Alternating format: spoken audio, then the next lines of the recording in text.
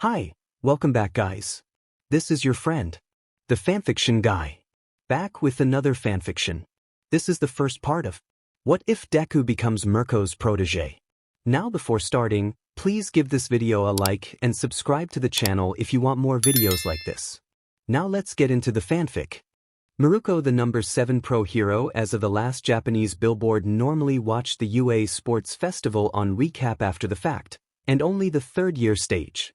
Like many other pros this year around, however, she had chosen to attend the festival in person and watch the first-year stage. So bored. She grumbled to herself. She nearly regretted her decision to attend the event, aside from the fact she had been given a great seat. UA held her in high respect for all her work, and as she had decided to attend in person for the first time, the school had given her the best seats they could offer. Set up high in the arena on the second level and far away from other viewers and pros. Miruko seemingly had a personal viewing box, seeing as the other 5 seats around her were empty. She grumbled to herself, bored, as she listened to present mic babble to the audience as the festival began in full swing. And now, the class everyone is looking at. They survived against their first taste of evil and now all eyes are on them. It's Class 1A. Miruko's left ear gave a small twitch, finally interested in the events at mix call. As she watched the students make their way onto the field, however, she grew disillusioned and let out a huff. They don't look like anything special. Faye, guess I should have just waited till it was over and watched the third years like normal. I'm already here though, might as well CK it up and watch, maybe some of them actually have guts. As the thought crossed her mind, she let a smirk grace her features. She watched interested as Katsuki Bakugo took the stage and gave his pledge. As he did, she thumped her right foot slowly in disappointment once more at the first-year stage. Arrogant BSTRD. Guess they're just kids after all. If you're going to declare war on everyone, at least do it with gusto. Despite her shout as no one was around her, Miruko spoke to silence as she huffed back into her seat and tapped her foot in irritation. She watched the contestants line up as midnight declared the first event and Mike announced everything over the loudspeakers. Miruko sat up in her seat, slightly interested to watch all the different quirks and the way the students used them to their advantage. Right off the bat, she could tell that the 2 hero classes, 1A and 1B, were far ahead of the rest. Even amongst them, 1A stood out and Shoto Todoroki seemed in a league of his own. The event dragged on and she watched interested at various uses of quirks in certain situations, but throughout she only took real interest once the undisputed first place had a shakeup. She watched intrigued as Katsuki fought against Shoto back and forth for the lead. Her eyes would have stayed there like most others, but for a reason beyond her understanding she looked back to the entrance of the minefield. When she did, her head tilted slightly to the side and her long eyes laid somewhat flat against her head. Who's he, and what's he doing? She watched interested as Izuku dug at the ground, seemingly pulling up mines with a piece of robot metal. Once he had a good 15 or so dug up and piled in front of him, she watched him step back and tilted her head the other way. He wouldn't. She thought with mirth as a small grin threatened to pull at her lips. Miruko was proven wrong, as the next moment he surged forward and belly flopped, metal plate first onto the pile of mines. In a pink cloud of smoke, she sat up straight out of her seat and her leg thumped every second or so as she watched the completely unknown and plain boy rocket towards first place. Everyone else in the stadium was equally shocked by the sudden explosion, but she was one of the few who had been watching Izuku and knew what had caused it. Her foot began to pick up speed and thumped faster as she watched him slow down and stall midair. What else you got in you? Show me some action, topple everyone else over. Most believed Miruko to be a crude and brash individual who only spoke her mind and admired the strong. While that was partially true, she saw it as speaking her mind truthfully. She hated hero teams because she had always seen them as crutches. She didn't believe that people couldn't be stronger together, but in her experience hero teams always ended up over-relying on their teammates and letting their own strength wane. Miruko respected the strong because she knew she was strong. Strength was earned, and then once it was proven that strength created respect from those around them. People like Izuku, who seemed outwardly weak, but then proved everyone around them wrong, were her favorite. After all, that was how she had earned her place amongst the top 10 heroes. Being female in a mostly male environment, with an outwardly weak quirk made her work harder than all those around her who tried to prove her wrong. Come on kid, show me something good, prove me wrong about your appearance. Miruko gave a silent plea for entertainment as she watched Izuku completely stall out in his rushed charge. Her eyes widened and her foot stopped as she watched him use his momentum to flip midair and strike the ground with the plate he'd been carrying. When another explosion occurred and not only pushed his two opponents out of the way but shot him straight over the minefield in one go and into first place, Miruko's grin finally broke free. All three out of her sight, Miruko leaned forward with everyone else eager to see who would emerge and claim first place. Yeah! Miruko shouted out when Izuku was the first out and Mike shouted his name, claiming first place in the qualifying events. Present Mike continued to spout out his comments and exclaim the ranks as they came in, but Miruko's gaze was stuck rigid to Izuku. 1A, Izuku Midoriya, ha. I didn't even notice him before. He's got guts. I wonder what kind of quirk he's got. He didn't seem to do anything during the race. I'll have to keep his eye on him, he seems interesting. Miruko thought as she watched the boy seemingly gaze at someone in the audience and clench his fist in success. Once it was announced that he would be the sole bearer of 10 million points for the cavalry battle, she let out a small chuckle at his response as he locked up. With all eyes glaring at him for his points, she couldn't help but compare it to the pressure but on heroes like herself at the top. He gathered his strength quick and stood with his back straight looking for fellow teammates. Miruko watched almost amused as everyone he approached walked away in fear of his points. She gave a light snark towards Yue in that regard. This is why teams are silly. He proved himself strong enough to bear those points, but now he has to work with others that aren't on his level. People are so afraid of those at the top that they can't even fathom standing on the same level. Soon after, Izuku did gather others around him though, and she couldn't help but chuckle at his choice of teammates. Tokoyami she could understand as he seemed to have a good quirk and showed great control over it during the race. His choice of the support corps student and fellow 1A student made little sense to her, however. Once the event began and he suddenly charged into the air on a jetpack, Miruko was again interested in the seemingly plain Izuku. Despite his looks, she could feel a kindred spirit in his eyes. It was one that screamed of hidden strength and great determination. She watched other teams throughout the battle as well, but most of them were simple confrontations. Even most of Izuku's battles were spent running away. She was a bit angered by that, as she believed it was best to confront your enemies head-on. At the same time, given his situation, she couldn't refute it was the smart thing to do. After he was cornered into a field of ice by Shoto, the game became even more of a keep away. The remainder of the game battle turned out the same way. In the last moments though, she started thumping her foot again at the shake-up. The front tank Shoto used surged forward with his engine quirk. With a sudden surge of speed, she watched Izuku lose his 10 million, but at the same time, even if instinctual, his own arm surged out and grabbed a band from Shoto's neck. Now go get it back, come on, show tenacity, don't freeze.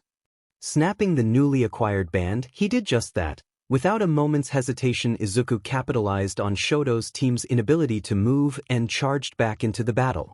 In a sudden confrontation, she watched the two teams face one another. As she gazed on, her sharp eyes opened and her foot thumped hard as reddish-pink veins seemed to crawl along his arm. Is that his quirk? What's it do? Miruko watched on with interest as her ears stood straight.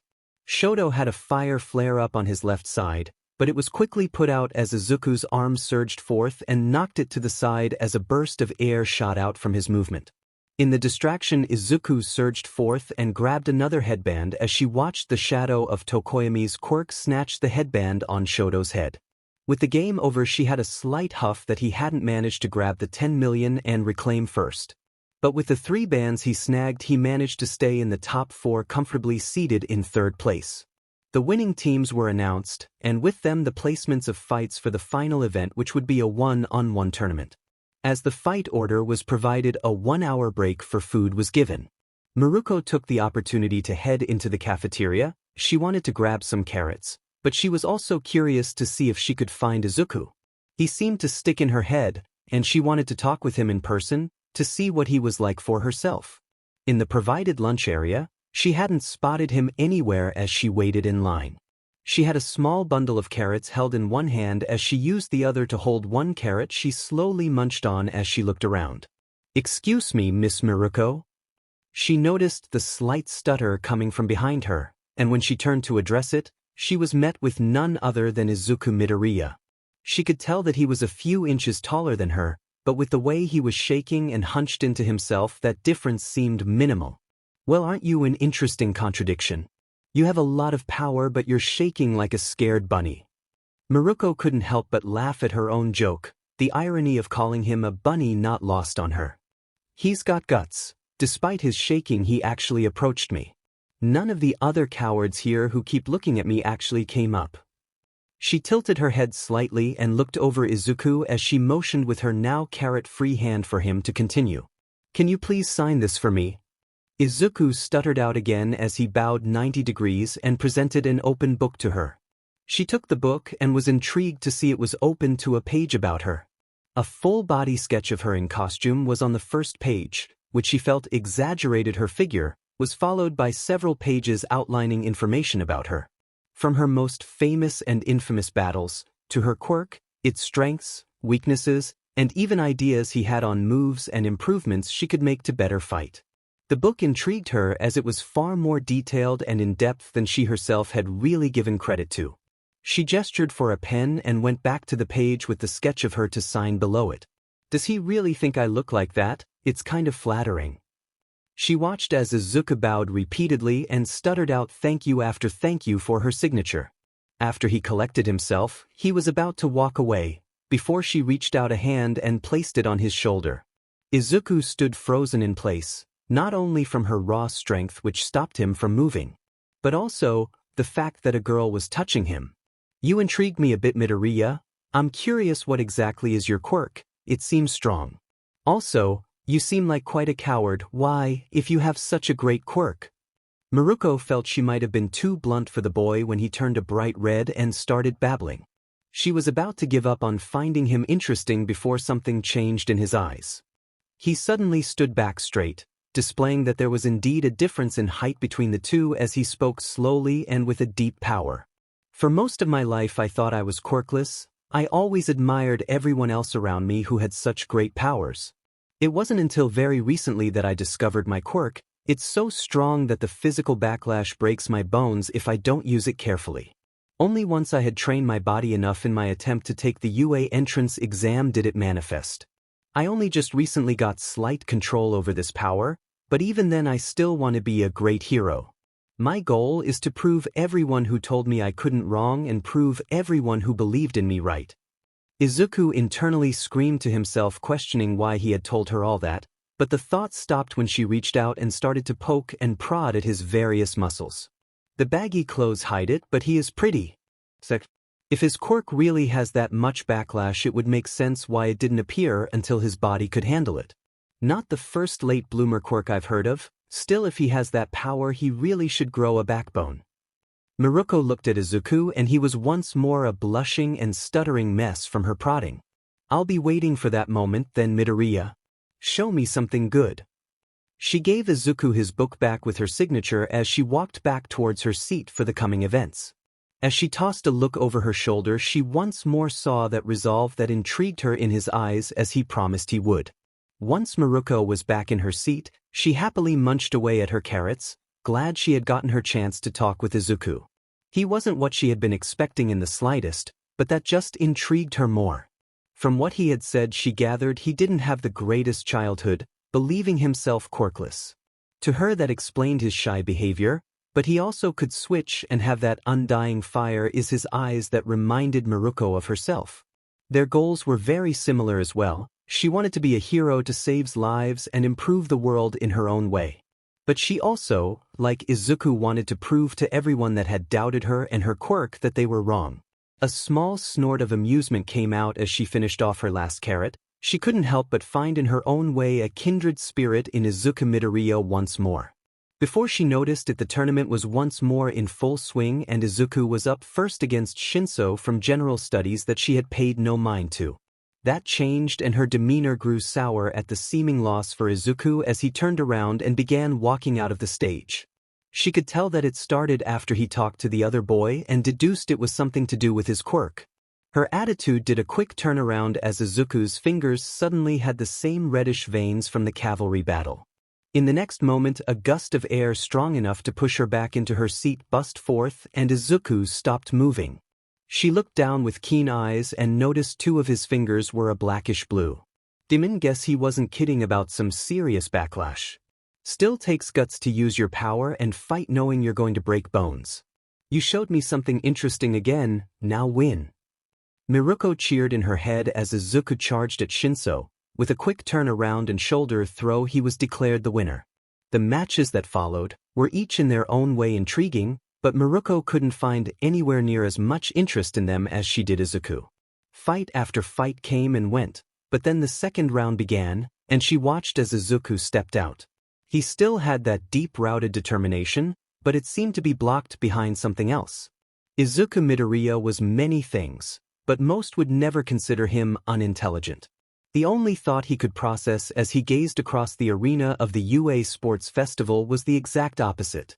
He had thought over and over of different scenarios or ways to go about what he wanted to do, but he couldn't. I want to help him. No, I have to help him. Todoroki can't go on thinking about his power the way he does and still win. It's not right. Everyone else is giving everything they have to win and he's only half trying. It's just not right. Izuku kept going over his thoughts again and again, but they kept circling back to one answer. I'll force him to use his fire, then once he's at his strongest I need to defeat him beyond a doubt. He needs to accept his power and see how far he can still rise.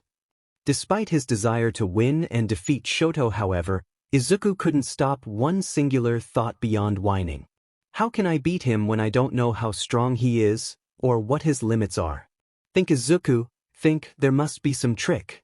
Something I can do to beat him and win. Quirks are still just physical attributes, he must have some limit. He took a deep breath and stared across at his opponent with a deep resolve. If you want to give up now, before you break anything else, this will be your last chance, Midoriya. Todoroki said with a harsh glare. Izuku gave a brief shake of his head, tossing about his curly green hair before he strengthened himself and glared back. I won't go easy on you either, Todoroki. I will defeat you and win.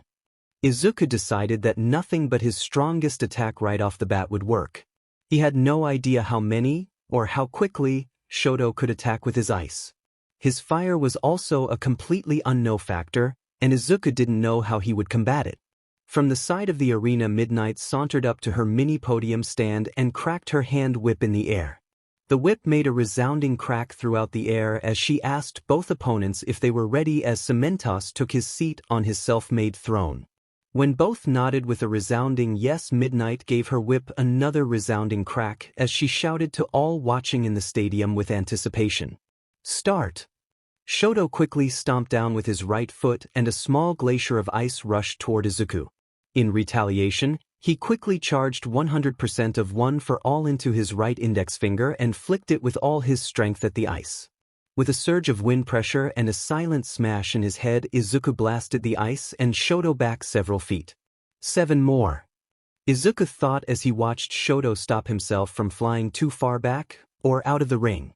Shoto had quickly thrown a block of ice behind himself that almost resembled a flower, or half a star to stop his momentum. He's ready to break himself to win, as I thought. It was better to not use everything I had in one go. Shoto shot a lidded glare at Izuku as he gathered his strength to get back up before he fired off more ice. He quickly braced against the attack again as it blasted him backwards a few feet closer to the edge again. 6 left, I have to think of something else quick if I don't want this to be over immediately. Izuku thought as he clenched his teeth against the pain he was feeling. He looked up and noticed that just before Shoto shot his next volley of ice that we exhaled a large cloud of frosted breath. As the ice came at him again, Izuku sacrificed his third finger to blast the ice back, observing everything he could about Shoto. Only 5 more, what's the trick, DM it? There has to be something, why was his breath cold? Izuku watched as Shoto continued his assault of ice unrelenting. With his pinky finger shot off, Izuku had used the rest of his right hand and grunted briefly in pain. Before long his adrenaline kicked in and he watched Shoto charge towards him in his brief intermission of thought. Izuku hadn't watched and admired heroes all his life for nothing, however. He took every chance he could to admire quirks, their strengths, their weaknesses, ways to improve them, anything and everything. All this knowledge flooded him as he watched Shoto use his ice to shoot himself into the air, coming down for a kick to end the fight. His breath was exhaled in a large cloud of frost once more as Izuku followed his every movement, including the slight chip of ice on his shoulder. As he came down from overhead prepared to give a dropkick, Izuku also picked up on the minute shiver his body gave off. Is that how it is, damn it? He's slower than before physically and his ice is also coming at a reduced pace. Damn it, I can't win against that as I am. It only makes me even angrier that he doesn't use his fire. All his weaknesses as he is presently could be fixed if he just used his fire. I'm so angry, but I can't do anything against him as I am. Think, something, anything. What can I do as I am now? What would All Might do? Izuku pondered deeply as Shoto came closer, almost in slow motion. As he descended, Izuku continued to think of everything he knew to find a way to win against Shoto. Attack, I would need a whole arm with how close he is. I can't chance it that he won't be blown off. He still hasn't used his fire either. Run, could I jump far enough away without one for all to make a difference before he attacked again? What would All Might do? In that moment as Shoto descended in almost slow motion to Izuku, a thought of what he said to Endeavor only a few minutes prior flashed across his mind. I'm not All Might, and Todoroki isn't you. That's right, I'm not All Might. He chose me, it's my quirk. Run it. I'll do both with the most I can without breaking myself. It won't break, it won't, I won't let it. Izuku with a rush of clarity pushed all for one into his arm and leg at the same time as he fiercely met Shoto's descending gaze. With a push against the ground from his right leg using 5% of one for all, Izuku was in front of Shoto before he could complete his overhead attack. His left arm pulled back to his waist, Izuku continued his internal mantra repeatedly as he surged his fist forward and sucker punched Shoto in his gut. In the same moment, despite his countered attack, Shoto shot out his own attack and froze Izuku's unguarded right arm. As the two opponents separated from one another, they each gave a slight tumble as they regained their balance to stand up straight. Izuku panted as he quickly examined his arm and leg, noting with joy that nothing was broken. He used the distance created to power his left arm again and shatter the ice on his right arm that covered from his lower shoulder to elbow. The heck was that, Midoriya? You stop breaking all of a sudden? Present Mike shouted from his announcer's booth. The audience seemed to agree with the sudden change in the fight as the first real exchange began. He says that, but it's still patchwork at best. I can't fight like this very well, or for long. The transition between limbs is too slow. I might have pushed one for all into both limbs, but it was slow, I almost didn't make it. Izuku continued to think along those lines as he dodged Shoto's next ice attack by a hair as he pushed his legs with 5% one for all. He watched and continued to analyze Shoto as he slowed, and more ice accumulated on his right side. What drives you, damn it? Why are you trying so hard? Shoto practically shouted out to Izuku as his rage built, unable to win as quickly as he wanted. Izuku returned his gaze with one of equal passion. I want to be the greatest hero, one who saves everyone with a smile. Just like All Might, but this fight isn't about that. You're not taking me seriously and wasting your own potential, Todoroki, and it pisses me off. Why won't you use your fire? Izuku seethed at Shoto, truly angry for one of the first times in his life. Did my shitty old man pay you off? I already told you I'll never use his power in a fight. Shoto fired back in even greater rage. Angered at the mere thought of his father blackmailing or coercing someone into having him use his fire. Izuku ignored his comment as he looked at Shoto with steel in his eyes that seemed to glow green. You're shivering, Todoroki, and that's what makes me so angry. You could fix that in an instant with your fire, but you hold yourself back and still think you can win with only half your power. Everyone else is here giving it their all to win, and you're only half trying. That's just not right. I'll win and defeat you. Shoto looked down in rage for that moment, but that was all it took for Izuku to capitalize on his weakness. He charged forth one for all, coursing through one leg again as he punched Shoto straight in his face. The gap between them was closed in an instant as Izuku's left cross connected with Shoto's face.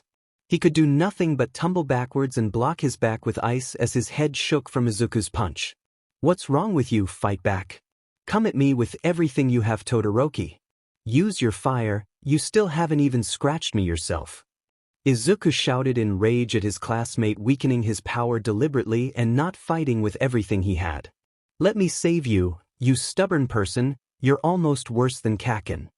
Izuku fumed internally as he watched Shoto seethe with utter rage as his comment riled him up. "I told you I'll never use his power, while. It's your power, damn it. Yours, not his. I'm fighting you right now, Shoto Todoroki, not Endeavor." Izuku interrupted Shoto and shouted out his own rage. As he said his peace of mind, Shoto seemed to freeze in place for several moments. Before the next instance, fire suddenly exploded out of his right side, superheating everything around him and defrosting his right side. "Hot, hot, hot, it's hot. The fire's here, what's with this heat, man?" Mike continued his ever-present commentary as Endeavor strode from his place in the audience. "Shuru, have you finally accepted yourself? Yes, become my masterpiece, fight, win, you were born to surpass me." Shoto ignored him as he gazed at Izuku across from him, right hand's fingers broken, and biceps slightly frostbitten with a wide smile present. "Why are you smiling, damn it? I thought you wanted to win. Don't blame me for what happens after this is over, I want to be hero too." Shoto shouted out as he released all his fire and ice at the same time. Midnight and Cementos tried to stop the two combatants, but the force being generated was enough to push them back from stopping the fight quick enough. Izuku stared down Shoto as he watched the ice and fire dance around each other in an almost ethereal whirlwind. He crouched down in preparation for the coming attack as his brain for the first time in their fight stopped working. "What do I do? I know I said I would make him use his fire and then win, but I don't know how I can. What can I do? I want to win, but I can't think of anything. I'm switching one for all on and off quicker between my limbs, but it's not fast enough. Oh, it's a switch, that's not right." Just as the thought came to him, the world all around Izuku went black and 8 distinctly more defined shadows appeared before him. Unlike his fight with Shinso previously, the figures weren't just blurry outlines and floating eyes. This time his vision was much clearer. The figures had distinct shadows that defined their differences, and their eyes shined with deep-rooted power. "Not yet."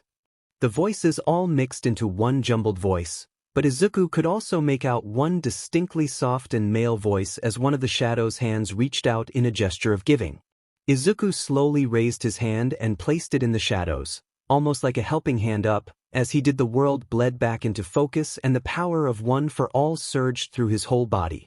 All Izuku's senses felt like they were hyper-focused as One for All surged throughout his entire body. It felt like adrenaline and lighting was arcing through his entire body. Almost in sync with that thought was a surge of green energy swirling around his body. For the moment it touched his skin, Izuku noted it wasn't quite lightning, but almost like a physical manifestation of output energy. "I'm not sure if I can even move like this, but this feels right. Almost like this is how One for All was meant to be used. If it's like this, then with everything I know and can do right now, I will win." Izuku moved far faster than he ever had previously as Midnight and Cementos tried to stop the coming collision. They were not fast enough as Shoto raised his flaming right hand, superheating all the rapidly cooled air to create an explosion of pressure. When he noticed Izuku was less than a few feet away, he also threw up a protective barrier of ice in front of and behind himself. Before his vision was blocked, however, he noticed that aside from the new green lighting, Izuku's entire left arm was covered in his normal reddish veins. The cameras and entire audience were blind as in one loud explosion of force the fiercest collision of the festival yet occurred. Off to the sides of the stage, Midnight and Cementos grumbled about the strength of children as they attempted to take in the carnage. The entirety of the stage was cratered and destroyed in most places while covered in a plume of smoke. No other noise was being made as the smoke attempted to clear itself, but it was clear whatever the result may be, the match was over.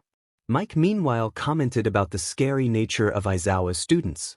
Miruko was standing from her seat and had her hands clamped onto the railing in excitement from the clash and anticipation of the winner. Smoke seemed to clear slowly as the two boys' outlines became visible. While it wasn't obvious who each shadow was, one was clearly still in the arena and standing, and the other was slumped against a wall outside the stage.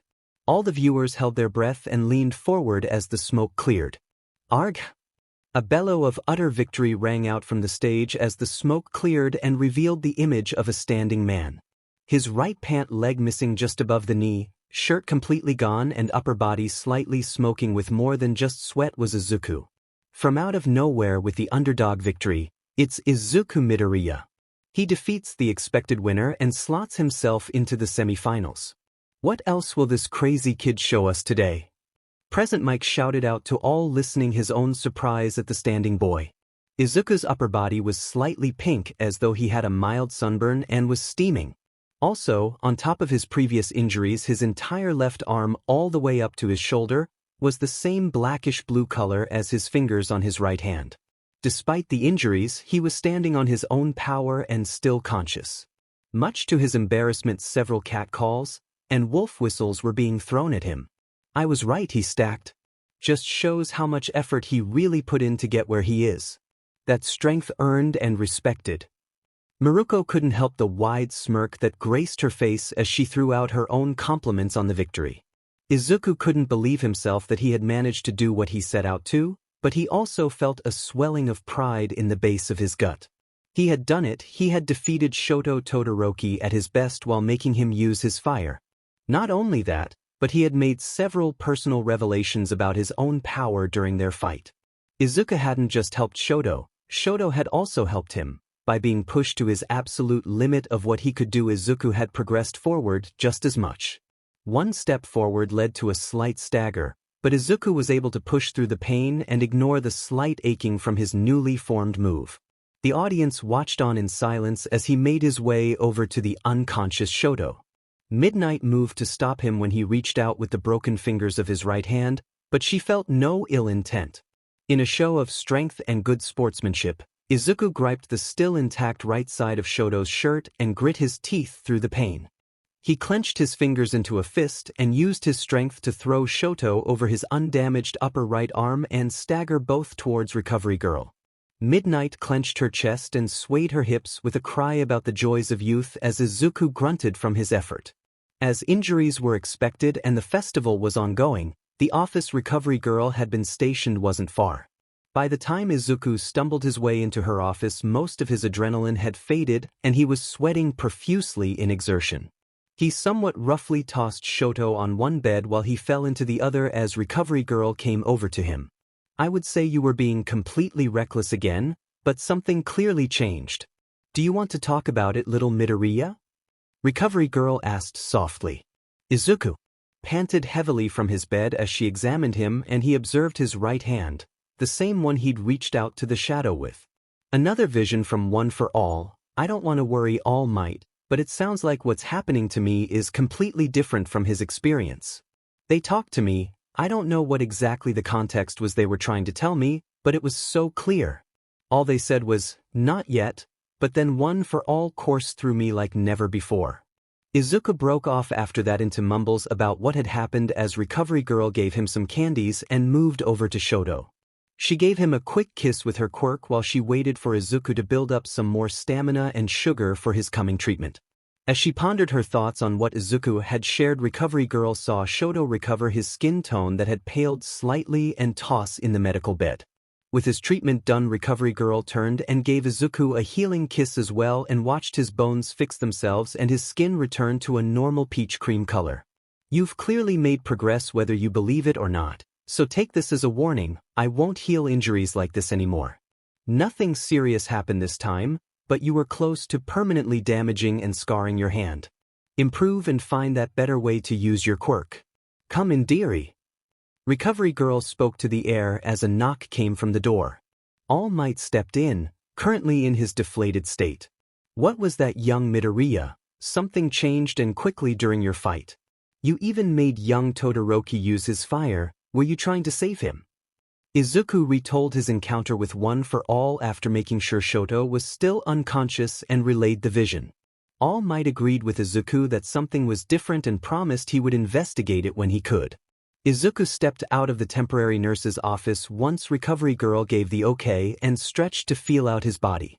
He was sore and his body ached. She had only healed what was necessary for him to be in good condition to continue the tournament. She was against it at first, but he convinced her for both himself and the trust All Might had placed in him that he would go as far as he could. His fingers and arms were healed and he no longer felt sunburnt, but his skin was itchy and his body still ached slightly. Deciding he needed to heed Recovery Girl's warning and develop his new ability as quick as possible, Izuku mumbled to himself briefly before he shook his head and tried to recreate what he'd done before. Coursing One for All through his entire body, Izuku took a step forward and found himself face first implanted into the opposite wall. Removing himself with a bit of strain, he noticed that the second he lost focus the power dissipated. Knowing there was no answer but training and practice, Izuku kept the power up again and again as he made his way towards his seat to watch the fights. I wonder what I should call it, full cowling? Yeah, that's kind of catchy. Izuku lost focus as he bounced off a wall and crashed into someone. The first thing he noticed was that while he was knocked onto the floor, the other person was completely unmoved. Next was the slightly past waist-length white hair and deeply tanned like wheat-colored skin. Finally, his green eyes locked onto the deep and staring red eyes of Miruko. Oh, there you are.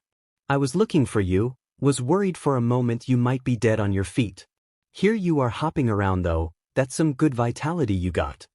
Miruko laughed at his predicament, while Izuku turned red not unlike a tomato and apologized profusely those stutters. No worries, didn't even feel it. You really are a weird one though, guess that's why you're so interesting. Miruko poked and prodded Izuku's chest and arm muscles over his newly acquired gym shirt just like before. A curious look came across her face as she observed his body. Breaking bones one moment, then not the next. After that, lighting practically starts shooting out your butt. Ha, you really are a weird one. Your quirk is a good one though, I can tell. Izuku continued to flare his arms back and forth as he attempted to stutter his way through a sentence, only to blunder. He stopped when Miruko ended her poking and placed a hand on his shoulder. Izuku took a deep breath and did his best to calm down, but a dusting of pink remained on his cheeks. Why were you looking for me, Miss Miruko, if you don't mind me asking? Izuku released his breath without a stutter to his astonishment. She just raised a brow as if thinking on it herself, then she stood straight and flexed her strong and well-defined bicep muscles. Came to give you my approval and encouragement. I respect strength, and you showed that you've got it. Also, I wanted to tell you personally that I'll be watching and cheering for you. What you said about your power in the cafeteria resonated with me, so prove yourself strong to everyone and win. I'll be watching and waiting, that's all I wanted to tell you. Miruko released his shoulder and turned around, headed back to her seat. As she did, a wave was thrown over her shoulder to Izuku, who had devolved back into a cherry-stuttering mess. He couldn't believe that one of his favorite heroes, and one of Japan's best, was watching and encouraging him. Not to mention she's a girl, and a really pretty one. Ah, no, stop. Izuku screamed internally as the thought passed him. He couldn't believe the thoughts his mind conjured as he tried to regain his focus. After several deep breaths and a light smash against the wall via his forehead, Izuku had calmed down. He powered up his full cowling again and made his way to his seat once more. Every few seconds he would lose focus and then go again as he gripped at his new power. Izuku turned off the power once he made it to his seat. He noticed that Tenya's fight versus Ibra was already over and Mina versus Tokoyami seemed to be wrapping up. That meant minus the small break before the semifinals, all that was left would be Katsuki fighting Kirishima. It's still completely untested in combat, but I should have enough of a grip on full cowling to try something against Ida. If I win that, it means I'll be against either Kaken or Tokoyami. Both are really powerful. Izuku shook off his thoughts before he could descend to mumbles and watched Fumikage push Mina out of bounds with Dark Shadow. Kirishima lasted about as long and well as Mina and Ibra did as Katsuki relentlessly attacked his hardening. With explosions before breaking through. Achiko greeted Izuku and questioned his injuries. Along that same line, Tenya gave a smirk towards him in a show of personal challenge. Once Kirishima was defeated, Izuku and Tenya both left for the prep rooms for their semi-final showdown. At a cross in the hallway, the friends went separate ways as rivals. On his way to the room, Izuku came across Katsuki. Not unlike their meeting after Ochiko's defeat, Katsuki snarled with a glare at Izuku. "Deku, you DMN nerd. You finally getting a handle on that borrowed power of yours. Doesn't matter either way, you better win. That way I can FNG crush you in the finals for the world to see you DMN loser." Izuku flinched back, not only from his words, but also having his own words of borrowed power thrown back at him. To Izuku, if Katsuki was still thinking about those words, that meant he might take them seriously. At that thought, he steeled his resolve and glared at Katsuki's turn back. "Kaken, I take back everything I ever said about not challenging you. This is my power, and with it I'll defeat you. Once that happens, we can finally be equals." Katsuki turned around with rage in his eyes. Before he could say anything, Present Mike called over the speakers for Tenya and Izuku. Katsuki turned his back again and scoffed at Izuku as he made his way back to the Class 1A seats. "What was I thinking? That was super scary, but I meant what I said. Kaken has always been my shining example of victory. I'll defeat him and take that back for myself." Izuku gave a pep talk to himself as he made his way to the repaired arena. He felt as though he had only just left it, but he stepped back onto the stage a changed person from who he was before. "I can do this. I don't know how well I can hold it, but full cowling should allow me to keep up with Ida. I just need watch out for his recipro burst, fight fast and hard, but don't pass my limit. I'm done breaking things. I can do this." Izuku clenched his fist tight with determination as he stood across from Ida. "I'm surprised you beat Todoroki, but now I can finally challenge you directly, Midoriya. May the best of us win. I hope for a good fight." Tenya bowed in his over-eccentric manners as Izuku smiled. He then tossed a hand behind his head and rustled his hair. "Your challenge was never directly returned, was it, Ida? I'm sorry about that, but you're right, may the best one win. This is just the beginning for us." Izuku smiled earnestly as he shook Tenya's hand. Once he stood straight and both retreated to opposite sides of the stage. Midnight called a start to the match with her whip, and both powered up to their maximum right away. Izuku used his full cowling to jump straight up and avoid Tenya's recipro. "Just like I thought, recipro right from the start, it's just like my full cowling. He's fast, but he can't maintain it long. He mentioned something about 10 seconds, I just have to avoid him until it runs out." Izuku had a solid thought, but he had paid no mind to his defenses while in the air. Tenya used that lapse to rocket towards him from the ground and drop a devastating axe kick to his back. Izuku coughed out his air as he plummeted to the ground. The kick hurt, but even if barely, Izuku hadn't dropped full cowling until after it hit.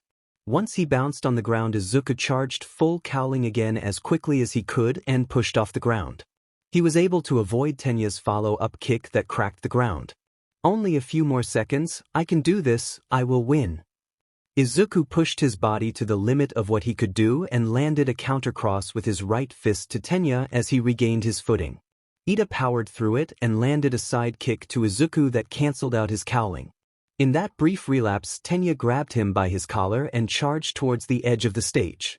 Only a few feet from the edge, however, Tenya's engine stalled and he nearly tripped. Speed practically negligent, Izuku used that moment to break free and once more activate his full cowling. He fell to the floor right in front of Ida, and an idea came to him as he thought of Miruko. She said she was watching. I hope she's okay with this then. Sorry, Miss Miruko, I'm going to copy you. Izuku tucked in his legs and pressed his hands against the ground. In a show of true flexibility and agility, Izuku surged off the ground using his hands. Once he was within inches of Tenya, Izuku sprung his legs out in a practically flying kick that struck Ida straight in his chest. Not unlike a certain rabbit-themed hero with her strong legs, Izuku hit true and Tenya was sent flying out over the arena line, resulting in his ring out. Tenya gave out a heavy cough as he gasped and inhaled deeply, trying to get his breath back. Izuku rushed over as he was announced the winner and helped Tenya up as he gathered his breath. Once he could see straight, he let out a deep chuckle and slung his arm over Izuku's shoulder. I'm sad I lost, but that was a great fight, Midoriya. Whatever you did against Todoroki seems to have changed you. I could barely keep up. This defeat shall be a stepping stone for me. Next time we fight, I promise I'll win. Tenya declared with honest pride at his honorable defeat. Yeah, I'll take you on any time, Ida. That was a really good fight. I can't wait to see how much you've improved the next time. Izuku smiled deeply at the declaration. As the two walked back together though, he looked around the arena trying to find the hero he had emulated and who said she was watching. Once his gaze found Miruko, he glanced a grin across her face.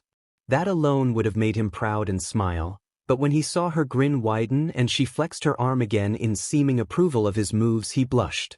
Izuku couldn't help it. It was almost like when All Might told him he could be a hero again. Someone he deeply admired and looked up to was giving their approval of him. Diamond Kid grows fast. He didn't do anything during the race, then he went from breaking his bones to a usable power. I'm getting pumped up. Normally only the third years show this kind of potential. Guess they didn't survive villains for nothing. Miruko smirked as she talked to the air softly and watched Izuku walk out of the arena. That DMN nerd, I don't care what new power he has, I'll still crush him like a pebble. He thinks he can challenge me, he's effing dead.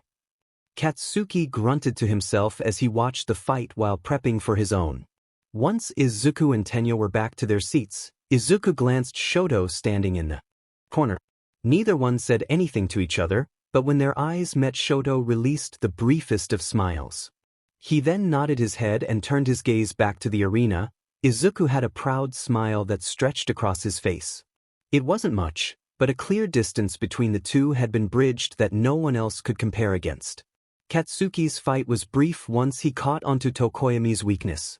He was quickly behind the shadow user and created an explosion targeted to make as much light as possible. With Dark Shadow eliminated, Katsuki held down his opponent with continued mini-explosions. Announced as the winner, he glared straight at Izuku as he dragged a finger across his neck with a menacing glare. Izuku took that as his sign to go to the pep room and mentally prepare himself for the coming fight. He knew in his own way that this fight was one long in the making since their battle training. But even further back than that, this fight had been coming since Izuku had discovered he had no quirk and the world looked at him differently. Once in the room, he took deep breaths as he used full cowl as much as he could to get a handle on it. All Might said the limit my body can handle is 5%. Instead of trying to increase that right now, I should focus as much as possible on how well I can use it. My new technique increases all my physical abilities while it's active. That's why I barely felt Ida's kicks. He was also caught off guard when I kicked him. Would something like that work on Kaken? Izuku mumbled away in thought as he bounced around the room. His focus lost. Izuku smacked into the ceiling and then dropped 5 feet back first onto the waiting room table. A soft groan escaped him before he rolled off the table and then began again using his new technique the best he could. By the time the break was over and Mike called for him, Izuku had fire in his eyes. No more running, no more hiding. This isn't like the battle training. I can control my quirk now. It's mine and no one else's. All Might already told me, didn't he? I earned this. Now I must prove that to everyone else around me. Even someone like Miss Miruko said she was rooting for me. I can't let them down. Izuku took his last step up the stairs and locked eyes with Katsuki Bakugo, number 1 obstacle blocking him from his future potential. His instincts are nothing to laugh about. Instead of acting first, I'll let him make all the moves and act accordingly. Once he's angry and not thinking straight, I need to counter with everything I have and win. No thinking or plans will work on Kaken. I have to fight just like him, react as quick as possible, and then overwhelmingly win against all odds. His last thoughts done, and plan set, Izuku only nodded his head when asked if he was ready. As though they could feel the tension between the two childhood friends turned enemies, the entire audience was silent, apart from Mick's commentary. With a shake of her hand and crack of the whip, the tension was snapped and the two charged each other. Izuku dashed forward with his cowling, and Katsuki shot forward with his explosions. Their exchange was brief and quick before the two parted ways, Bakugo sporting a small bleeding scratch on his cheek, and Izuku a smoking shirt from the burn hole near his shoulder. Izuku was able to gather from the collision that Katsuki had more experience with actual fighting, but he was faster. Although it was a slight difference, it meant the two were fighting on equal footing, each strengths cancelled by the other's weaknesses. UDMN nerd. Katsuki raged as he charged back in. Their fight was neither quick or quiet as the two boys fought and collided repeatedly. Despite doing his best to remain calm, Izuku was also slowly succumbing to the rage he felt for everything Katsuki had done over the years. Everything he wanted to say but couldn't came bubbling back up and was released through his fists. Izuku landed a left cross to Katsuki as he returned the favor with a sucker punch to the gut. With the wind knocked out of Izuku, Katsuki capitalized and kicked the boy away, increasing their distance from one another. Gritting his teeth through the pain, Izuku kept his eyes open and forward as he refused to release his hold on full cowling. Doing the exact same thing as before, only this time using his right fist to punch Katsuki on his opposite cheek, Izuku avoided the follow-up counter by the twisting his torso. With the briefest of openings created, Izuku surged his forehead and crashed it into Bakugo. The unorthodox move landed with a resounding crunch of Katsuki's nose being broken. "I'll kill you, Deku." Katsuki's previous rage was nothing in comparison to what he released at that moment. Izuku retreated as quickly as he could, but still got singed from the heat of Bakugo's explosion. Enough distance safely between the two, and far enough away from the edge, Katsuki threw both hands forward and grinned like a maniac. "Die!" His shout was drowned out by the massive explosions that ripped out of both his hands, the same explosion he'd used to break up Achiko's meteor fall. Katsuki grunted in pain and collapsed to a knee as the tendons and muscles in both his wrists and forearms pulsed angrily. When he looked back up and saw Izuku in the air having avoided the blast, his rage reached a peak. "Stop running away from me, you damn coward." Bakugo raged to the heavens as he raised his hands prepared to release another explosion. Midair, Izuku would be completely unable to avoid him, but before he could release the explosion he grit his teeth. Overcome by the pain surging through him, Katsuki couldn't release an explosion before Izuku touched back down. Almost, this next move should end everything. "I'm done losing to him, I'm done getting beat up, I'm done being a useless Deku." Izuku raged internally as he watched Katsuki's every move. When he overcame the pain and pointed his hands forward again but wobbled for the briefest moment, Izuku took that chance and charged. Releasing his control he'd been carefully holding entire fight. In one moment Izuku's body went from using 5% of one for all to 7%. The difference might have been small, but in that one moment it was all that mattered. Izuku was in front of Bakugo before he could react and landed a gruesome uppercut to his opponent's jaw. Rattled by the unseen attack, Katsuki's explosions petered out and released small smoke clouds to the side. Not one to waste the opportunity, Izuku's instincts took over. He knew that attack wouldn't be enough to put Bakugo down for good. As such, he kicked off from his striking position and spun to build up momentum. In the next moment he released a spinning kick that landed true and crashed into Katsuki's temple. His neck was thrown to the side and his knees collapsed under him as the deep black of unconscious greeted him cold and cruelly. Midnight threw up a hand and walked over to the downed boy. "Katsuki, Bakugo is unable to continue. Izuku Midoriya is the winner." With a final flourish and crack of her whip, Midnight made her declaration. Despite the audience's utter deafening noise, Izuku was in a world of his own as he released a breath he didn't know he was holding. He collapsed to his knees and panted heavily as his entire body was covered in cold sweat and trembled. "I did it, I won." Izuku could think of nothing else as he felt years of pain and anguish lifting from his shoulders. An invisible weight he didn't even know he was carrying was released. As Izuku gathered his breath and stood up, he is standing straight and tall. Though he knew nothing had physically changed from the beginning of the fight, he felt as though he was 10 feet tall. That was a good showing of strength. "You won, and now the entire world knows it." Miruko's smirk was small, unlike her previous ones. The smile she carried was one of genuine joy. It wasn't every day someone caught her eye and then showcased strength well beyond what others believed was possible. The entire arena around her was practically shaking with the excitement of the conclusion to the sports festival of UA. Miruko watched as everyone stood and stretched for the brief intermission before the award medals were presented. She looked around as the stage was cleared away and 3 podiums instead took its place. Her head titled at the sight that she was witnessing. On the third-place podium stood only Tokoyami. Midnight mentioned the place also belonged to Ida, but he had been called away on family matters. On the next podium was Bakugo. Miruko had honestly expected him to be raging and thrashing after his loss and declaration from the beginning, but instead he was deadly silent. Finally standing tall, and with a smile that could practically blind, was Izuku in first place. The medals were handed out by All Might. Miruko was slightly surprised, but glad she had decided to come if only for the rare chance to see the number one in person.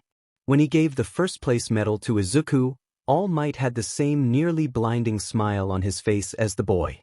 Once the festivities were concluded, the event ended rather quickly and Miruko was back out on the streets ready for a daily patrol.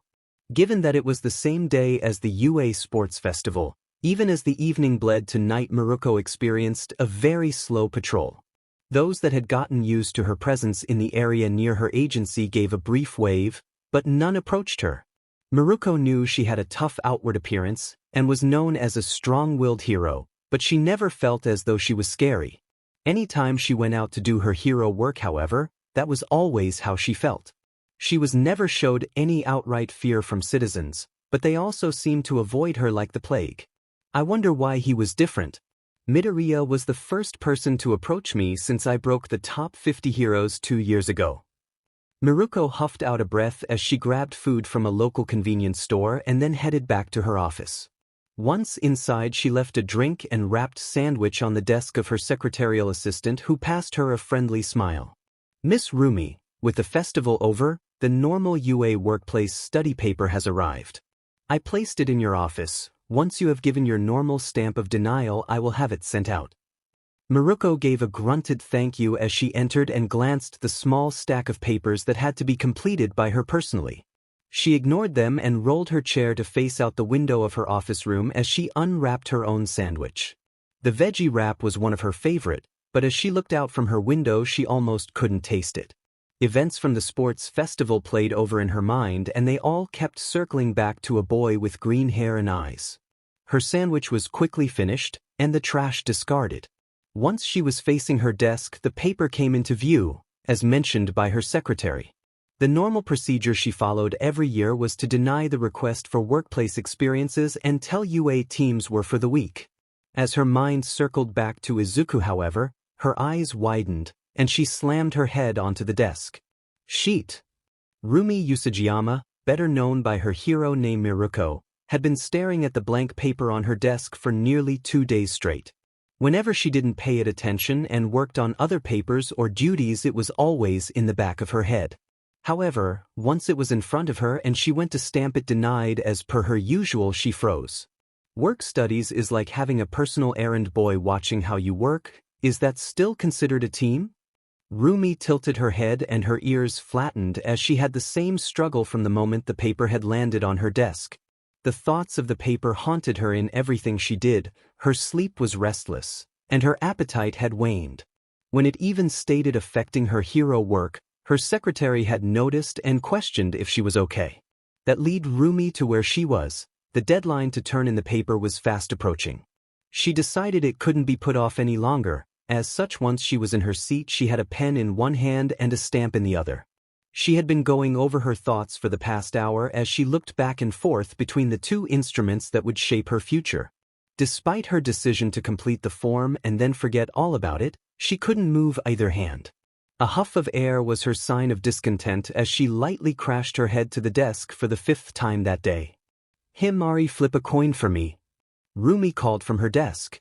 "It's tails, Miss Rumi." Her secretary responded back. "He won first place, probably has a bunch of offers already. Not like he will choose me anyways.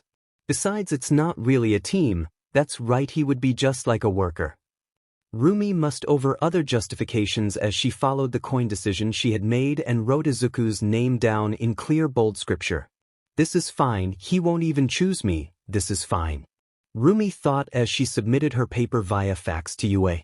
Nizu would never release the knowledge to the public, but amongst the staff of UA, it was common knowledge that all requests for first year's workplace experiences passed through him first. With his quirk and knowledge of the students under his care as the principal, he got first and final say on whether the requests were approved or denied. As such, when his fax went off and woke him from his nap, he was unsurprised. After all, the deadline wasn't over yet. My, isn't this a surprise? Nizu cackled in mad delight as even something he couldn't predict had happened. When he first saw the number and recognized it as the number 7 hero Miruko's, he almost hit cancel to ignore it before his thoughts caught up. Now held in his hand paws was a piece of paper with a name for the first time ever scribbled across its boxes. It seems there are still things that can shock me left in this world. This will be a fun one to watch, Fufu. Nizu took a stamp from the side of his desk and lightly opened one of his ink pads. A bright green accepted was stamped across the paper before he sent it off with the other remaining requests on his desk down to the teacher's lounge to be processed. For Izuku, the 2 days off after the festival to rest and recover and been spent in a near catatonic state of disbelief. He had physically been fine after the festival was over and Recovery Girl gave a final treatment, but mentally he couldn't be further away. Disbelief over his victory occupied nearly every thought he had. Working out seemed to come almost naturally as an afterthought. Once his mind had accepted it and could process again, he found himself back at his origin, just as All Might had told him. Dagoba Municipal Beach Park.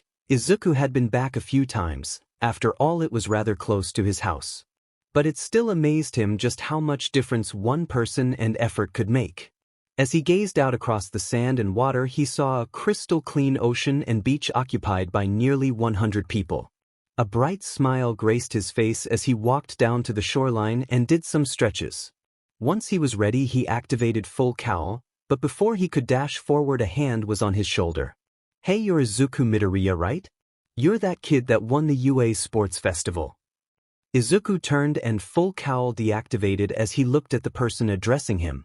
Once that revelation had been made, Izuku suddenly found himself swarmed by the other people on the beach. He turned a deep scarlet and stuttered out as attention was on him, and he suddenly had females touching his muscles and asking for an autograph. "Close, they're so close. I never knew it would be like this. I don't know how to react, help me All Might." Izuku's silent call to his mentor and idol was lost as no one was coming to his rescue. When a pinch came to his but however, Izuku yelped and ran away with all his might. Full cowl activated and he was far away from the situation before he could even process what had happened. When the next day rolled around and he found himself in a crowded train and unable to run away on his way to school, a comparable situation occurred. Everyone in the train car seemed to recognize him and gave out praise for his performance while asking for signatures and pictures with him. Izuku was completely overwhelmed and out of his element, but he took a breath and remembered not only the beach, but the feeling he'd had after his victory. Izuku straightened his back and stood tall. He signed every book that was put in front of him and gave a wide smile with a raised peace sign for every photo that was asked. He even held in his scream and only smiled when girls started touching his muscles and he felt a hand once more on his backside. By the time his stop finally came, Izuku was steaming from head to toe as he headed towards you. He fanned his face and took a deep breath before seeing the school. He was early, but once he saw the media starting to set up outside the UA gate, he quickly ran inside the school and headed for his class. Everyone around him was energetic, but his gaze drifted towards 3 people. Ida, after he had heard the news of what happened to his brother Izuku, had been watching him, but he didn't know what to say. Shoto, since his defeat at Midoriya's hand, he had been more open, even if only slightly. When Izuku had passed him in the hall, he gave a brief smile and greeted him. Last Izuku looked over to Katsuki. They had said nothing to each other since the fight, but when their eyes crossed, Izuku saw none of the normal anger and rage directed towards him. His eyes almost seemed empty in comparison to what Izuku was used to seeing from the normally loud and fiery frenemy. All that was pushed to the back of his mind, as he approached Tenya and placed a hand on his shoulder. "I heard about your brother. Nothing I can say will make it better. Just know that I'm here for you as your friend. You can talk to me whenever you're ready." Izuku had no idea where the words or courage came from, but Tenya received them gratefully. Perhaps it was because they were friends and rivals, or even from the fact that Izuku was standing tall and proud, but Tenya felt his words. "Thank you," Tenya said. It might have not been much, nor was it what he was hoping for. But the fact that Ida hadn't pretended nothing was wrong or given him a fake smile as Izuku expected meant everything to him. When the bell rang announcing the class had begun and Aizawa walked through the door, he returned to his seat. Today's a special hero informatics class. You'll all be coming up with code names, your hero aliases. Shota said. Yes. Finally. It's time to shine. I've been waiting for this. The various students of 1A shouted out their joy for the coming subject. Aizawa flared his hair and activated his quirk for emphasis as the class got quiet again. Before that, I'll be showing you the results of the Pro Hero Draft picks I mentioned last week regarding the work studies you will all be undertaking. Normally there is more of a spread, but this year 2 of you got most of the attention. Aizawa said as he released the results. Todoroki, 3,864. Bakugo, 3,501. Tokoyami, 353. Ida, 301. Kaminari, 275. Yaoyorozu, 100. Kirishima, 65. Jaraka, 20. Midoriya. Wow, the results from the festival are totally reversed. Wonder why Midori didn't get many. Mina questioned with her hyper energy. You probably scarred them all away with that bone-breaking Midoriya. Mineta said from behind the boy in question. Izuku only nodded in agreeance, but mostly was glad that someone wanted him regardless of that. He also thought on how it wouldn't matter in the future as he already had a new method, so he didn't break bones. For those of you that got picked, I'll hand out your personalized lists later. First you'll pick your hero names, but I'm not any good with that. Aizawa mumbled as he crawled into his sleeping bag and faced a wall to sleep. That's why I'm here. You need to put real thought into these or there might be hell to pay. After all, what you pick now could be what the world calls you. Midnight called from the door as she strode in with a sway of her hips. The class began without much fanfare, and Izuku listened to his classmates' different names, but as he looked down at his board he drew a blank. As a child he thought of plenty homage names like All Mights, but now that he had a power of his own he had no ideas. He respected All Might, but after his revelation at the sports festival he also knew he needed to do everything he could to stand out from All Might. Time came and went before a light bulb went off in his head. I'll take both parts of who I am now and who I want to be in the future. Izuku scribbled away at his board, and just in time. Midoriya, you're up. Midnight said from the front of the classroom. Izuku stood proud and walked to the front as he placed his board on the podium. The entire class tilted in curiosity at his name. You sure that's what you want, Midoriya? Midnight-sensei said we might not be able to change these. Denki said. Izuku only nodded his head. The 9th hero, Dikairu, it represents the change I've gone through and where I want to be. It can't be anything else. Izuku smiled as Uraraka rubbed the back of her head. Embarrassed that he chose a hero name based on the reference she had made to his nickname. The rest of class debated over the 9th part of his name, but agreed it was a good reference to the ku or 9 of his first name. I didn't even think of that, thanks for the save Kirishima. The reference was actually towards being the 9th holder of One for All. Izuku released a nervous breath he was holding. He then turned in interest as he watched Tenya stand up with slow steps towards the podium. His eyes widened at the name on his board as did the rest of the class. I'm not sure if I can live up to this name yet, but that's even more reason why I must wear it proudly. For my brother that can no longer work as a hero, I will be Turbo Hero, Ingenium. Tenya had steel in his eyes, but deep beneath the hurt Izuku could also see the pride and weight that came with the name. Izuku stared at Tenya and gave a deep nod of understanding and smile of friendship. The last 2 students were Bakugo, who had yet to achieve a presentable name, and Shoto, who chose to use his name as a placeholder for the time being. Midnight gave a nod of joy at all the hero names and told Aizawa he could have his class back as she left headed to the teacher's lounge. Woken from his nap, the homeroom teacher got up and started passing out the papers for work-study recommendations. The students began looking through the choices they had while those who hadn't been chosen looked through the provided list of 40 agencies. Shoto replied to a question about the number of recommendations he received as he explained it away as his father's influence. Izuku received both papers. As he had only received 1 recommendation, Izawa gave him the list of 40 agencies. But he never even glanced at it, however. The second his eyes locked onto the recommended paper and it showed the number 7 hero Miruko, he knew no other choice would suffice. Deku, who'd you get? I'm thinking of going to Gunhead's agency myself. Izuku couldn't even respond to Ochako as he raised his paper to her and showed his recommendation to her. Uraraka's eyes widened at the name listed as she accidentally shouted out. Whoa, Miruko, the number 7 hero. I thought she didn't work in teams. Wonder why she gave a request. At her outburst, the rest of the class turned to her and then Izuku. Like Uraraka, the class looked on in wonder, except Mineta and Kaminari. Dude, seriously, she's a total babe. What the hell did you do to get her attention? Mineta screamed out as Denki shook Izuku back and forth. Izuku went to reply that he didn't know either before a rushed and nervous All Might opened the class door. Midoriya, my boy, could I speak to you briefly, please? The visage All Might held at that moment was not one Izuku had ever seen before. The class was over, so he followed him over to a hallway. Along the way, however, Izuku watched as All Might was sweating heavily, and his legs seemed to shake. You got a request, young Midoriya? His name is Gran Torino. He used to be a teacher here at UA, but only for 1 year as my homeroom teacher. He knows about One for All as well. Is that why he reached out? Did he not think my teaching was sufficient? Stop shaking, damn it.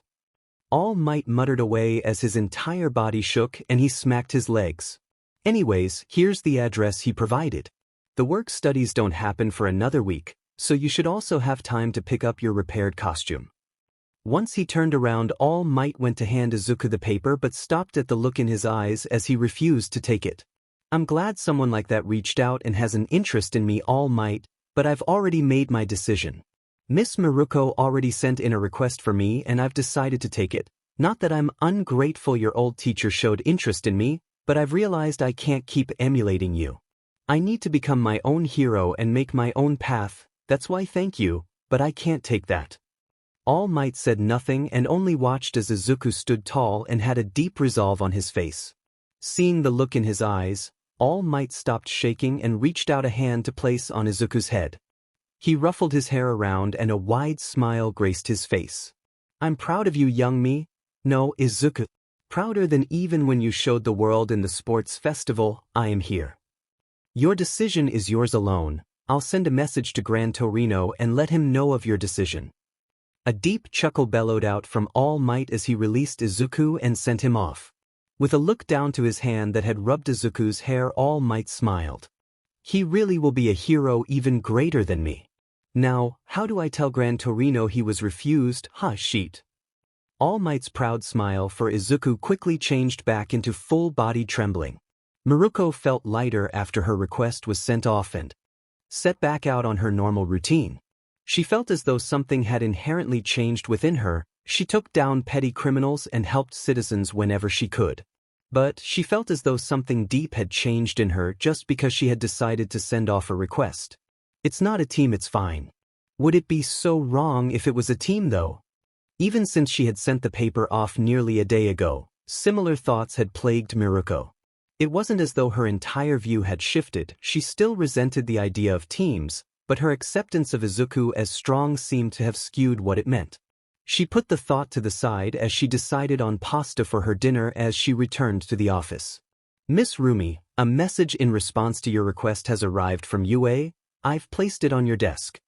Rumi halted in her steps at those words. After a brief pause, she placed food and drink on Himari's desk before retreating to her office with a quickened pace.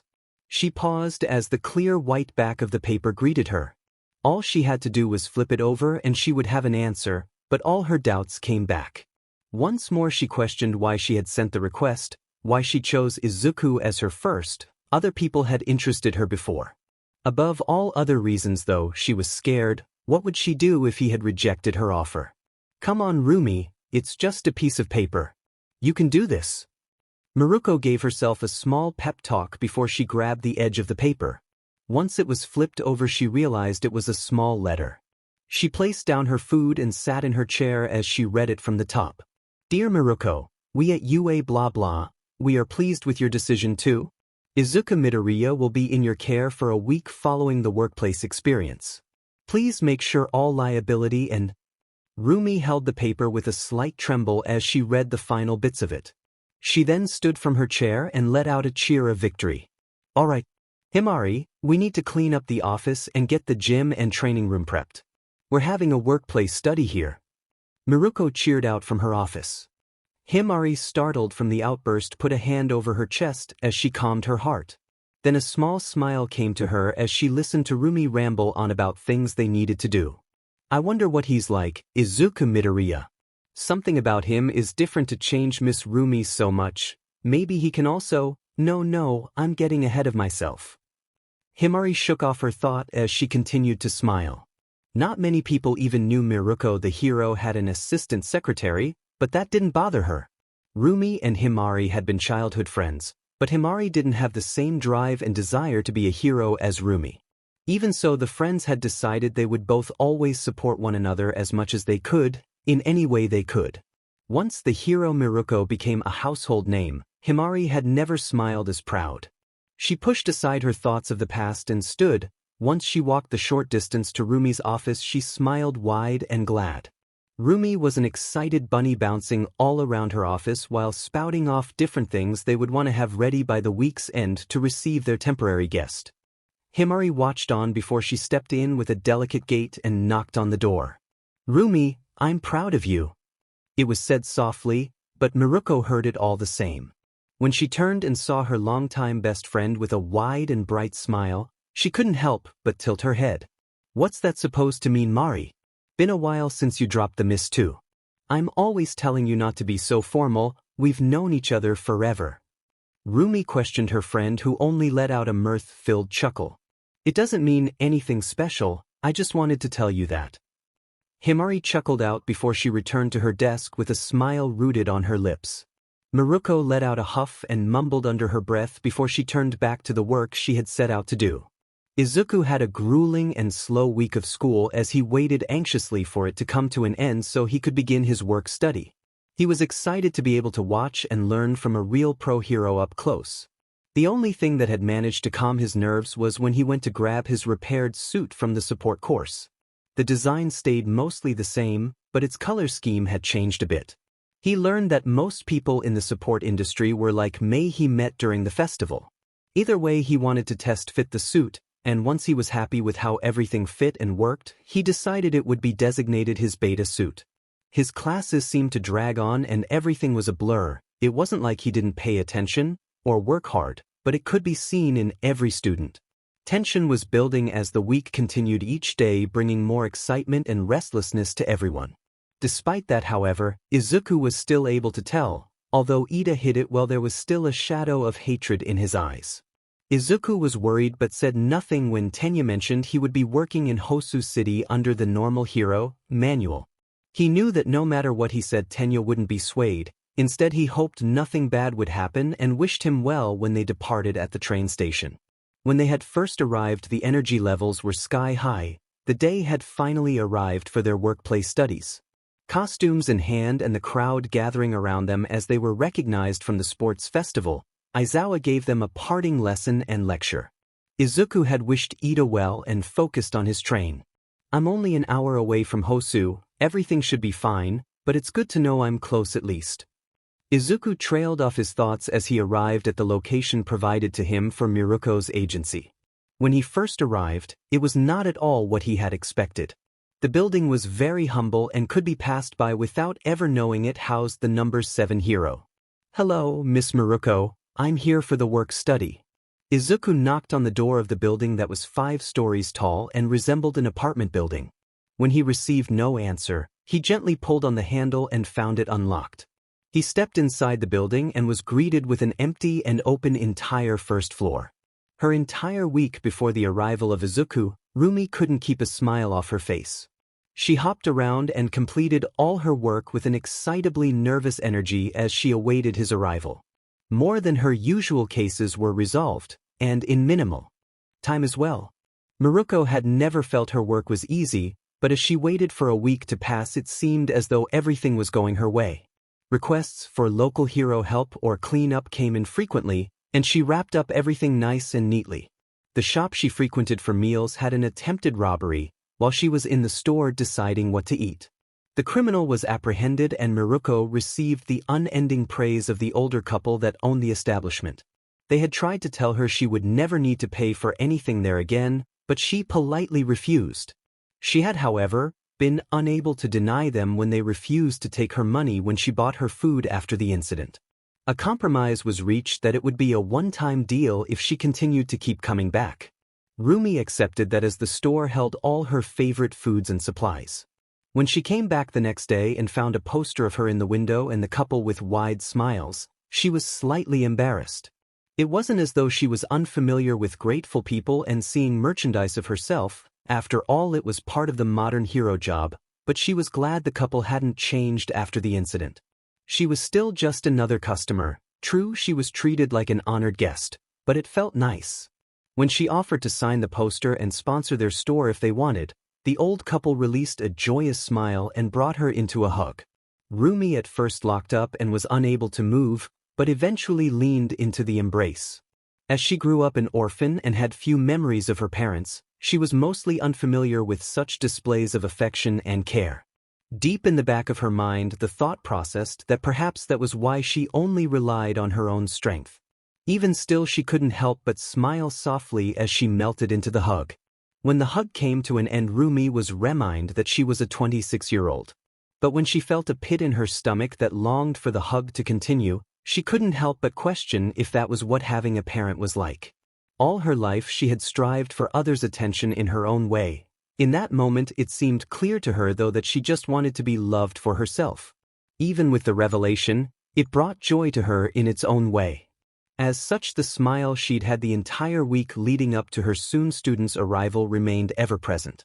After what felt like an entirety, however, the wait was over and the day had arrived. Rumi spent the entire morning waiting and making sure everything was ready. Then when a chime rang at her desk signaling the doorbell was rung, she pounced down from the top floor to open the office door. Finally, the smile from all week vanished and she looked down with a frown. "Who the hell are you?" Izuku didn't know what to make of the empty room as he stepped inside the building. His first thought was that he had the wrong location, but he had made sure to double and triple check the number outside before he came in. Briefcase with costume inside in hand, Izuku saw the staircase at the opposite side of the room and headed towards it. The walk up the stairs led Izuku to a wooden door at the top. Once opened, it revealed another wide-open room. However, the room was filled with exercise equipment of every kind and weights far heavier than anything he'd tried to lift before. The floor was again empty though. As he made his way across it and up the next flight of stairs, he came upon a metal door. He turned the knob and was met with a surprising level of resistance. Izuku put some force behind his shoulder and pushed the thick door open. What greeted him was a room with no windows and was covered in what looked to be thick padding or insulation. From his quick look around the room and deductions based on where he was, Izuku believed it to be a training room. Made to withstand most any punishment that could be delivered to it, a suitable place for practicing dangerous moves or new skills. His eyes continued to take in everything they could, and though he didn't know what to expect when accepting the work-study under Miruko, he didn't think he would find an empty building. Further across the room was another large heavy door that he suspected would lead to another set of stairs. Izuku made his way over as he admired various ropes or other instruments that looked difficult to climb on strung throughout the room. When he made it across the room and opened the door, he was greeted with stares as he expected. He walked up the first set slowly, before he began to hear noise coming from above him. The sound of a door slamming and angry steps from the other bend of stairs around the corner greeted him before the voice did. "Honestly, senile old man walks in and thinks he can have first call on my student. I chose him first, damn it." Izuku recognized the voice as Miruko and quickened his steps up the first set of stairs. Before he could step around the corner, however, Miruko was first and didn't see him. As such, he closed his eyes expecting the coming collision. Eyes closed though, Izuku felt his face crash into what he believed to be the softest substance on earth. When he realized he wasn't in any pain, Izuku felt a pressure on his biceps. His eyes opened, and he was greeted with Miruko's fierce red eyes. The first thing he noticed, however, was that they were a lot more beautiful up close than what he'd seen in passing at the sports festival. Second, he noticed there was a pink dusting across her cheeks that he thought complemented her wheat-colored skin in its contrast. Third, he noticed that she was taller than him, by at least a head. That led him to his fourth and final observation before his brain shattered. He looked down and realized the soft substance he had felt was Miruko's bios. Izuku had crashed face first into the deep valley of her cleavage, which was only accentuated by the form-fitted but deep-cut workout shirt she was wearing. Before he could be greeted by unconsciousness from the overabundance of blood rushing to his face, Izuku felt the pressure on his arms increase. He realized the pressure was Miruko holding him up, almost in a half-hug so he didn't fall down the stairs. The current problem Izuku had was that he couldn't breathe to speak, but his legs had locked and turned to jelly, refusing to move. "Hello to you as well, I suppose. Can you move if I let go?" Izuku didn't trust his words and nodded the best he could, which only succeeded in him further rubbing his head against her biarthas. Izuku, but regardless of having lost her smile earlier in the day due to her uninvited guest, it was once more in place. Despite the situation she found herself in, Rumi felt a pang in her chest that she couldn't quite place, and the moment she had released what and who she had crashed into, her smile returned twofold. When she released her hold on Izuku and he didn't fall, she gave a small sigh of relief, but the small pang from before had turned into a light ache. She paid it no mind and led the boy, who was red from the tips of his hair to the ball of his feet, up the stairs and further into the building. Once they reached the fourth floor and were on level ground, Rumi noticed that although Izuku was still taller than her, he had wrapped his hands around his face and shrunk into himself. "I'm sure you already saw most of the facilities, seeing as you were on your way to the fourth floor, but I'll give the detailed explanation on everything once we start using them. The fifth floor is our office space, and above that is the roof. Here on the fourth floor is the main living area. The kitchen and dining room are off to the left and the rooms are to the right." Rumi gestured for Izuku to follow her. She led him over to the various rooms and opened the door to one for him. A quick explanation to Izuku that this would be his room during the stay had him placing his costume case on the bed. After that was done, she watched him unsling the duffel bag hanging at his waist from around his shoulder and place it next to his costume. Satisfied that he was settled in for now, Rumi turned around to leave. "We will do a light patrol around the neighborhood in the evening. For now, put on clothes for exercise that you don't mind getting dirt or sweat on. I was on my way to work out some frustrations, but now that you're here we can change that up. Meet me in the kitchen once you're changed." Miruko turned from the room and closed the door behind her as she made her way to another one. "Hey, you senile old man, my student's here. Say whatever you wanted to him in the kitchen. I'm making food. After that I'm claiming him for training, so figure out what you're doing." She greeted her other guest less than kindly as she closed the door and made her way to the kitchen. A grumble had formed under her breath, but once she was cooking food and her thoughts shifted to Izuku again, her smile returned along with the small ache in her chest. It was around lunchtime, and she didn't know what Izuku liked. As such, she made a simple rice bowl and light miso soup. When she was finished and placed the meal on the table for both her guests, the first to arrive was her uninvited one. The shorter old man plopped down into a chair and began to eat his set-out portion. "For not wanting me here, you sure are being amicable," the old man said. Miruko blew it off with a huff. "I'm still a hero, you old kook. Just because I don't want you here, doesn't mean I won't be hospitable. Not to mention, I only don't like you since you are trying to poach my student. He chose me, damn it." Rumi mumbled the last bit to herself as the ache in her chest increased slightly. It was quickly forgotten and left behind though when Izuku walked into the room. He was wearing the same red sneakers she recognized from the sports festival, but he was also dressed like her. Izuku had on loose black workout shorts and a white loose-fitted plain t-shirt. She saw his eye catch her other guest and his head tilted slightly in curiosity. "Miss Miruko, who is your guest?"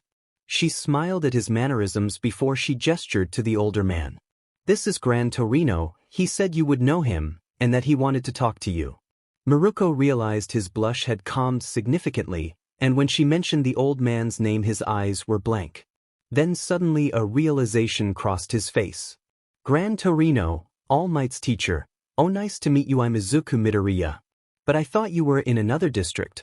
Also, I choose Miss Miruko as my workplace study. Are you here about one for all? Is something wrong?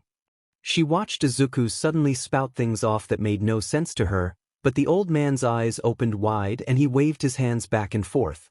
Miruko had an ear twitch though at something that stuck out to her. One for all, what's that, Midoriya? Izuku turned to her with a wide smile, before he stopped, and a look of abject terror stretched across his face. Before he could say anything, Gran Torino spoke from her side. Who are you?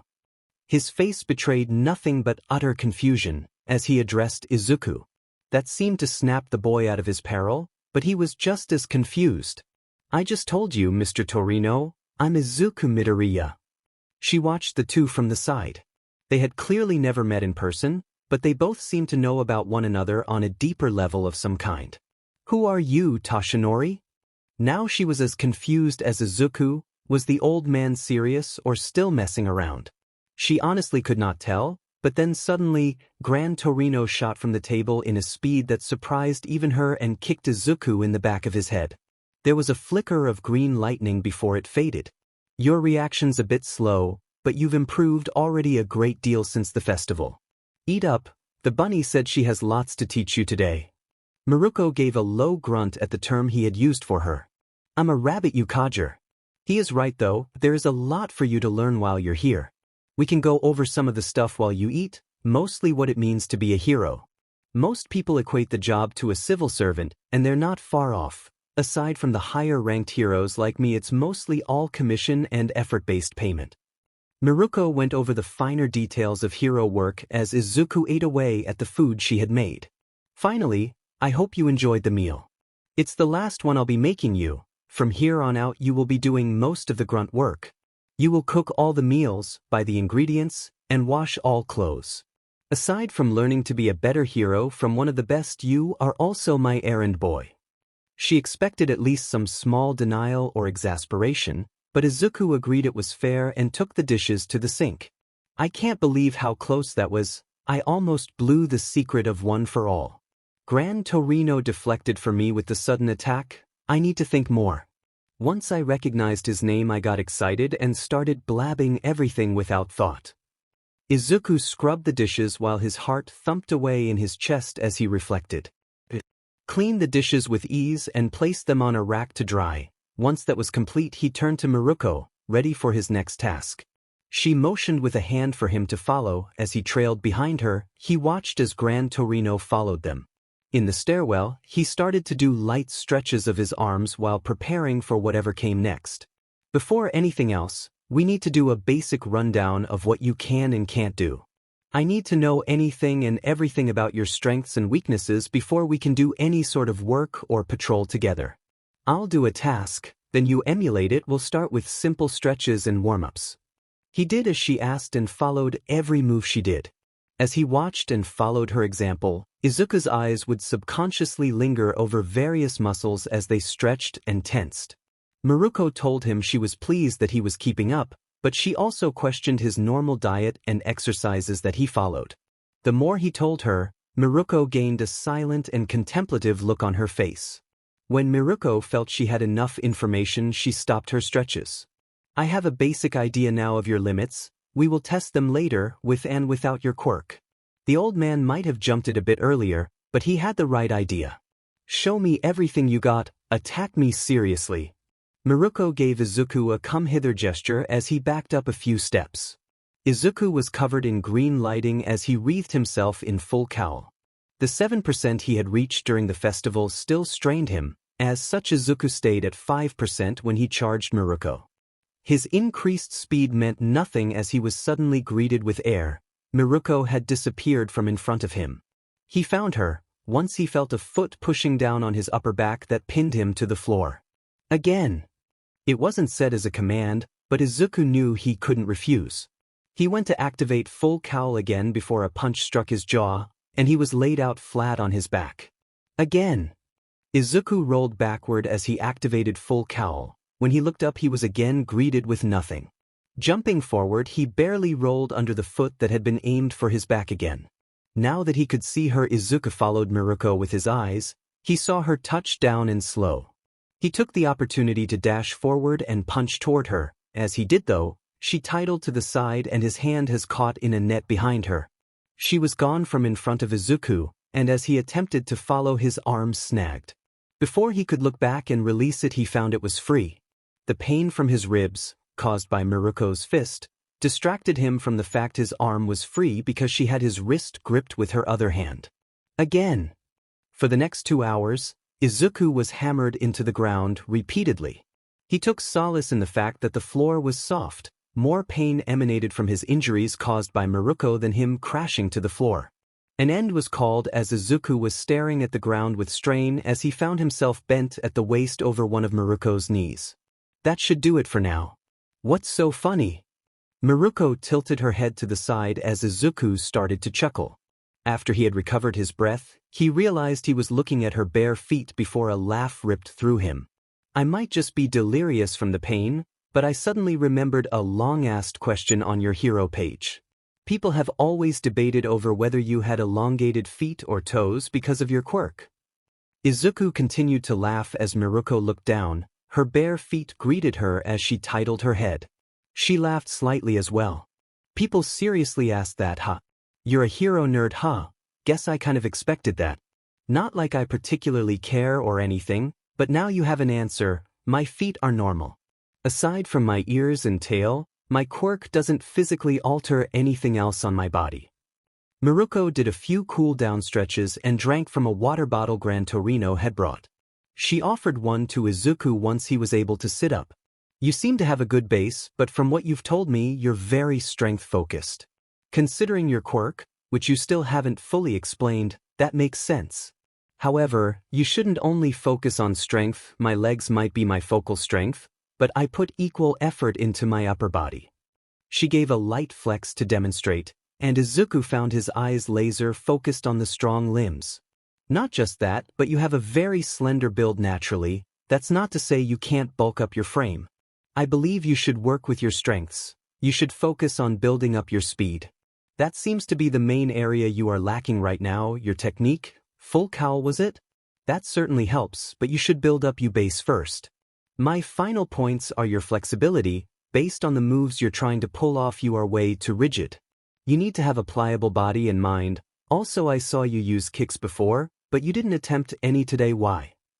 Izuku took in everything she said, but then paused when she mentioned punches and kicks. He had used some at the sports festival, but when in practice and he had time to think, he had only thrown fists. Izuku thought back to the revelation he'd made at the festival, and then looked towards Gran Torino. All Might's teacher, once he did, things started clicking into place for him once more. I was thinking too rigid like you said. I've been trying to emulate someone else. I don't really have a style of my own. So far I've just by throwing around my punches with everything I had behind them. Izuku looked down in shame once he realized that and started to feel a pit in his stomach. A hand on his shoulder made him raise his gaze to Miruko. She was close, and he was reminded that her eyes were beautiful up close. There's nothing wrong with that. After all, you will be mostly emulating my every move when training to use my moves. It's how you take the things you've learned and seen from others and then turn them into your own that matters. My own style was originally inspired from others, but I put my own twist on it and made it mine. Don't be discouraged. Instead, think of it as your first step to making your own you. Miruko graced him with a genuine smile. The way her lips were closed, but slightly upturned at one end, rather than her normal wide grin from TV, struck him. Izuku tried to cool his heated face. The sight was forever burned into his memories as one of the cutest things he had ever seen. He shook his head and slapped his cheeks a few times before he chugged his water. What's next, Miss Miruko? She smiled at the energy shown and broke into one of her typical wide smirks. Izuku decided he would call the memory burned into his brain her crooked smiled. He couldn't ponder long before Miruko had a finger pushed against the center of his chest. The first thing we address is my name. I'm used to dealing with boring, stiff people all the time. Drop the miss, makes me feel old. I'm still only 26, just call me Miruko, or whatever else, I don't really care. Izuku turned scarlet but nodded his head. I do care, call me Rumi. Miruko ignored that thought and shook her head as she led Izuku down to the second floor with Gran Torino still following. From a closest within the gym he hadn't noticed before she grabbed 2 towels. After a quick pat down to clear the small sheen of sweat she had accumulated, she directed Izuku over to a weight machine. She wanted to see what his limits were regarding pure dead weight. As such, she had him use various machines, after a brief explanation on how they worked. They passed another hour as she tested Izuku on different machines. Once she was satisfied, Miruko told Izuku to speak with Gran Torino about what he wanted as she went to shower before their patrol. You should do the same. Once you're finished here, clean up before patrol. From your room, it will be down the left hallway, last door on the right. Izuku acknowledged her statement as she set off. Miruko opened the door and tossed her workout towel in a clothes hamper. Quick to follow, that was her shorts and shirt, which left her in her sports bra and Spanx. Those were quick to follow as well, and she walked into the bath area. She let the warm water pour over her curvaceous figure before she began washing. The water rinsed through her long snow-white hair before trailing her bountiful biceps and finally dripping down her wide hips and powerful legs. I'm glad I chose him. It's only the first day, but it's fun having someone else around. He might just be a student, but with the way he listens to everything I say and seeks to improve himself, it almost makes him feel like a pupil of mine. Miruko smirked to herself as she toweled her hair. Once she was done, she then toweled off the rest of her body and fluffed her tail. Reaching into a spare cubby against the wall, she pulled out and put on another set of Spanx and sports bra. Before she could reach for one of her spare costume leotards, she looked up and her ear twitched as she heard the door open. Izuku had been through and survived several trials in his admittedly short life. From the early age of 4 he had fought against the world and tried to prove everyone against him wrong after he had been deemed quirkless. Even after he had received his quirk, his trials and tribulations had only increased. Izuku had proved himself to his #1 idol and in turn received his support and power. He had encountered and survived villains, but as he slid open the door to the washroom and his eyes landed on a nearly NDE Miruko, he knew his life was over. Nothing could process as his brain shut down. Even so, he couldn't control his eyes. They roamed over every inch of luscious wheat skin exposed in front of him. Normally he would never be able to look or think of a woman in such a way without utterly breaking down. In that moment, however, his eyes and brain were not talking to one another. While his brain tried to reboot, his vision soaked in everything.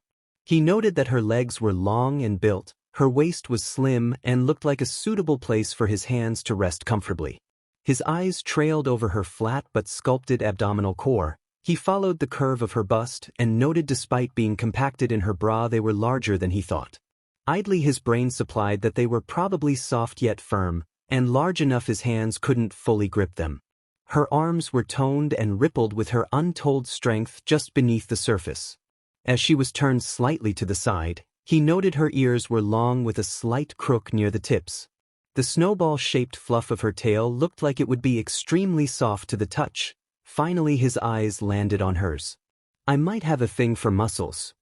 Izuku idly noted as they locked gazes. He expected to see a fist coming his way, or some rage, something. Instead, all he saw was a blank gaze. Miruko acted as though he wasn't there and grabbed her leotard. She slid on and put in place her tight one-piece spandex outfit and strode past Izuku once she was done.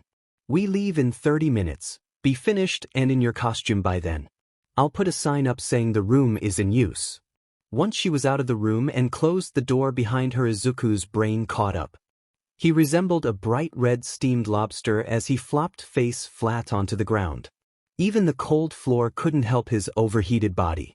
After a few moments to collect himself, Izuku stood tall again. Just pretend it never happened, that's what she did. It never happened, you can do this. Definitely a cold shower though. Izuku looked down as the steam returned to his face once he realized he couldn't control his body. His clothes were quickly tossed into the dirty basket as he stepped into the washroom and dunked his body from head to toe in near freezing water.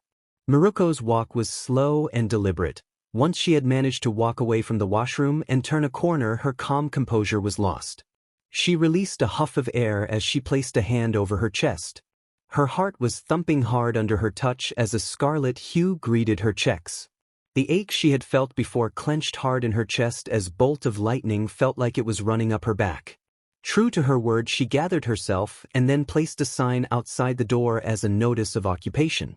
She retreated to her office to grab the rest of her outfit. When she did, Mari was there to greet her. Miruko barely answered back as she mindlessly put on her metal-reinforced thigh-high boots made to resemble a rabbit's foot. Next was her midriff plating, followed by her gloves to finish off the outfit. With a quick tap to the sides of her plates, the devices popped open and swung on a small hinge. Inside was revealed to be an ultra-compressed storage unit. Rumi kept basic first aid needs and tools in them, along with emergency food and water rations for herself. Pleased that everything was stocked and fresh, she closed the plates and locked them. She cleared all other thoughts from her mind but paused as a strange one for her passed through. He wasn't flustered like I've normally seen from him. I wonder if he found my body hard to look at. The thought passed Rumi as she anxiously felt her bicep and ran a hand over her bios. She had never thought of herself as womanly, but Rumi also didn't believe she was unattractive.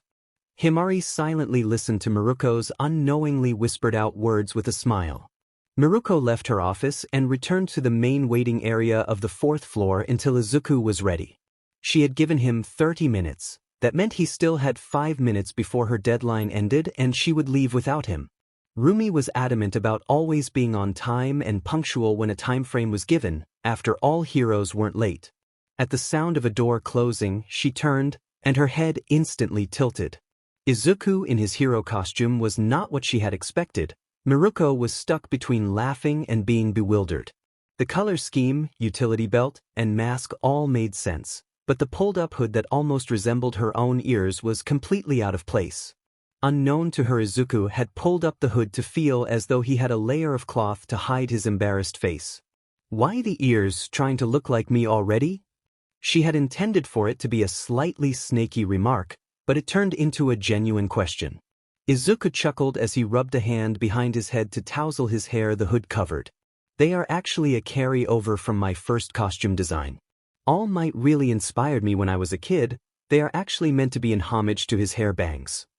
Miruko felt a sudden bubble of anger at that. It wasn't that she didn't respect All Might. But the way Izuku spoke about him while she was right in front of him didn't sit well with her. She grabbed Izuku by his shoulders and turned him around. Once his back was facing her, she grabbed the hair bangs of his costume. With her other hand, she placed it at the base of his neck and ripped the costume hood off. Pleased with her work, she tossed the hood into a trash can as Izuku looked at her in shock. Much better. Now let's go, we have a patrol to do. Miruko had no idea what impulse caused her to do that, but she wasn't sorry. She was glad to see Izuku's green curls free again, along with his red dusted cheeks and freckled face. Deep in the back of her mind that she vehemently ignored, she heard it whisper to her that she was jealous in that moment. Izuku was surprised, but not disappointed with the work he completed alongside Miruko while on patrol. She took the lead and he followed behind throughout their various tasks. Anytime he asked a question, she answered it efficiently and clarified anything he was confused on. Miruko gave him the rundown of being a hero's inner logistics as they completed various odd tasks. Most of the simpler ones, such as cleaning up litter or helping older people carry groceries, was designated to Izuku. Tasks he was unfamiliar with, Miruko explained to him and the procedures to follow with them. The day-to-day activities were normally quiet, but she also explained and then drilled him on other policies he would need to be aware of. In the case of a villain attack or major crime, your first goal is of course always the safety of those around you, but it is deeper than that as well. As heroes, we don't have any power of law to arrest anyone, but you must also have the mindset that until the police arrive you act on their behalf. Heroes are in their own way the everything people. You must act in any and all capacities until others arrive. Izuku nodded and took mental notes as he trailed behind her. The incident from earlier had entirely left their minds. With the atmosphere now professional, Izuku couldn't help but view Miruko in a light like All Might. True, he was the hero Izuku grew up admiring and was his goal, that would never change, but in her own ways Miruko even surpassed All Might to Izuku. He already knew she was strong, but being knocked down so many times during the training really hammered that in. He knew she hadn't really been trying against him either, also the way they taught was completely different. From his perspective, All Might had trained him, but Miruko was truly teaching him. She broke down anything he asked into easy-to-chew answers and took time with anything he didn't get. From what he knew of her as a hero, she was honest and tough, but as a person behind the figurative mask, he found her to be a very kind and caring individual. Miss? I mean Miruko, what made you want to be a hero? Izuku asked. Miruko paused in her walk and turned to address Izuku. She thought for a moment before a light shrug reached her shoulders. It wasn't for any grand reason if that's what you're thinking. I grew up admiring heroes like All Might too. We aren't that far apart in age, me and you that is. Growing up as the oldest orphan and sibling in my care home, I took on a lot of responsibility and care for my younger siblings. I found that I enjoyed the work and decided to turn it into my profession, but if you want a deeper reason, I suppose I didn't want anyone else to grow up like me. I'm the oldest of 7 siblings. The time before All Might was a vicious and bloody time to be alive. It ended roughly around the time I was born, but there was still a far larger amount of villains than current times. My parents were average folks just living their lives day to day, but when I was 10 they died, and I was left alone with 6 younger siblings to care for. They weren't killed by villains or anything if that's what you're thinking. Just a freak accident, but their death was blamed on the changing times. My siblings didn't really remember our parents, but I had some vivid memories with them, so that made me want to never let another child grow up without parents. That combined with my willingness and joy of helping others turned into being a hero. Izuku looked at her with stars in his eyes as she let out an embarrassed chuckle. Sorry for splurging like that. It's nice being able to share stuff like this with other people. I don't really do interviews or advertisements like other heroes. Plus, people are normally afraid of me because of how rough around the edges I am. Miruko was slightly embarrassed by the amount she had shared. Izuku shook his head and gripped one of her hands in both of his.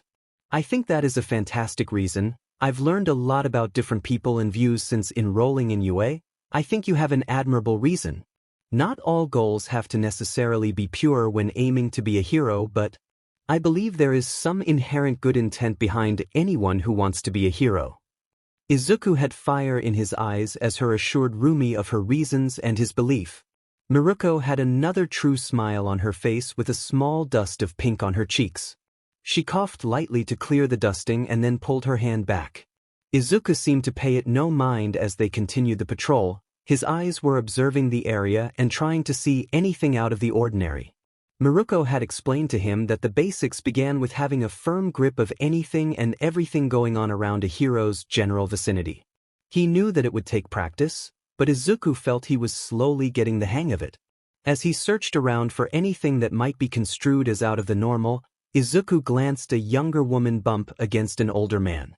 Izuku would have moved past it, but then from the corner of his eye, he saw the young woman pick the old man's pocket as she apologized to him.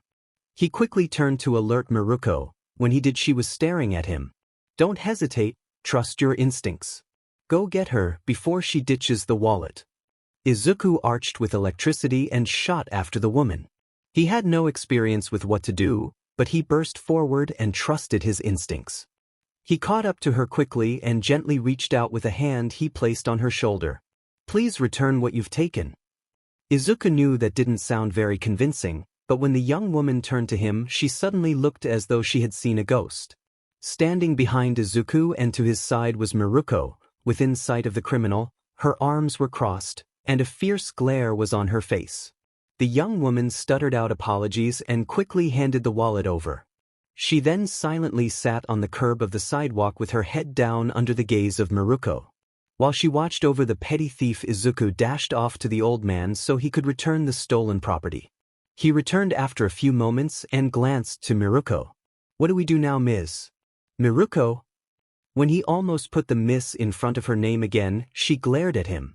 After he switched to her normal name, she laughed and ruffled his hair. Izuku ducked his head down and hid a smile that spanned his whole face. I've already called and alerted the police. Now we watch over and make sure the subject is detained. After that they will be arrested, and we will talk with the police briefly and fill out an incident report. A copy of the report will be given to us, which we can then use to submit along with other reports for investigation into the Hero Association. From there they will process and analyze our efforts or contribution to society in the submitted cases and pay us accordingly. Honestly, it's only the first day. I didn't expect you to be getting into this kind of trouble. This is valuable experience for you though. Good catch as well on seeing the theft. Not many other first years would have caught that. For being so new to this, you're a natural at being a hero. Izuku rubbed at the back of his neck, embarrassed but proud for the praise. The rest of their patrol passed with relative ease. Izuku asked any question that came to his mind, and the dark of night soon fell. Izuku had mostly been successful to forget the run-in from the afternoon, but every now and again the image of a near-end Miruko would pop into his mind. When it did, his eyes would inadvertently trail over her figure from behind. They would always linger slightly longer on her shapely rear and soft puffy tail. Miruko led Izuku to her favorite store and told him the story behind it once she called an end to their patrol. Izuku felt as though he had learned a lot and was excited for the 6 days he still had left. Once the store was in sight, he released a small chuckle at the large rabbit ears on the roof of the building. She had already told him that she had decided to sponsor the store after the robbery, but it was still funny for him to see. He had managed to put together for himself that Miruko saw her fame and publicity as more of a necessity rather than a desire. The first fact was her completely unmarked agency building. As such, seeing a building with her ears planted on its roof with her poster in the window drew a chuckle from him. She turned at his laugh and let out a huff of air before she chuckled along with him. When they entered the store, he asked her if there was anything specific she wanted, as he had been designated the cooker. Izuku set off to gather ingredients once he knew how many he was cooking for. Different ideas for several meals passed his thoughts. As he gathered ingredients, he also grabbed some taiyaki as Gran Torino had requested. From their brief talk earlier, Izuku had still yet to figure him out. He appeared at first glance an old man past his prime, but Izuku still remembered the pain his kick had caused. The older man had told him that his reason for being there was mostly to oversee, since Izuku had decided to have his work-study with Miruko. Briefly they talked about One for All, but Gran Torino had told Izuku he was making substantial progress from the sports festival and just had to keep it up. Miruko was saying she would teach me her moves. She mainly uses kicks. I wonder if I could mix that into a style my own, like she said. As Izuku's mind drifted, he suddenly found the world around him completely void of light. He looked around, but it felt as though his body was floating aimlessly in water. Around him various shadows began to form and take shape. Most were extremely faded and vaguely there, but 3 were extremely clear. To Izuku it was almost as though they were standing next to him. Despite the situation he found himself in, he felt no fear. When he looked in their eyes, it was the same fire and passion he had seen in All Might and even himself at times. He knew right away that this was One for All trying to speak with him again in its own way. All Might said it was a power unlike any other, but that it couldn't directly interact with him. What he had also told Izuku was that the vestiges were there as a symbol of him getting better acquainted with his power. Deep down, though he knew that thinking to be incorrect, his gaze focused back on the 3 of 8 shadows that were clear to him. One was a tough-looking beautiful woman with black hair and a well-muscled physique. The second was a bald and broad-shouldered man with a rough but kind smile. His gaze was mostly locked on the 3rd and final figure, however. Izuku recognized it as the same one that had reached out to him at the sports festival. With a clear image now, Izuku could see he was a young and thin man, but the fire in his eyes burned stronger than any other. A smile rose on his face as he stepped forward towards Izuku. He knew he should have felt fear or some trepidation, but Izuku knew deep down no harm would come to him. The younger man's smile was bright and cheerful as he once more reached out a hand towards Izuku. He in turn willed his body to move and felt his right arm moving as he wished it. He clasped hands with the man and every nerve in his body was awake. Soon. The words should have sounded ominous to Izuku, but instead they felt comforting. Unlike before as well, the voices weren't mixed and jumbled. He could clearly hear and tell it was one man's voice speaking. Izuku opened his mouth to speak, but suddenly the world around him vanished and he felt a pressure on his shoulder. Miruko was pleased with her decision so far. Despite all the agony it had initially caused her, she enjoyed Izuku's presence. They got along well, and she found herself telling him things far easier than anyone else previously. She couldn't tell if it was something about his cheerful and trusting demeanor or something else. All that mattered was he made her feel like herself. It was easy to be Rumi, rather than Miruko around him. Both sides of her were true to herself, but Miruko always had to act in a certain way or say certain things for appearances. Part of being a hero also meant you had to be well-liked. She enjoyed her work, but pulling a lot of the publicity out of it would make her job easier. Her assistant Himari was the only person she still believed knew the truest version of her deep down. Rumi had risen to fame rather quickly and at an early age as well, perhaps not as quick or young as Hawks. Somewhere in that time Rumi had fell behind and she found herself as mostly Miruko. She shook her head and looked for Izuku. She found him with a basket in hand and what appeared to be everything he needed, but he was standing completely still. Her head tilted to the side and she observed his unmoving body. When he didn't move after she called out to him, she grew worried. The green electric energy from his full cowl turned on and lightly traced his figure. Unable to tear her eyes away, she watched as his arms began to get covered in a dark black, almost ink-like substance. At first she thought he might have been trying an idea and she would have reprimanded him for doing that in public. When he began to slowly lift off the floor by a few inches and she saw his white, unseeing eyes, she surged forward and gripped his shoulder, bringing him down. "Midoriya, you okay? Did a villain attack you? Answer me." She shook him roughly by his shoulders once his body stopped shooting off energy. His eyes gained their color back and he collapsed into her arms while still holding the grocery basket. Izuku was able to gather his energy back and stand relatively quick, but the concern didn't leave her eyes. "What happened? Do I need to take you to a doctor?" Rumi held onto his shoulder as she gave him a soft look of concern. Izuku didn't try and tell her he was fine. She could tell from his sweating brow and wide eyes. He did, however, say that there wasn't anything wrong with him. When she gave him a look that said she clearly didn't believe him, he turned his head to the side. "I briefly told you about my quirk during training and the sports festival, right? My control has been getting better recently, but I still occasionally lose control and my quirk takes over. When my mind drifts, it sometimes just activates on its own. I'm not scared of hurting myself with the power, but I am afraid of hurting those around me." Miruko could hear the anguish in his voice. She could also tell her wasn't lying, but the truth was being skewed. Believing it to not be her place to question, she instead put on a large grin and slung an arm over his neck. She brought his head down into a headlock, which also put his face against her BRST, but she ignored that. When he shifted his newly turned red face to her, she smirked and began to knuckle rub his head, just enough to not truly hurt him. "That's why you're here, right? From the whole speech in the form of a paper you gave me once it was accepted you were coming here, the point of the hero work study is self-improvement. Your class already has a head start on the taste of what the real world's like, but you are still just high school students. Don't carry this burden yourself, share it with me and I will help you through it." She wasn't one for speeches, but Miruko was particularly proud of that one. Izuku chuckled lightly and she released him from her hold. He promised to be more forthcoming, but she still saw a distant look in his eyes. For now, she decided to put the situation to the side as they headed to the checkout station together. He placed his basket of ingredients down, and she then followed it up with her basket of carrots. She only gave him a smirk when he looked at her basket. It was enough to make him chuckle and his usual energy to return to his eyes. "Oh, Rumi dear, who is this? I thought you didn't like teaming up with other heroes." Miruko looked over to the older couple ringing up their food and smiled. She shot a thumb towards Izuku with a grin forming over her lips. "This is no team. This is my new student worker. I decided to give workplace studies a try. This is a hero in training who decided to learn from me. You never did give your hero name though. What are you calling yourself?"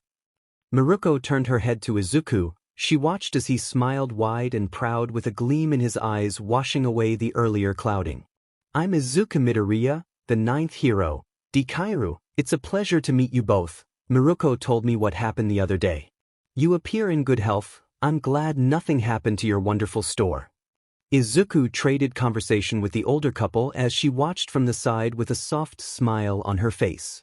Once everything was rung up and she paid, the older woman placed a hand on her shoulder to slow her down. Miruko waved Izuku on as she turned to the couple. "He's a cute one, very kind and courteous too. You should snatch him up and keep a good hold." The couple had wide smiles on their faces as Miruko titled her head before she smiled. She turned and gave a wave over her shoulder before she responded. "I will. He'll be a great hero. Not only will I make sure of it, but I've got a good feeling about him," Miruko said as she walked away. Slowly, she almost stopped when her ears went rigid and twitched. "Dear, I don't think she understood what you were trying to say," the older husband whispered to his wife. Miruko still heard him, but her walk slowed greatly as a red hue overtook her and the words processed a new meaning. "Oh, no worries, honey, I'm sure she knew what I meant. If not, she'll figure it out soon. You can't hide chemistry like that. I can't wait to see how they turn out." Miruko's tail hair puffed up as her ears laid flat and her face was a low scarlet color. She picked up her pace and exited the store with haste. After Miruko released a huff of air, her skin cooled, and she turned to see Izuku waiting outside the store for her. Their walk back to the agency was filled with a calm quiet as they embraced the cool night air. Once they made it back, she directed Izuku to change and clean himself for the day and she would put away the food. He nodded and handed her the groceries. When he turned the corner out of her sight, her ear twitched. "Gran Torino, you didn't really say anything earlier, but why did you decide to come here despite me choosing Miruko?" Her ears perked up at that and listened in. "I wanted to see your progress. It's that simple. You clearly have a good head on your shoulders. The way you were using your powers at the festival worried me at first. From experience working with him, I know All Might isn't a natural teacher. Didn't know what crazy ideas he might have imparted on you." Miruko twitched lightly at that piece of information as she continued to place the food away. "Can we speak later about One for All? I didn't really get a chance to ask you earlier, but I thought you might know something All Might didn't about what's been happening to me. Before that though, I need to call All Might and ask him something as well." She lightly munched on a carrot as she listened on. It upset her that after what she had said earlier he wouldn't trust her with what was bothering him, but she ignored the ache it caused in her chest. Gran Torino gave a light grunt of acknowledgement and she finished putting away the rest of the food as she heard him turning the corner. She waved the taiyaki at him and asked where he wanted them. Initially she wanted to kick him out after he said his piece to Izuku. The more he stayed around though, it seemed the more she learned about Izuku. To her that was a fair trade-off. Izuku took off his equipment and placed his costume back inside its case as he thought over the day's events. Miruko had already taught him a great deal about things he couldn't even believe factored into being a hero. It was as though a whole new world was opened in front of him, but it had only strengthened his resolve. Once his costume was off and Izuku was left in an undershirt and his boxers, he grabbed his clothes to change into and threw a towel over his shoulder. He stepped out of his room and nearly bumped into another woman. Izuku had yet to see her before, but Miruko had mentioned her secretary to him. An apology came out quick from him before he lightly greeted her and was once more on his way to the washroom. When he stepped into the room, he checked the sign outside the door first and then quickly disrobed the rest of his dirty clothes. Briefly, he thought on why he hadn't been flustered by Himari as he washed and scrubbed his body. The thought was put aside as he cleaned and redressed himself in boxers, shorts, and a white undershirt. He hadn't taken much time while in the bath. Before he headed to the kitchen, he de-iced to grab his phone from his room. Before the third ring, Izuku heard the line connect. "How can I help you, young Midoriya? Is your work study going okay? I was surprised when I learned that Miruko chose you." Izuku took a deep breath and released it slowly. "Everything is fine with the study. I'm actually learning a lot from Miruko. I need to talk with you about One for All." Izuku heard All Might go quiet, but after a breath he asked him to continue. "I wanted to know if you had learned anything new since the festival." There was another vision, only this time, it was clear, that's all. "I'm not worried about them, but it's happening at random times so I am a little nervous when they occur." Izuku hesitated to tell All Might the full depth of what had happened. Something told him it was something he had to figure out. All Might explained that he hadn't found anything on his end from his memories and trying to have something similar happen to him. "My last idea was to call Gran Torino, but I'm still nervous about that after I told him you wouldn't be studying under him." Izuku chuckled slightly at the fear in All Might's voice, but he could understand it now. Gran Torino had told him that he had trained All Might by practice fighting until All Might blew chunks. "No worries, I get it, he's actually here at my work study with Miruko though. I'll ask him later, but there was something else I wanted to talk to you about. This is our secret now, but I've had a few doubts about something I really need help with." Izuku took a nervous breath as he quickly spilled his guts to All Might. He felt much lighter after his phone call and headed to the kitchen with haste. The call took a bit longer than he expected and he was running behind on making dinner. When he entered the kitchen, he was greeted by the 3 other occupants of the building sitting at the table and conversing amicably. Izuku greeted each of them quickly before he brought out various pans and utensils to cook with. He chopped and prepared everything he needed as the ingredients were ready to be cooked. There were not many things he knew how to cook, his mother had mostly done that, but Izuku was confident in his stir-fry. In the store he made sure Miruko wasn't opposed to meat and added the chicken into his veggie stir. Once everything was finished and the dishes set aside to cool, Izuku served the bowls with a side of rice. He joined them at the table and with a quick thanks they ate dinner together. After the meal was finished he took all the dishes used and set out washing them. Himari was the first to leave and said she would do some more paperwork before she would retire for the night. After she left, Izuku watched Miruko and Gran Torino lightly bicker over him as they debated the best way to train him. He coughed and drew their attention to him. With the dishes finished and drying he asked Miruko if there was anything else she needed from him that night. She replied that she didn't and that he was free until tomorrow. He saw her look from him to Gran Torino briefly before a huff of air escaped her and she turned to leave. "Miruko, can you please stay? I have something I wanted to ask and talk about with you both." Izuku watched her turn around and tilt her head before she nodded and sat back down at the table. He took a deep breath as what All Might had said to him earlier passed through his mind. "What you said is right, young Midoriya, this is our secret. I chose you because I trust your judgment and abilities. Do what you believe is the right thing. Gran Torino about the reason why you're really here, and Miruko about what you heard from when I first arrived. I want to tell you about the truth I learned about the world when I was 4, how not all men are created equal. Deeper than that though, I want to tell you about how I came to have my power one for all." Rumi had seen and heard a lot in her admittedly short career, but the story laid out before her was something entirely different. She had heard of all kinds of origin stories and quirks from other heroes and villains, but none were comparable. A quirkless boy who from the age of 4 was ridiculed and shunned by the world around him, with no one that believed in him. That alone shone an entirely new light onto Izuku. For her, she had far more respect for his courage and drive. It was a story so absurd you wouldn't believe it if someone told you, but 2 things halted that thought. Their time had been short so far, but Rumi could tell Izuku wasn't a liar.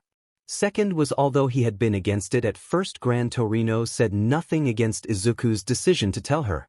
Throughout the entire story he wasn't surprised or denied anything Izuku said. She rubbed a hand across her face gently to gather her thoughts and process everything she had just learned. Surprise couldn't even begin to describe how she felt, but several things stuck out to her like chooks in armor. "Why tell me? Why aren't you surprised? Why the need to pass on this power? I'm so confused." She was doing far better than could be expected, but there was so much unanswered. Her first glance led her to Izuku, but she turned when Gran Torino coughed. "I can take the last 2, but he'll have to explain why he told you as well. I'm still against this, but it's not my decision." Miruko watched the older man grumble to himself about the situation before she turned to Izuku. Normally she would have expected a stutter, blush, or some reaction with her full attention on him, but Izuku had a cold and clear fire in his eyes. "Reading people has always been something I was really good at. That's part of the reason I started my hero analysis books. Truthfully, I've been feeling a deep need for a while to tell someone, this isn't something you can shoulder alone. I've had All Might and his friends that knew to share the burden, but no one I could claim as my own. Honestly, I knew deep down that I could trust you, Miruko. I don't know why, but I knew." Izuku passed her a small smile, but the weight of everything behind it made her chest clench tightly. It ebbed slightly when she clenched a hand in front of her chest and then turned to Gran Torino. I'm not surprised with how little Toshinori's told you. He probably thinks he's protecting you, but the less you know the more danger you're actually in. All Might is the 8th holder of One for All. His mentor and my sworn friend Nana Shimura was the 7th. My promise to her to watch over Toshinori is why I trained All Might. You might want to sit down for this one, boy. The reason One for All has been passed down and continues to, is directly tied to its origin. It's a story of two brothers who both hated and loved one another. If you think of All Might as the shining light and pillar of heroes, then there is also a darkness that lingers. The beginning of One for All begins with your greatest enemy and counterpart All for One. Gran Torino practically crushed his hands together, and Miruko watched Izuku stand completely straight. It looked as though from the depths of his soul those words struck him like lightning. Izuku felt Iz was right to share his secret with Miruko. All Might had said it was up to him and Gran Torino had been against it. He knew deep down though that it was what he wanted, and it was the right thing. What he had not been expecting, however, was the terrible origin of his quirk. After the late meeting, Miruko had retreated to her room saying she needed sleep before tomorrow's training. Izuku was inclined to agree, but he briefly asked Gran Torino if he knew anything about the visions he had.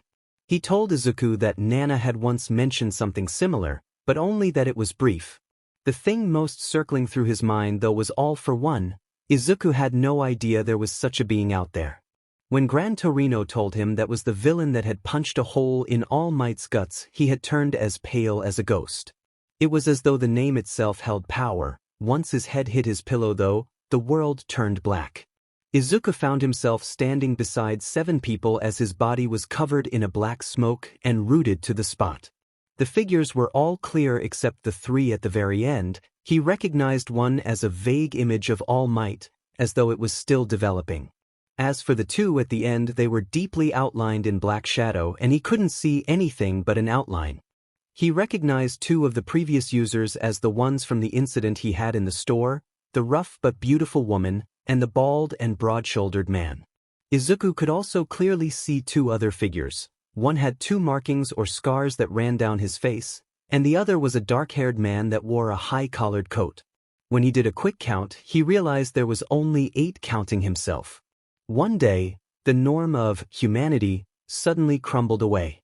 In that chaotic age, there was one figure who united people faster than anyone else. Izuku looked forward and he saw the missing figure. Standing before him as though playing out a movie was the young and frail-looking man that kept reaching out for him. He must be the first. Izuku tried to speak, but his mouth was wreathed in shadow. Then his eyes looked forward, and his back stood rigid. Across from the first was a man claiming to be his brother. His voice alone nearly made Izuku puke, but he had no mouth or body. He knew deep down that was the ultimate evil he was expected to face. Like a horrible nightmare, scene after scene played out before him as he watched the brothers' opposing ideals. One was twisted and believed the world should be tamed with fear and false loyalty. The other stood with a weak body but unflinching righteous spirit stronger than any other.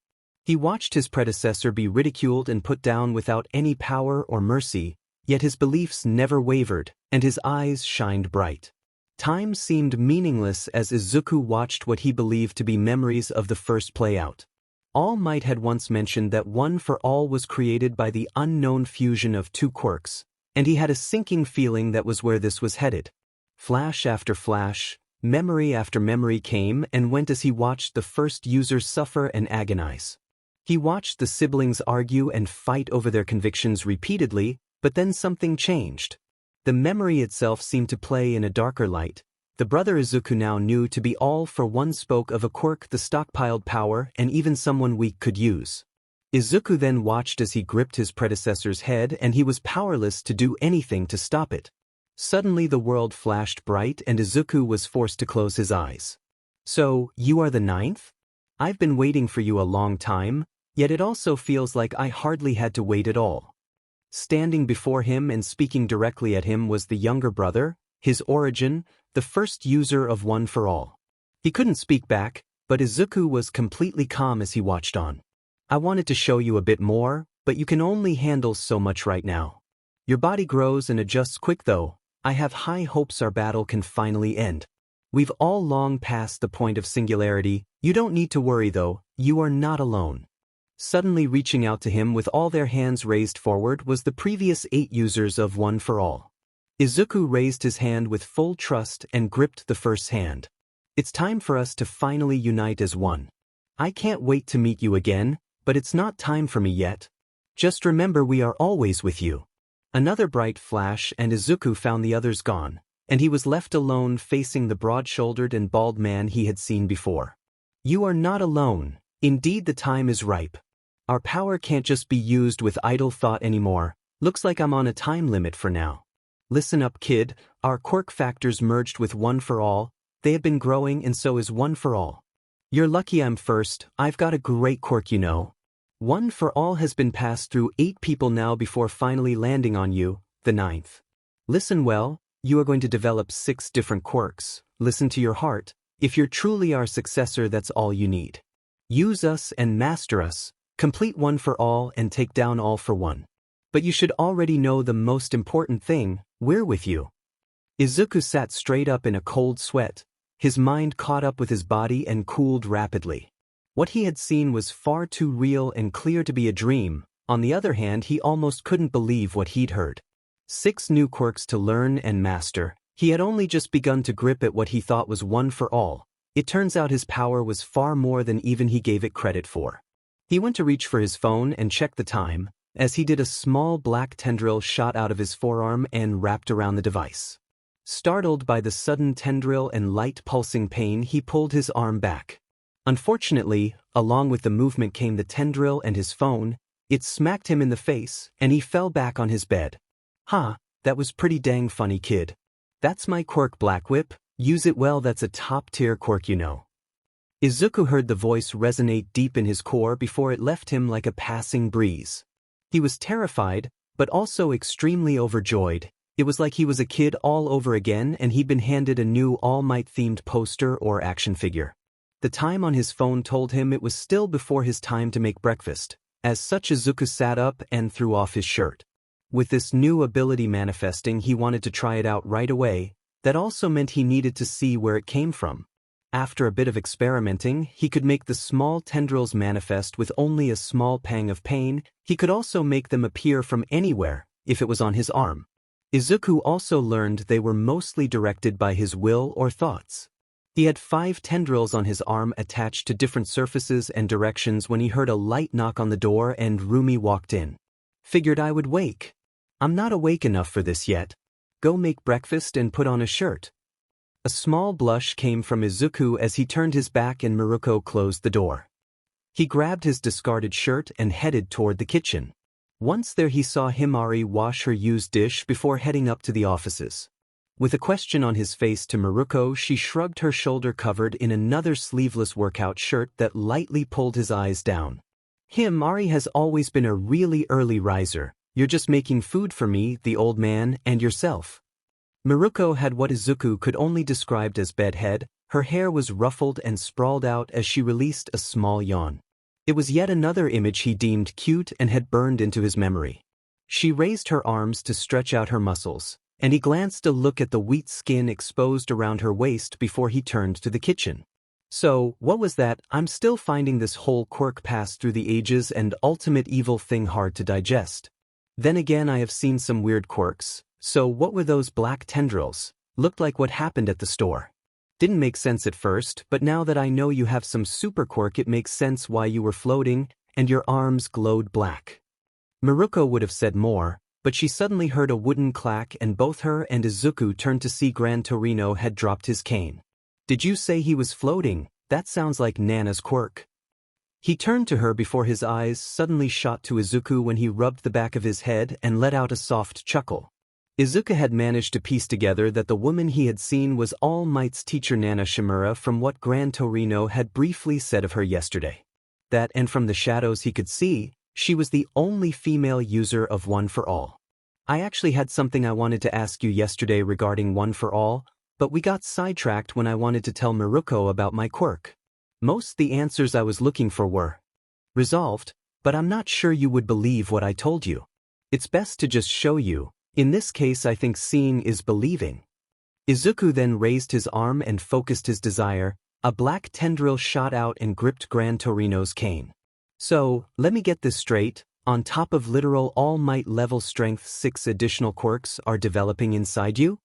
Rumi had slept lightly the night before, but she had accepted everything she had heard as truth. Deep down she was flattered by how much trust Izuku placed in her. She thought it was also reckless. As she questioned the boy in front of her, she had to stop and think of the ramifications. Even after one day had passed, she knew he worked hard and picked things up quickly, but she also knew he tended to hyper-focus on things and get sidetracked. Now that she knew about his relationship with All Might, it made more sense, but he had been so focused on using All Might's power that he had hindered his own progress. She noticed he was doing better about that and calling it his power, but she didn't believe this was a distraction he could have right now. 1 week was all the time she had with him now for the work study, and in that time she was hell-bent on teaching him everything to the best she could. Her name was now attached to Izuku. If he returned to his class and was anything less than the best and compared to the rest of his classmates, that would be a blemish to her. She had seen his strength and resolve, but she had to draw a line on what she could and would teach him while he was at her agency. Don't take this the wrong way, but this is poor timing. I'm extremely honored that you trusted me with this secret, and I can far more easily direct your training now. However, anything aside from the original aspect of One for All should only be trained in your own time. You already said you had just recently got control over Full Cowl. We will focus on raising your ability with that while strengthening your base. Anything else needs to be put off for the time being. I know from experience that if you try and do too many things at once you burn yourself out. She said her piece as she directed Izuku to finish their breakfast. From the corner of her eye she saw that Gran Torino agreed with her, but he was still mostly catatonic after learning Izuku would use his deceased friend's quirk. He ate the food placed in front of him slowly as he recovered his thoughts. Once he had eaten and left his bowl for Izuku to clean, he stood. I'll contact All Might and update him on this sudden development.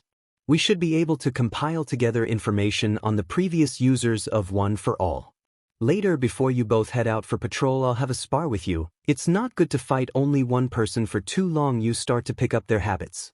Eventually you will need to learn to use the other quirks granted to you. From what you said, it seems this black whip has already manifested.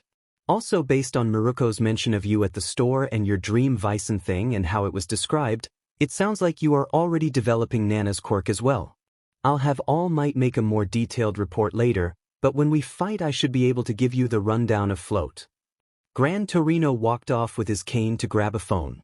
Miruko left her dishes and told Izuku to meet her on the 2nd floor when he was done. She left the table and quickly passed the 3rd floor training room before she reached the 2nd floor gym room. Most yesterday had been spent gauging where Izuku stood and what she wanted to improve on. Today she would focus on ironing out his weaknesses before improving his strengths. A section of floor was cleared away, and she laid out mats for soft cushioning. Her style that she wanted to teach Izuku relied on speed, flexibility, and leg strength. He had one of those. Flexibility and his leg strength needed work. True, his quirk could boost that with Full Cowl. But she believed you should be as strong as you could by yourself, and then technique filled in the gap. Izuku was finished and standing before her just after she had everything she needed ready. She had him do basic stretches and follow her lead again. Once they were prepped, she started him on harder exercises meant to increase his flexibility. When he struggled with reaching past his toes from a sitting position, she lightly pushed and helped him. The slight pressure that emanated from her chest was ignored, as was the slight reddening of Izuku's face. In the back of her mind she felt justified knowing she could cause a reaction, but she needed to focus on training. Her mind was locked down tight as she continued with each exercise. Time passed by quickly. She had Izuku do some cool-down stretches and she grabbed waters from a small fridge tucked away in the corner. Once she passed him a towel as well and the break was over, she began the day's training in earnest. She had him stand to the side as she explained a kick step by step and then repeated it around 10 times. Izuku was then tasked with replicating it the best he could. His first attempt laid him flat on his face and she had to stifle a chuckle. Miruko reached out a hand and helped him back up as Izuku reset to the base stance. She corrected and gave him pointers throughout the day as he practiced the same kick over and over. By the time she lost count after roughly 100 kicks and corrections, she called a break for lunch. At the table after the food had been made, Gran Torino gave them a breakdown of what he had told All Might and his response. He had been surprised as well but agreed with Gran Torino and Miruko. Until they had complied more information about the previous users, it would be best to focus Izuku on one thing. When he went to wash the dishes, however, Gran Torino asked to speak with her around the corner. I want to take a crack at him before you resume training and patrol, but there's something else. All Might clearly knows the kid better, but I still don't think it was wise to share the secret of one for all. Now that you know, though, there's nothing for it. Regardless of how I feel, I'll still make my thoughts known. My friend chose All Might and gave her life for him. He in turn chose Izuku. That boy trusts you far more than he should. You would be wise to not betray that trust. He then headed for the training room, intent to have his spar with Izuku. Rumi was left without words, but she knew what he was trying to say. She hadn't chosen to have this secret shared with her, yet she was now a part of. In the back of her mind, to process everything, she was treating the situation like a villain: observe, understand, adapt, and then crush. With this case, crush was more along the lines of accept. Since it was all tied together by Izuku, though, he made it easy to give the trust placed in her back into him. From the side, she watched the two trade blows as Gran Torino knocked off some of his rust and Izuku polished his activation speed of full cowl. Her feelings on the matter of having to share Izuku were still rather muddled. She understood why Gran Torino had been so insistent at first, but now that she knew about one for all, it irked her that she wasn't Izuku's full focus. The thought was put aside as she dashed forward and aimed a kick at Izuku. She was pleased to see his awareness of the environment had improved. But the kick he used to counter her was still weak and off balance. She easily swept his legs and he slammed back first to the floor. She felt some of the anger leave her at that, but she also still wanted his training all to herself. That thought was what caused a pang in her heart that she couldn't and didn't want to understand. The training continued as she and Gran Torino traded off turns or working together to attack Izuku during the spar and improve his experience. For Rumi, it left her conflicted. After everything she had learned and everything he had gone through, Izuku still acted rather meek. All his accomplishments and all his strengths, yet he lacked a real backbone. We are going to work on your confidence. Until I say otherwise, all decisions or calls while we are on patrol will be yours. You need to have more self-assurance. If you want to be a great hero, there will be times you must be a leader. I don't say this lightly, but you have the type of power that can inspire. If you don't have the will or voice to back it, however, it means nothing. Miruko gave her decision as Izuku was laid out on his back, gathering air into his lungs. Something about seeing him be so docile really hit a nerve that didn't sit well with her. The training was called to an end so they could prepare for patrol. When she left Izuku laying on the floor, she retreated to shower. She had been rather rude and quick with him, but she was upset for a reason she couldn't place. As the water cascaded down her body and washed away her anger and sweat, she knew there wasn't anything to excuse her behavior. Saying sorry would negate her words, but she still felt bad about how she'd phrased it. Izuku was a good person, and he had placed far more trust in her than she thought she deserved, considering how little they knew each other. That spoke to her. He had looked at her, for herself and not the hero, and deemed her trustworthy. A small heat pooled in the center of her chest, and she couldn't place it. She had dried her hair and placed on her leotard, but the heat wouldn't leave her. It wasn't unpleasant, but it also felt like a weight was pressed against her heart. The longer she was around Izuku, the heavier the weight felt, yet it also made her feel physically lighter. Once she was fully dressed in costume, she waited on the base floor, and after 10 minutes had passed, Izuku was ready to go. As she had told him, Izuku was placed in control and would make all decisions. She wanted this training to be two-part. The first and most important would be taking charge of situations as an independent hero. The second reason and larger problem Izuku was facing was he needed to be more confident. The patrol was slow, and he tripped a few times when deciding what to do. She observed from his back and came to one major realization. Izuku thought way too much and too hard. His actions themselves were almost flawless, but it was his inaction of decisions that slowed him. She saw it yesterday when he chased the wallet thief. His actions and judgment were swift and sharp, but he looked for confirmation of his choices. Perhaps a side effect of how he grew up being bullied and was a meek individual. It could have even stemmed from him believing himself to be useless when he was quirkless. Izuku always looked to others for confirmation before he acted. He had all the great qualities of a leader, but he held himself back. Rumi shook her head in disappointment but thought of ways to work on it with him. Confidence seems to truly be his greatest flaw. For someone who is great in everything else, it's surprising how much he doubts himself. The things he's already done are far more courageous and braver than even some pro-heroes. It's a shame too, he'd be a lot more handsome if he asserted himself. That thought stopped her movement and Miruko smacked her cheeks. Once the thought was put aside, she watched Izuku laugh as he swung children around on his biceps. He was like a human carousel. That was the second thing she had noticed. Through and through, Izuku had the heart of what she believed to be the best qualities of a hero. The moment he saw someone in need, the indecisiveness seemed to vanish, hence how they found themselves now in a park. Izuku had watched one of the kids trip and scratch their knee. The child had started to cry. Before the parent could reach them, Izuku had dashed off without a thought. He had a bright smile on his face and wiped the kid's tears. Once they noticed a hero was before them, the child had a face of pure brightness and the mother watched from the side. From his utility belt, Izuku pulled out some water in a spray bottle. He cleaned and disinfected the wound before he applied a small layer of gauze and tied it off. The child beamed at him and Izuku smiled back as the mother gave her thanks. At that point he had gathered a small crowd and became a human swing. She had granted permission when he asked to use his quirk, and his new black whips were used to hold and swing the kids. The scene was almost picturesque to her. When she felt a small tug on her hand, she looked down to see another small child.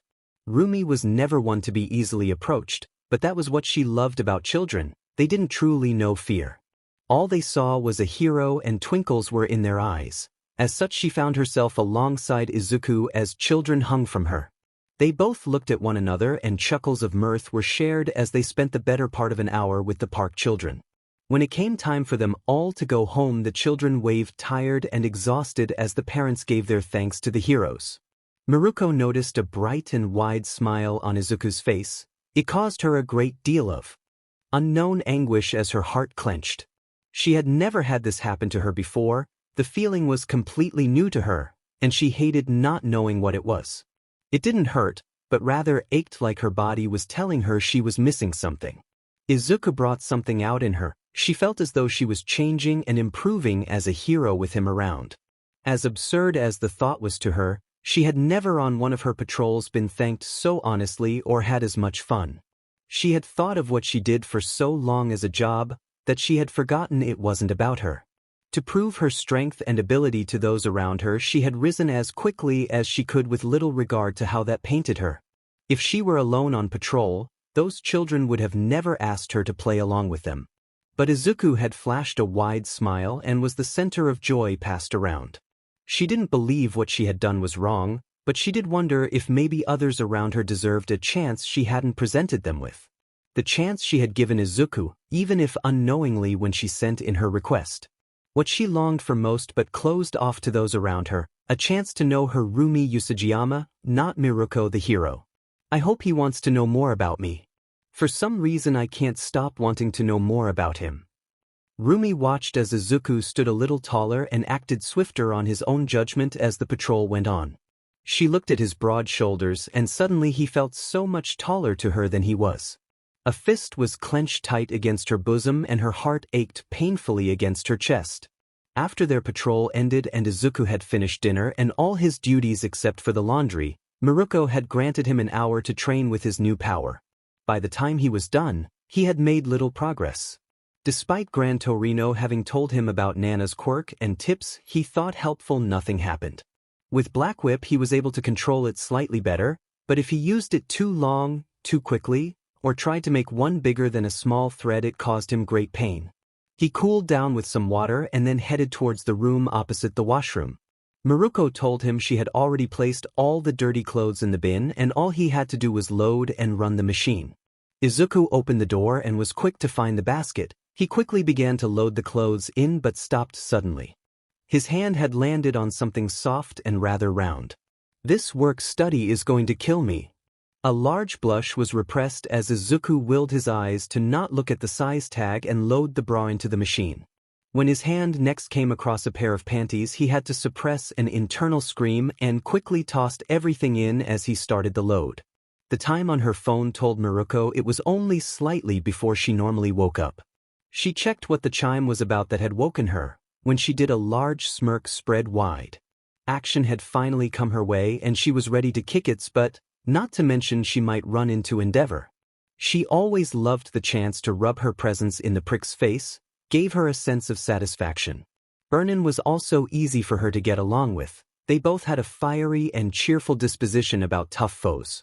Miruko stretched from her bed and lightly thumped the floor with her foot as her muscles all tensed and then released. Sleep had come to her rather peacefully, and with the news her phone had provided her, the day was shaping up to be even better. Her sleep clothes were tossed into a dirty basket, and she retrieved a new set before she went out to wake Izuku again. With the image of him shirtless still stuck in her mind, a small dust of red rose on her cheeks. She would knock and ask for permission to enter this time. Dressed and ready for the day, she opened her door. Folded and set to the side neatly was her clothes from the wash. She tilted her head with wonder of how long they had been there. She picked them up and re-entered her room briefly to put them away. Before she could reach Izuku's room, though, the smell her nose caught led her to the kitchen. Izuku was already up and ready for the day. Perhaps he didn't want a repeat of the previous day either. He greeted her politely before he returned to the food. Her dish was served just as Gran Torino stepped out. She had been served a side plate of steamed carrots along with the main dish. A look to Gran Torino showed he had a side of taiyaki. Izuku said he wasn't very good, but each day he seemed to be improving his skill if the food was anything to go by. Miruko normally ate her carrots raw, so the steamed and lightly drizzled in honey carrots were a pleasant surprise. Tonight, we will chase after the hero killer in Hosu, as such training will be lighter today. Don't think I won't still put you through the ringer. Tonight will be your next real test of a hero. Izuku looked at her in utter shock, but Gran Torino voiced his opinion on the matter. Do you think it's really wise to do something like that for a work study? If he was your intern or sidekick, it would be fine, as he would be licensed to act as a hero. I don't think this is wise. Miruko understood his point, but she also shrugged it off. I read up on the laws and paid attention. As long as he has permission and the situation necessitates it, he can use his quirk without issue. If any sort of problem were to arise, I would fall to blame as the one officially watching over and responsible for his actions. That is something I'm prepared for, not to mention he's already encountered villains. He's more ready than you think. Most the time I go after big names anyways. The day-to-day patrols are important to establishing a hero presence and trust in the community. If you don't go out and catch people hurting society, however, I don't think you're a hero. That's my philosophy on the matter. You can be as strong as All Might, but if villains don't fear your foot, you aren't helping. Miruko refuted his claims and hard with her own views. She watched him back down as her gaze trailed to Izuku. He looked hesitant. After a moment, though, he gathered himself and nodded to her with resolve in his eyes. The food was finished, and dishes washed as Miruko found herself in the training room with Izuku. I said I wouldn't train you in your other abilities, but I do want to see your progress. Show me what you have managed and then we'll move on for today. Izuku quickly nodded at her suggested command. His progress was slow, but seeing as he had just received the ability, she was genuinely surprised.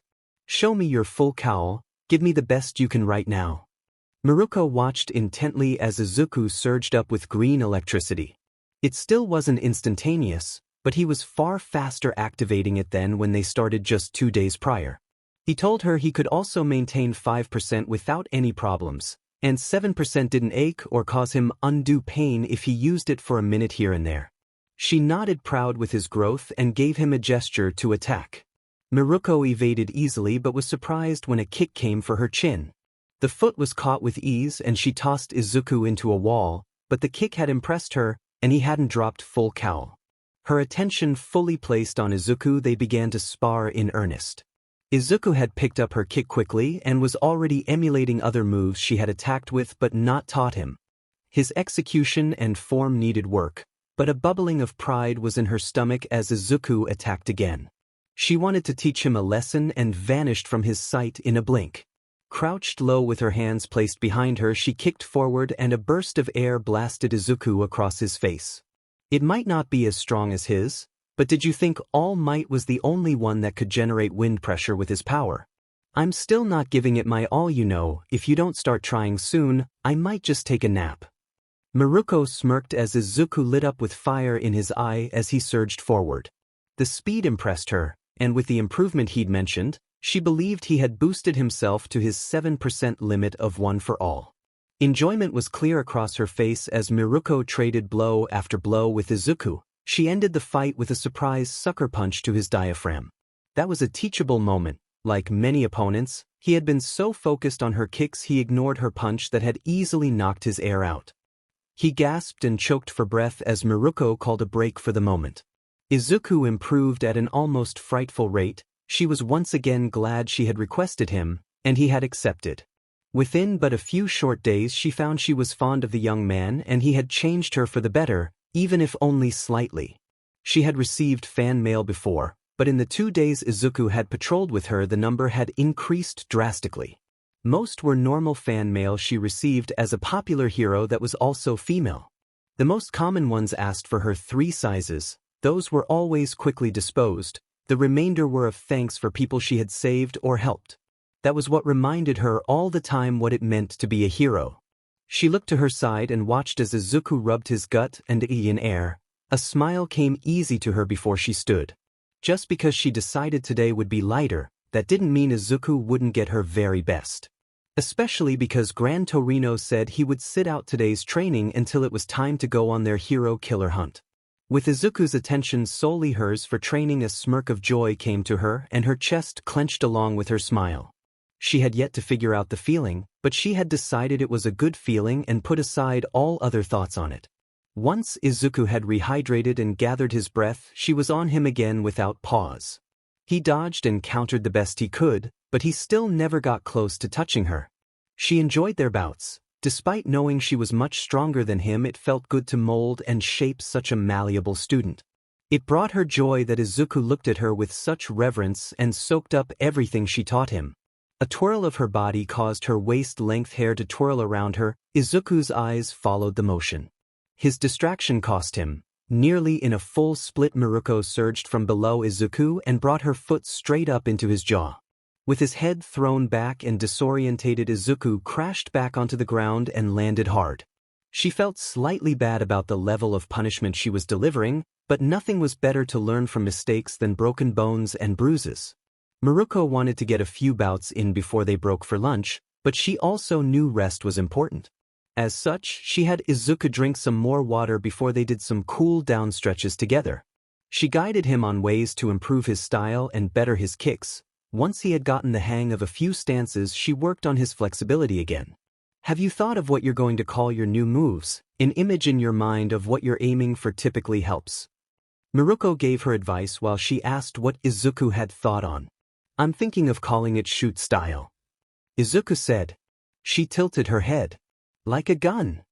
Miruko was genuinely confused. She didn't think that was the image he would have. No more like basketball. I was reading the news while thinking about it and came across an article written about the sport. It made mention that most people only paid attention to players' arms and the strength of their basket shots. The article went on to mention, though, that without agile legs and adept movement the players would be much less effective. The writer called it the hidden secret. When that was mentioned, I thought of myself and how I'd only focused on my arms instead of my legs. It just inspired me. Izuku said with a small dose of embarrassment. Rumi chuckled good-naturedly as she tossed his hair. That's fine. Inspiration can come from anywhere. Do what works for you. As long as you have a clear image in mind, it should be fine. She called an end to their break and bounced to her feet. Once Izuku was up and his attention on her, she began their spar again. Izuku charged first with a fist for her shoulder. She dodged away and went to sweep his legs. He jumped over the move and aimed a side kick for her ribs. Miruko raised her guard and took the hit. The moment it connected, she grabbed his leg and tossed him with great force. She watched him turn midair and hop off the ceiling right back at her. A smirk graced her face as she kicked him in his back and knocked him down. Something about their bouts energized her. She was overjoyed when he didn't drop his guard and rolled forward to await her next move. Miruko raised a hand and stopped him. However, she believed he had improved enough with holding and activating his full cowl for the time being. She told him that until stated otherwise, or it caused him pain, to keep his limit raised to his maximum 7%. You need to get used to a little pain. Before, when you were breaking your bones, the pain was so sudden and extensive that you didn't really feel it. Heroes don't always get to choose how long or how much they must do something. A major disaster might hit, and you must fight or rescue people for 2 days straight with no food, water, or sleep. Even if it's not pretty, you need to be as functionable as possible for as long as you can. She explained that not only would it help him control the 7%, but it should also help raise his overall limit. His improvement in speed was impressive for such a minor increase. By the end of her work study, Rumi had decided she wanted to see Izuku reach 10%. Whether he could control it or not would be a different matter, but she wanted him to be able to handle that amount of power, even if only briefly. The spar began in earnest again. With the increased speed, she dodged and countered everything, but more effort was required. Izuku got closer with each attack, but nothing could land on her. Miruko smirked lightly and got in close to Izuku. When he punched out towards her, she dodged around to his back. A leg wrapped around his legs and brought him down as another locked under his armpits, and her hands locked his extended arm out behind his back. He tapped the ground rapidly and she let him go to rotate and relax his shoulder. She motioned him forward again. The next bout ended almost as quick. They exchanged a few blows before Izuku overextended and she capitalized. With a swift kick, he was down to his knees and Miruko had him in a chokehold. He gripped at her arm but was unable to budge it an inch and quickly tapped out for air. There should be enough for now. Gather yourself and we will have lunch. After that, another small session before we clean up and take the train. Miruko said what she needed and helped Izuku up. He sent her a small glare, but the mirth behind his eyes said it wasn't serious. You're ruthless, did you know that? My ribs still ache and it felt like my knees might pop out. She only gave him a grin before his head was locked under her arm and his face squished against her butt. Miruko ignored the small shock of lightning it sent through her and dragged him up the stairs to the kitchen. Izuku was released once they entered the 4th floor. She turned her head to the quietly giggling form of Himari. What? She asked with her head titled. Miruko watched a wide smile raise on her friend's face. Nothing, Rumi, I'm just proud of you. The smile on her face was one Miruko had never seen before on her friend. I still don't know what that means, Mari. You need to be more direct. You know I'm not as smart as you, that's why you do most the paperwork for me and I kick things. Rumi could only observe as Himari continued to lightly giggle before she found herself pulled into a hug. It's nice to see you so happy. I'm just glad, that's all. It's been a long time since I've seen you smile so honestly. Miruko was beyond confused as she tilted her head and looked down at her smiling friend.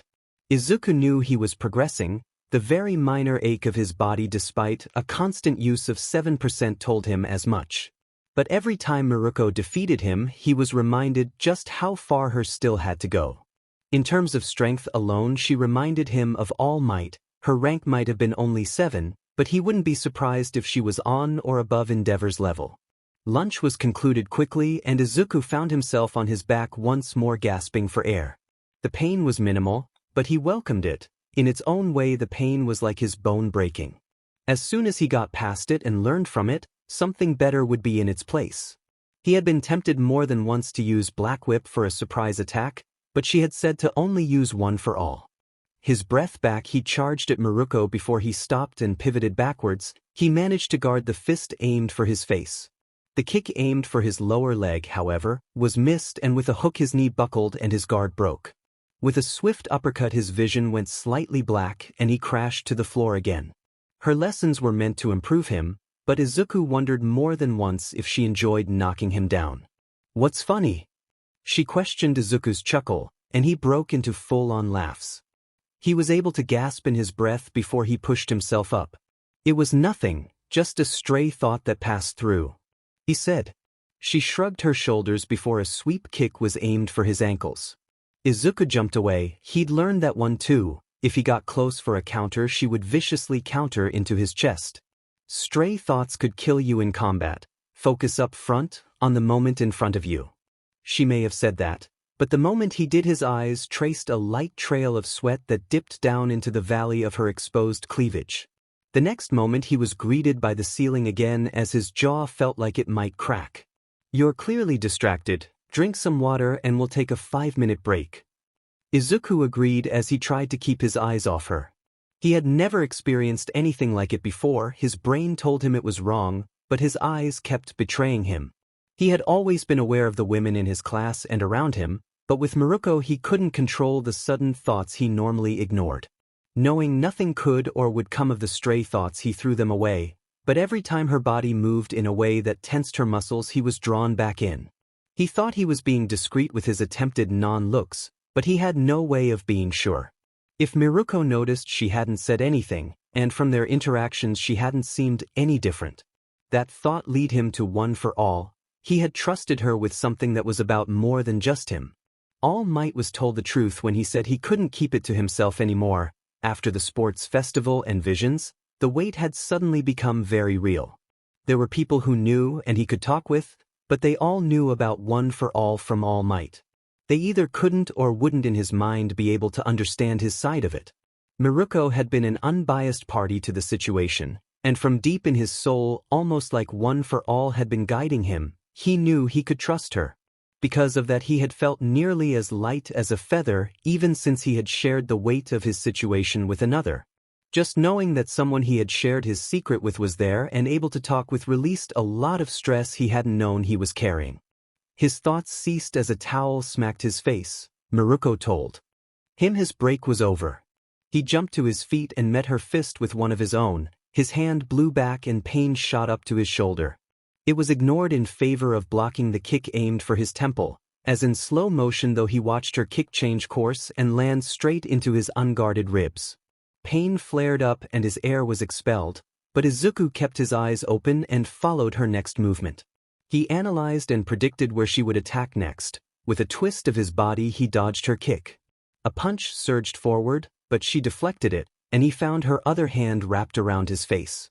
Once more the ceiling greeted him as Miruko was leaned over him. "That will be all for today. Clean up and then get ready. We will take a train to Hosu and then begin our search once there.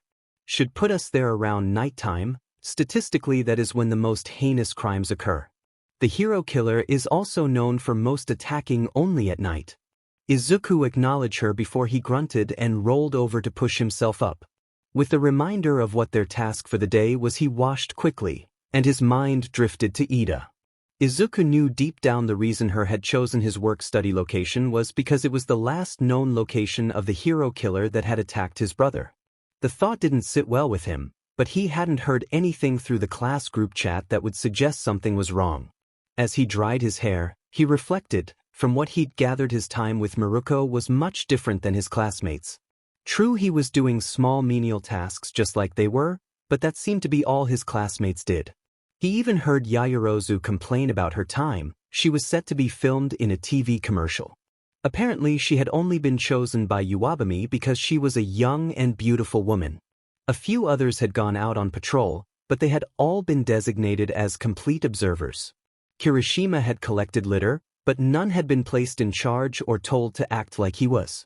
Afraid it might upset them, he had remained silent and said his experience was mostly the same. He knew he was different, especially since Gran Torino was there as well. The other thing he gathered was that the only one really receiving any kind of training like him was Uraraka from Gunhead. That was specifically why she had chosen his agency though. She felt she was lacking in martial arts combat skills and wanted a new perspective. He was flattered that Miruko was doing so much extra for him, but he also rationalized that she seemed to be the only one not treating him like a kid. He understood that they were first years and still young in comparison to some of the pros, but everyone else was being treated like a kid. Miruko, however, had told him that he'd already encountered villains and been toughened from it. She told him the only thing he had left to work on was his skill and self-confidence. Nothing would be immediate, but Izuku also felt like he was steadily improving in that area as well. With how she treated him as an equal and not lesser person, Izuku found he stuttered far less. He also spoke louder and more clearly. What also surprised him was how much taller he felt just by standing straight. Nothing had physically changed, but he felt like a new person. Miruko had told and reminded him several times that he was frighteningly strong for someone his age, and he was beginning to believe in her words. He was still uneasy about what they were about to set out for, but he changed quickly. Once he was in costume, he was also no longer Izuku, he was Deku, and he had to live up to the name. A brush over the back of his neck reminded him of his torn and missing mask. In its own way, it was already nostalgic to Izuku. It felt as though he had left another piece of his all-might reliance behind and was moving forward as his own person.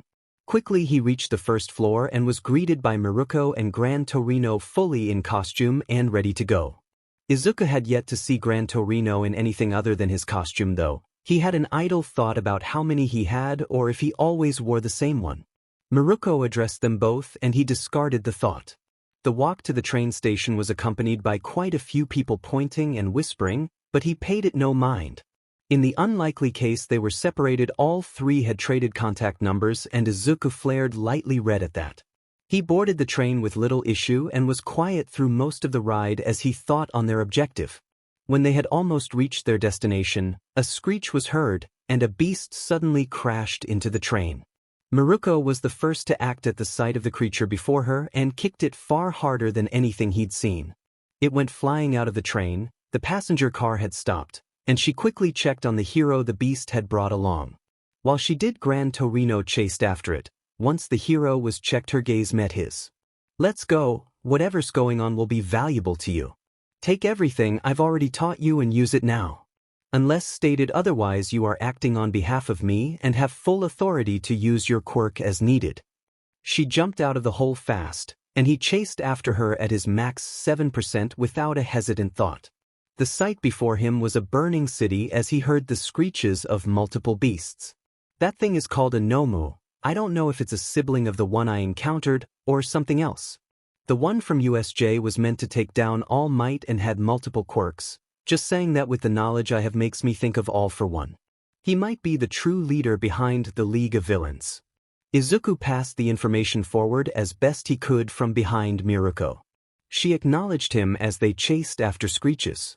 Gran Torino had disappeared to another location, and they were suddenly faced with two different Nomus in front of them.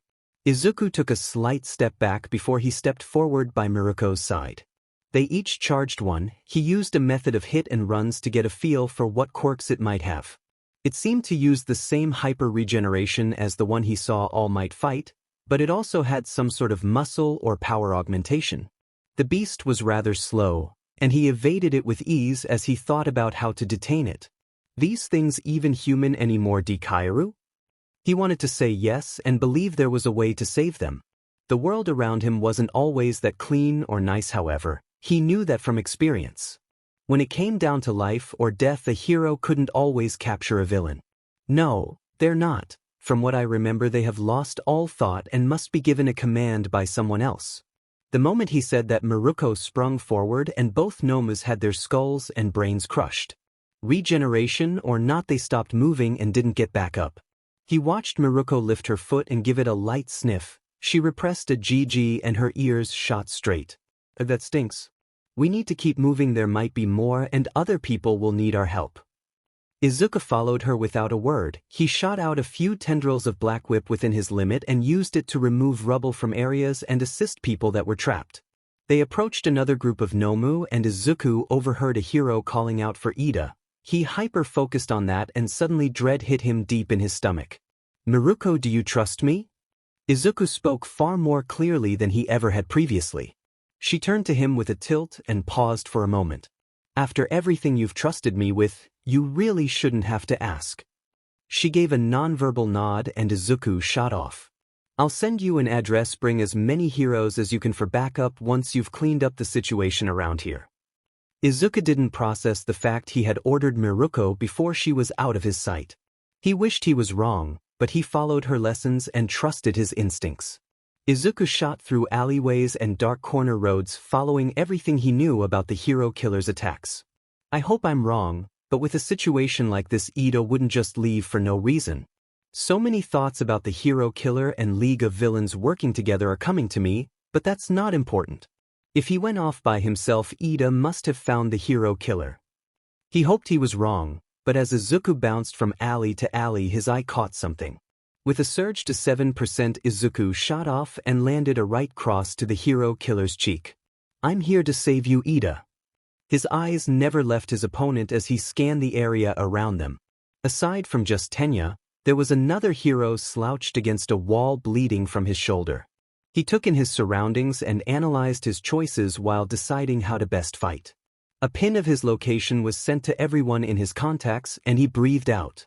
"The news has given several reports questioning what his quirk is, but I need to see for myself." He listened to Tenya raving to him about being left alone for his revenge, and a small amount of anger bubbled up at that. If those are your words, then heroes can't be heroes. The true spirit of a hero is to meddle even when they're not asked to. A true hero helps not because they are wanted but because they are needed. They help because it's the right thing to do. His words seemed to both impact Tenya and the hero killer. He seemed to have an almost manic gleam in his eyes at Izuku's words. The deeper Izuku looked, though, he almost stepped back. His eyes are different, it's like what All Might said. They have conviction in them, the eyes of a killer. Izuku surged forward the second he saw his opponent lift his foot up and closed the distance between them. When a blade came from the side aimed to cleave him in two, he ducked under it and went through his legs. He shot to the air quickly as Stain turned around to cut at his previous location. Free from his range and out of Vysen, Izuku launched a kick for Stain's head. The blow connected and knocked him back. With enough distance made, Izuku shot out Black Whip and grabbed the other hero. He tried to be gentle, but his control was still lacking under pressure. Native was placed down behind Izuku near Tenya. Stain locked gazes with him again before he liked his blade, and Izuku felt all control leave him. "Did he get me where?" Izuku looked around and glanced a small nick that a drop of blood slipped from. "Is that really enough?" "No, wait," he made a point of liking his blade. "It has to be blood. Can I do anything?" Izuku felt a small tingle respond to his limbs, but he couldn't move them. When he tried to activate his quirk, though, it still worked. With no thought or hesitation, he shot out Black Whip. Stain stopped his charge towards Tenya and shot back. "Ah, finally, a worthy one. I know you won't listen to me, but that's what makes you worthy. Even so, I have nothing against you, kid. A true hero like you might actually change the filth-infested world we live in." Izuku ignored the gleam in Stain's eyes and focused all his will on Black Whip. He couldn't move, but that meant all his focus could be on the tendrils. Just like one for all, the absolute limit of what I can do right now without breaking myself. The small, almost thread-like whips slowly grew to the thickness of a rope. With his increased whips, Izuku shot them out to divert Stain's attention. He grabbed anything loose he could and hurled it at him. While he did that, Izuku also used one to pull himself towards Tenya and Native. As he did, a burst of fire suddenly shot down the alley towards Stain. Izuku looked up as a large smile graced his face. Standing before him, protecting in front of the downed heroes, was Shoto. The smile wouldn't leave his face as he felt a twitch in his leg. "You're using your fire, Todoroki. What changed your mind?" Despite the situation, he continued to smile. He glanced a small smile on Shoto's face. "A very stubborn friend of mine beat it into me. I learned a very valuable lesson. Words can change someone as long as they are heartfelt. This is my power. Why wouldn't I use it?" Izuku smirked as a grin came to Shoto. Stain suddenly shot forward a knife from his hand that grazed Shoto's cheek. At the same time, he ran forward. Izuku felt control return and blasted towards him with full cowl. He grabbed Stain by his scarf and dragged him away. When a blade came for him, he shot Black Whip to a wall and pulled himself away. Another observation was taken with the information he had been granted. Tenya had a slight twitch in his hand, but Native was still completely unresponsive. Izuku gathered the order they were incapacitated in and came up with a theory as he landed next to Shoto. "I think I've figured out his quirk. I can narrow it down to 3 different possibilities. He needs to ingest blood for it to activate, but the effectiveness could vary based on number of people. Option 2 is the amount of blood consumed, and third is blood type. After a quick discussion about each person's blood type, Stain sent another bone-chilling smile at Izuku. Blood type, that's right. You are indeed worthy. Trash claiming to be heroes are a dime a dozen, even the fire and ice one has promise, but you are different, aren't you? Yes, a true hero like you is needed, society must but purged, you fakes aren't needed. Izuku felt fear down to every fiber of his being, but even still he stepped forward. Shoto, support me, something has changed. Ingenium, if you really want to carry that name, then be worthy of it. Get up and fight, do your job as a hero. Izuku shot forward and dodged the blade aimed for his face. He saw the blade thrown into the air. Miruko had taught him about distractions, he refused to follow it. Instead, Black Whip shot out to grab the blade as he threw a punch into Stain's ribs. Once he gripped the sword, he flung it away and impaled it in a wall away from Stain. The battle was like a game of cat and mouse, and each side tried to whittle away at the time and land a decisive blow to the other side. Izuku watched Tenya zoom past his side and land a devastating kick to Stain's ribs. With him added to the mix, the match got even more desperate. Izuku charged forward before he faked and jumped straight into the air. Attention fully on him, his tendrils shot out and wrapped up Stain. As they did, Tenya charged from below and Izuku from above. The devastating combo of kicks from the two heroes landed as Stain crashed to the ground. Izuku kept him tied up as he jumped back, prepared for the next move. When none came, he gazed upon the unconscious form of the hero killer. He released a breath and tension left him. We need something to tie him up with. Do you have anything with you? Izuku turned and was met with the stares of Tenya and Shoto. He was as confused as they were until he looked down. From his arms and still connected to Stain was Black Whip. Oh right. I was so used to Miruko knowing I didn't even think about using Black Whip. Got to think of something quick. Izuku had a nervous sweat as she started removing blades from Stain while Shoto looked for something to tie him with. Tenya apologized and thanked them, but Izuku paid it no mind. He knew there was a lot going through Tenya's mind. I had breakthrough with my quirk. Turns out it's more than I initially thought. Since I'm such a late bloomer, everything is still new to me. This black stuff is like an excess of energy my body shoots out when it can't contain any extra. His face was neutral as he tried to bluff his way out of the situation. Tenya was still just grateful to have been saved and his brother's foe defeated.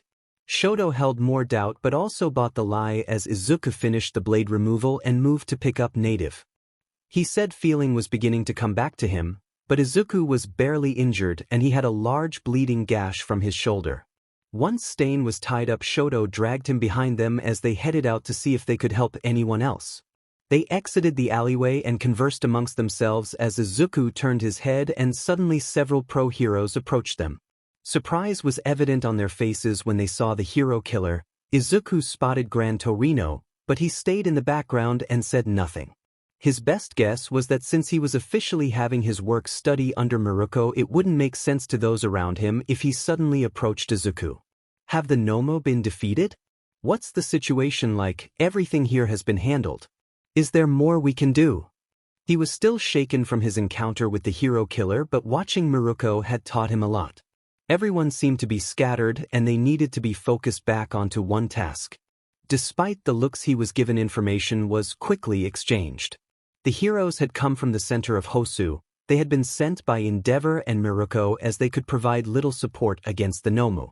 Izuku placed Native down once he had full feeling and turned to the side when he heard a screech.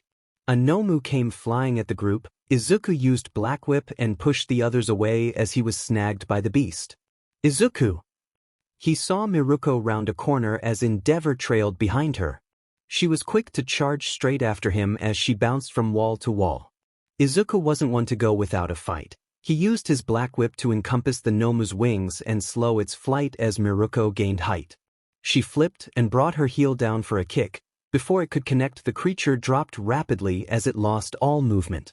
Stain charged from the ground and caught Izuku before he stabbed a hidden blade into the Nomu's brain. He stood and ripped the blade out, killing the beast as he looked at Izuku. You are needed. Izuku felt a chill in his core at the eyes directed towards him. He grew fearful as they turned on Miruko, but he couldn't move. Miruko, you are worthy. A breath of relief left Izuku. But the situation wasn't over. Hero killer! Endeavor shouted as he charged up a blast of fire. Gran Torino got him to stop as Izuku was in the line of fire, but no one moved as Stain marched forward. Endeavor, you fake! Society is overrun with fake heroes and villains who wave their power around idly. They should all be purged. A hero should need no fame or money as payments for their deeds. They are a hero because their actions are just. Come on, you fakes. The only one allowed to kill me is the true hero, All Might. Everyone was rooted to their spots and couldn't move, even Endeavor as the hero killer moved ever forward. Izuku turned as a blur of white shot past. Miruko moved when no other could and landed a kick straight to Stain's ribs. He had clearly passed out from the kick, but even so he stood standing on his feet. The remainder of the night was a complete blur for Izuku as everything was wrapped up. He was still in fine shape physically, but mentally he was still completely shaken. Miruko came and placed a hand on his shoulder after the incident was concluded and led him to the hospital. Despite only having a minor scratch, Izuku was checked in along with Shoto and Tenya to make sure nothing was infected or injured below the surface. He didn't argue and was quickly examined. Once they had run all the tests on him, they wanted he was placed in a room with Tenya and Shoto. Along the way, Miruko had disappeared and he was left questioning where they went from here. The remainder of the night he received little sleep as Tenya and Shoto talked about what they had experienced. Izuku listened and remained silent, but he was ultimately plagued by something much deeper. He had heard every word and ounce of conviction behind Stain's words. He obviously didn't agree with his extreme methods. There was, however, a part of him that he found agreed with what the hero killer defined as a true hero. His methods and ideas had been twisted to the extreme, but Izuku felt sickly connected to him. They both in their own ways idolized the ultimate hero, All Might. That was where Izuku found his dilemma. How could two people both believe so heavily in a person yet their views of how to be like him be so drastically different? Even the ideology was different between the two. Izuku believed it was fine to be a hero for money, for fame. Uraraka had taught him that he believed it wasn't the goal itself, but the purpose behind it that defined a person as just. She wanted to be a hero for money, but in the end it wasn't for her. It was the spurt of helping others that drove her to desire money. They were so different, yet they believed in similar things. Izuku felt sick yet conflicted. Stain had proclaimed both himself and Miruko as worthy but Endeavor a fake. What drove him to define and end people's lives so carelessly? Had he let Tenya's brother live only to spread his name, or because he saw him as someone with potential as well? He had question after question, but no answers. By the time morning rolled around, his sleep had been entirely restless. Once they all woke up, conversation was spread lightly before their doctor came in. Izuku had been cleared, as had Shoto after his wounds were wrapped and declared infection-free. When Tenya's turn came, he was told the worst news amongst them. Nothing had been permanently damaged, but he did serious harm to his arms and his fingers would experience stiffness. The news was met with relative understanding from Tenya. He stated the wound was a way to show his ignorant way of thinking. He declared that until he could become a true hero and live up to the name he'd inherited, he would keep the injury. Before they could converse more, the door was opened and Miruko walked in, followed by Manuel and a large dog person. He wanted to greet Miruko and ask her how she was, but the dog man spoke first and introduced himself as the police chief. Izuku had a feeling of dread, but a look he could see from Miruko told him everything would be fine. Once they had heard out the chief, Izuku was slightly conflicted again. Under normal circumstances, if they were given credit, Tenya and Shoto would have been reprimanded along with Endeavor and Manuel. While not in her presence, Izuku had been given express permission to use his power by Miruko. He had also informed her of the situation and provided contact for support, as he had thought calmly under pressure, neither he nor Miruko would receive punishment. For the police to save face, while also allowing Tenya and Shoto's promising career as heroes to continue, the situation would be swept under the rug and credit given to Miruko. Just because he understood didn't mean the situation sat well with him, but he did understand. Once they all gave their answer and the police chief bowed and gave his personal thanks, Izuku felt the weight lift slightly. He had been cleared and Miruko wanted to use their remaining roughly 4 days to finish his work study. The two of them found themselves sitting beside one another as they silently rode the train back to Miruko's agency. She had informed him that after Gran Torino encountered and fought the Nomu, he had jumped to the same conclusion as Izuku. He believed All for One was back and secretly funding the League of Villains from the shadows. As such, he was teaming up with the police to help an investigation that left the two of them alone. "You haven't said much. Everything okay? I know you have encountered villains before, but even I was shaken slightly by that." Miruko lightly grabbed his head and brought it to her shoulder. Normally he would have been flustered, but truthfully he was glad for the human contact. After everything that happened, he enjoyed the simple and kind warmth of another person. "I'm conflicted a bit. I don't think he was right, but I also can't help but think he wasn't wrong. Something about him was different, but I can't stop thoughts of what he said. This is something I believe I have to solve for myself, and the answer I get will shape the hero I'll become." He was afraid of what Miruko might think of his words, but she said nothing. A hand reached up and lightly ruffled his hair before she leaned her head on top of his. Izuku never would have believed she would do that, let alone in public, but when he looked up, the train was empty aside from them. Most people were still reeling from the attack on Hosu, and as such the train was void of passengers. He took the situation for what it was and leaned into the comforting moment. Before he could think more, he suddenly sat straight up as lightning surged through him. Miruko's head slipped from on top of him and landed on his legs with a small thud. Izuku wanted to freak out, but when he noticed bags under her eyes and heard a small, almost snore coming from her, he calmed down. She must have gotten very little to no sleep because of yesterday's events. Izuku smiled lightly and was glad again that he had made the decision to study under such a great hero. He found his hand unconsciously petting her head as his fingers stroked her hair. Miruko sighed in her sleep and curled into his warmth as her face snuggled into his chest. Despite his efforts to remain calm, Izuku was cherry red. Her hair was incredibly soft, and he felt his stress leaving him as he carded his hands through it. Time was eventually lost to him before the train called out that their stop had arrived. Lightly he shook her shoulder to try and wake her, but he was unsuccessful. Knowing they couldn't miss their stop, he sat up without disturbing her rest. "Please forgive me, Miruko." He reached down and a hand was placed underneath her knees and another on her upper back. Izuku knew Miruko was 5 feet 2 inches, nearly 5 feet 3 inches. As such, he estimated her weight with her muscle mass to be between 115 and 125 pounds. But she felt light as a feather as he lifted her. The walk to her agency was rather short and it was still early. He breathed a sigh of relief as no one had seen him carry Miruko to her office. He opened her door and noticed that Miruko's room was rather plain, all things considered.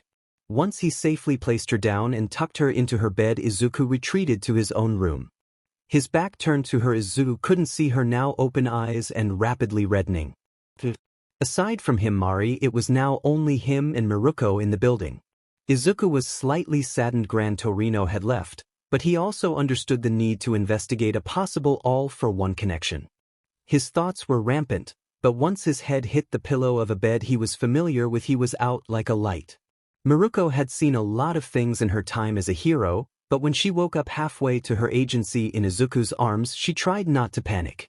Afraid of being dropped, but also embarrassed to have fallen asleep with no recollection of when, she tried not to move a muscle. Once she calmed and realized Izuku wasn't looking at her, but rather around them, she took a minute to appreciate the situation. She didn't feel weak, but being in his arms was a nice feeling. Miruko was so used to others relying on her strength when around her, it was a pleasant change for once to her. The feeling of his admittedly buff and defined arms wrapped around her was warm and comforting. Pretending as though she was asleep the entire time, Miruko enjoyed the feeling as they approached her agency. When he placed her down in her bed, a strange feeling overtook her. Izuku pulled up her covers and tucked her into the bed, but she was strangely driven to reach or call out to Izuku and see what he would do. By the time the thought had passed through Rumi, her face was a soft red as her eyes opened and she watched Izuku walk out. Left alone with her thoughts and embarrassment, she buried her head into her pillow and sleep was quick to claim her. Once she woke, Miruko noticed several hours had passed and it was nearing lunch. She got up and was quick to remove her sweat and dirt-covered costume, which left her in undergarments. Knowing she needed a bath to not only wake up but also clean all the grime off, she headed to the bath area and noticed the sign was flipped. She went to knock on the door before it suddenly opened, and her hand posed to knock landed on Izuku's chest. He was mostly dry, but rivulets of water fell from his hair and trailed his body. She had seen brief glimpses here and there, but clad in only a towel wrapped around his waist, Rumi was given a full up-close view of how defined Izuku was. The view was incredibly well received as she felt the heat and muscles tensing beneath her hand on his chest. Before she could say anything or remove her hand, she suddenly found it touch air as Izuku moved back and closed the door separating them. She held it back well, but her chest ached at the ooze of heat beneath her hand, and a red hue rose to her cheeks. A look down reminded her she was clad in a bra and panties. She was once more questioning her womanly charm as she had noticed no fluster to Izuku. "Sorry about that, I flipped the sign, but after the events of yesterday I forgot to bring in a change of clothes. I'm going to quickly pass by to my room and grab some clothes, then I'll make lunch for us." She noticed his tone was level and calm, which made her again question her charm and why it mattered to her. With a quick acknowledgement to him, she stepped out of the way and watched him pass by to his room. His figure was appreciated again as she stepped into the bath area and saw small droplets of blood on the floor. She hadn't seen any injuries on Izuku, and the hospital had cleared him, so she put her worry aside to bathe and clean herself. The blood and brains from her kicks had clung to her rabbit boots. She decided they would be burned as warm water soothed her skin.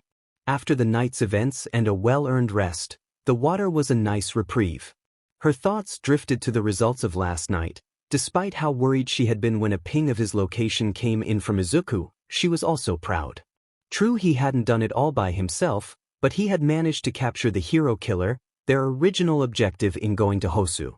The credit had been given to her, but she also knew the truth and was incredibly proud. Normally, she would never take credit for another's work, but she also understood the necessity of protecting Izuku's friends. As the police chief had said, Izuku was protected because she had given him permission to fight, but his friends hadn't. She also knew Izuku wouldn't let his friends take the fall just so he could have glory. In the back of her mind, soothed by the calming water, however, there was a rouge thought. How far would she go to protect Izuku? The reluctant work-study application had turned into a person she genuinely cared about. The moment she had seen him in danger when the Nomu grabbed him, she had dashed in to save him without thought. She was scarred by the thought, because of what it could imply. She knew a growing fondness was between them, but she feared how far it may go. Clean and well-rested, she placed the thought aside and dressed herself in cloths prepared for the rest of the day's training. Much of the fourth day had been lost to her, but with Gran Torino gone, she had the remainder of the night and 3 days of the work-study left with Izuku. Warmth bubbled up in her chest at the thought, and she reveled in it. He had already learned a lot from her, but she would settle for nothing less than the best. When she entered the kitchen, she noticed Izuku was rather quiet and subdued. Normally he would ask her questions, or talk about training. She remembered their short conversation from the train and wondered if it was still plaguing him. In her heart she knew he was right though. He would need to overcome these thoughts and make his own decision. It was less common in the age they found themselves in, but he had encountered a villain with conviction. No, she couldn't just give him the answers. It might be easier, but he wouldn't be able to strengthen his own beliefs and resolve. The meal was passed in a silence that bothered her. A vein twitched lightly on her forehead and her foot was thumping under the table rapidly. Before she could burst from the unending silence, Izuku stood from the table and washed his dishes in the sink. Anger was slightly under the surface as she believed he was ignoring her, but when he turned to her it disappeared. His eyes stared her down, and his back was straight. She found the sight sent a shiver down her back. In that moment, the absolute confidence and assured belief in his next words made her see him as quite handsome. Izuku bent at a near 90 degrees as he bowed to her. "I've decided, you were right, I do need to be confident in my decisions and stop holding myself back. The hero killer made me realize what I was lacking. What he had, resolve and conviction. He was right about the current state of things. We do need a higher standard of heroes, but the way he went about it was wrong. That's why, as one of the best heroes I know, please, teach me everything you know." His eyes alight with fire sent a shiver through her. Miruko's chest ached and a pleasant warmth settled in her core. She was staring at a new person, and deep down she knew he would change the world. Part of her wished she would see it from along his side. His 3 remaining days of study and training under Miruko had been utter hell on Izuku, but he wanted it no other way. Every time she knocked him down he stood back up and asked for more. He always said he needed to work twice as hard as others. She pushed him to his limits again and again, but it was up to Izuku to break past them. After his fight with the hero killer, Izuku knew he couldn't remain the same. The faster he mastered his powers and became as strong as possible, the more he would be able to change what was wrong. His progress had exploded after he pushed himself beyond what he thought he could do. His only limits were himself. Black Whip was the size of a regular rope and caused him no pain if he focused on the control. If he pushed it, he could roughly double its thickness. He mainly used it as a support to grab things or increase his mobility, but it was incredibly versatile, and he tried more every day. Despite his best efforts and tips left by Gran Torino, he had made no progress on getting Float to activate for him. Izuku believed it could provide unequal help in all aspects of being a hero, but he couldn't make it activate. Everything he tried ended in failure. He had held his breath, jumped lightly, and tried to halt his progress. He had even under Miruko's supervision jumped off the roof to try and force activate it. At the end he had caught himself with Black Whip before anything happened. It frustrated him to no end, but he also knew doing too much could hinder him.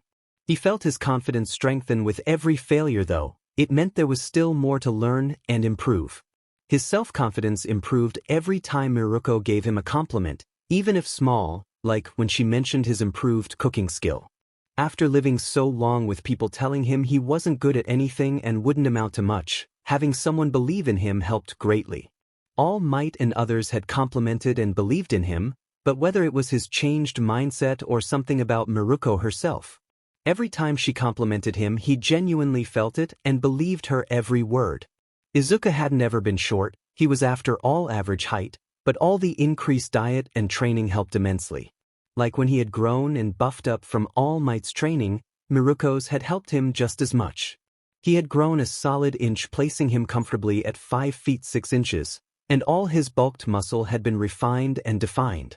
His strength had defiantly increased, along with his other base abilities. Miruko had made sure of that. But his muscles had gained their shape. All Might had made his body able to handle one for all by bulking it up as fast as possible. Miruko had taken what was there and chiseled it down. She had likened him to the old myth of Greek gods. He was large but incredibly defined.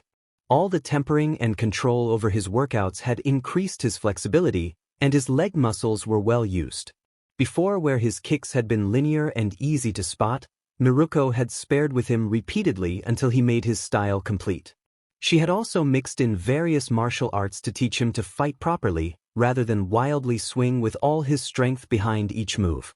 He had managed to increase his control over One for All to a constant 10%. He could briefly power up to either 15 or 20% for various moves without breaking his body. The increased power allowed him to fire small air bullets from his flicks and kicks. Miruko had stated she was proud of his progress. Izuku realized something with greater clarity every time his confidence increased. He had feelings for Miruko. He wouldn't go as far as love, but he had no idea what to do with the realization. Several different thoughts had passed through him. The first was the difference in their age. He had gotten past that rather quick. The next one was what his mother or All Might would say. From there the reality of their positions came into question, and he wondered what the world would think. What would happen if the number 7 pro hero started dating a high school UA hero in training?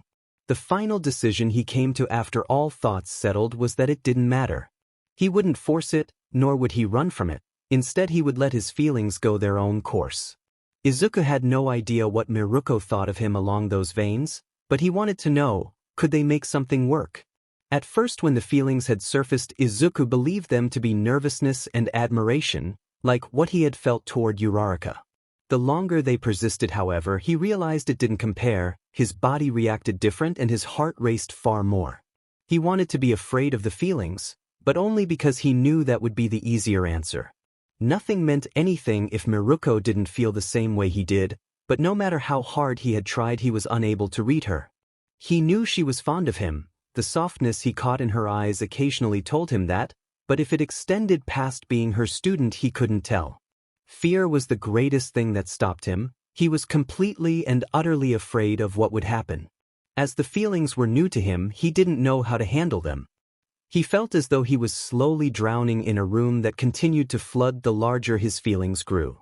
The harder he tried to set them aside or pretend they didn't exist, the worse he felt the pain in his chest when Miruko did something that endeared her to him.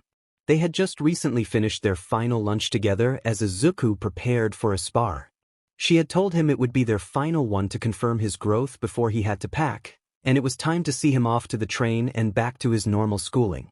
Izuku pumped himself up as much as he could, but he also felt a sadness settle in. Together they met in the training room and then began exchanging blows quickly without warning. He knew Miruko was keeping her level on par with him and could easily best him, but the spar was still going well in his opinion. She had defeated him every time, and he was determined to surprise her in some way at least once. Punches and kicks were traded in rapid succession. A brief lapse had been created and Izuku capitalized. He found his hands placed firmly on the ground, supporting his weight as they entrapped Miruko's head between them. Their chests pressed against one another as Miruko was on her back facing the ceiling. Izuku had her pinned beneath him on the floor and only a foot separated their lips. Miruko. Many other words wanted to cross his lips, but all he had managed was her name as they stared one another down. Neither moved as their bodies generated heat squished together. He was afraid to move or do anything. Izuku tried to read her eyes for any answer for what he really wanted to do, but they were blank. As though he was a snail, Izuku moved down and intended to press their lips together in a tender kiss. "Call me Rumi." Her head was placed on his shoulder and her arms encompassed his upper back as she brought him into a hug. Izuku felt his world split into two very different directions. On one hand, he felt they had moved forward and could be on a first-name basis.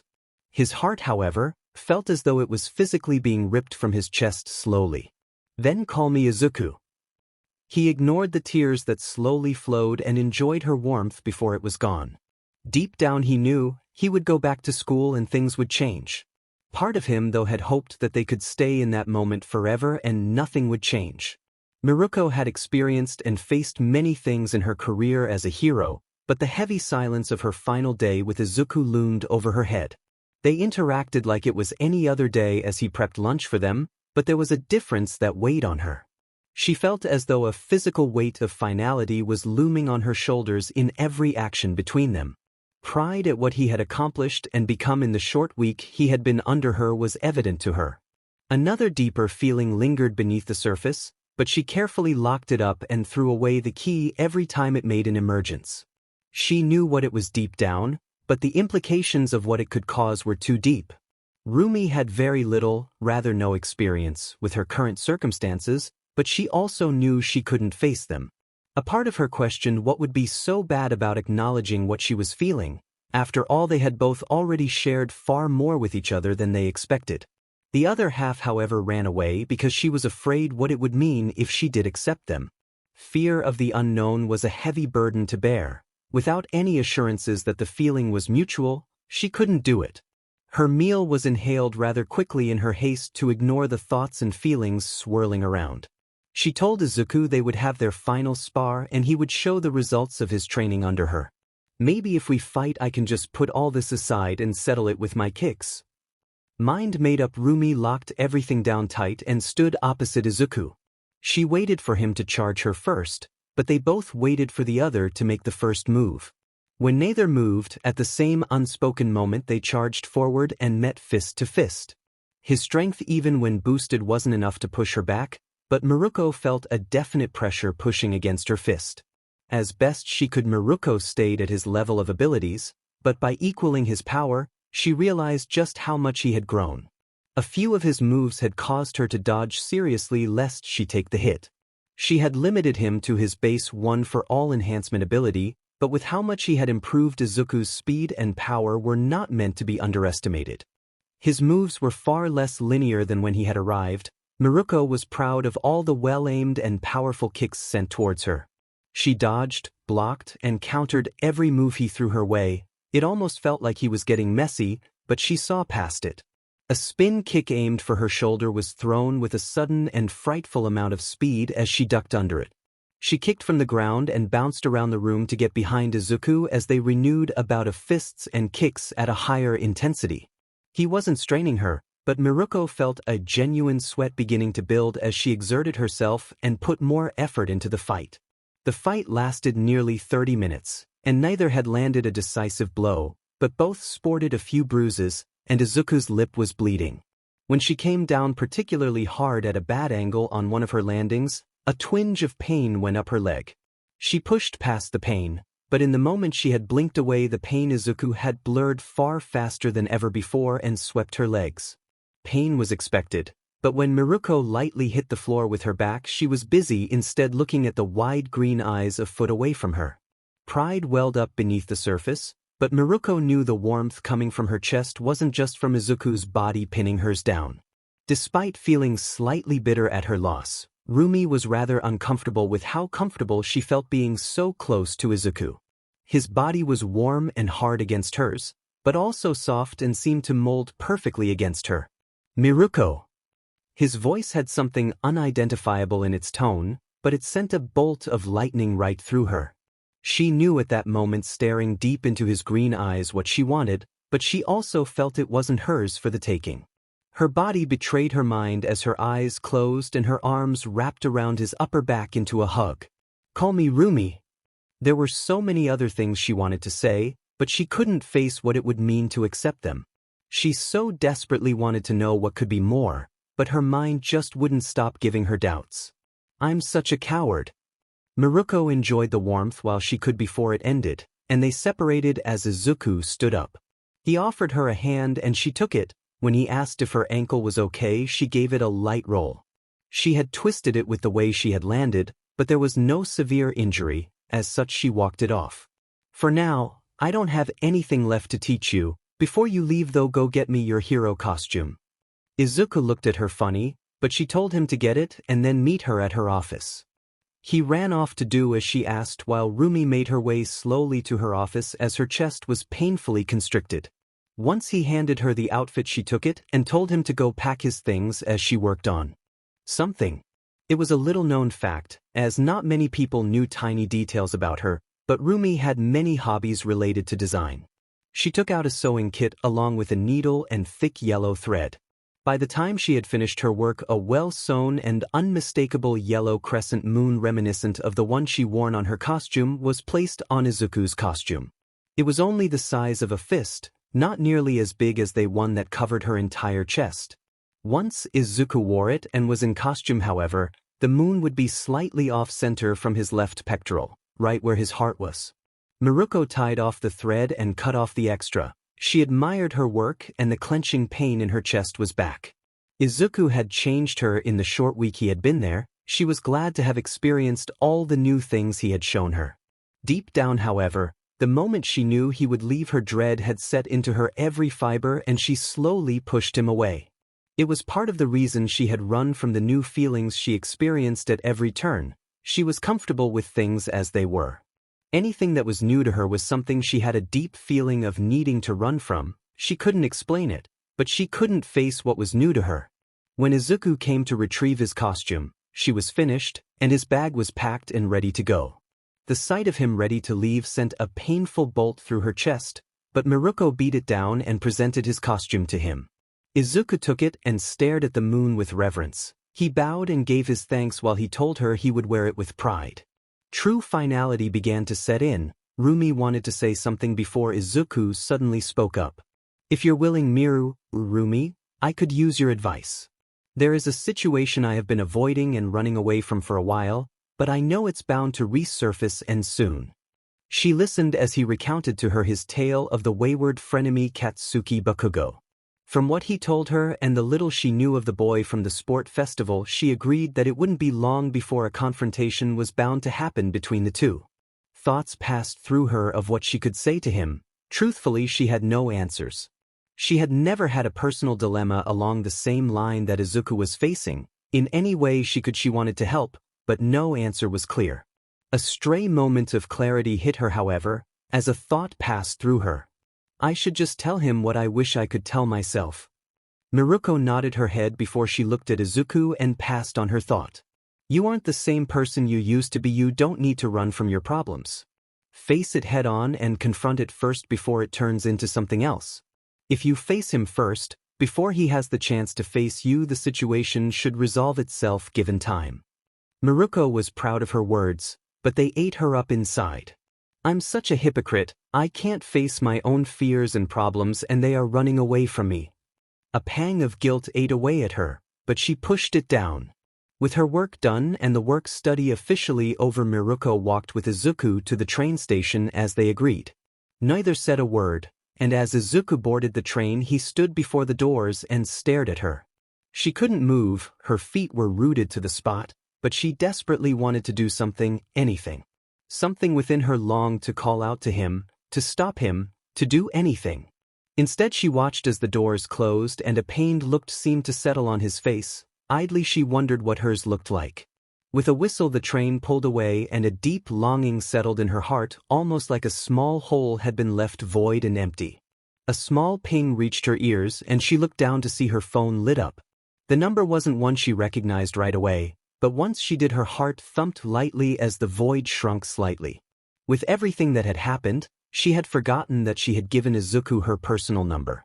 I hope we keep in contact and thank you for the work study. It was far more than I could have ever hoped for and I can't express how grateful I am for everything you did for me.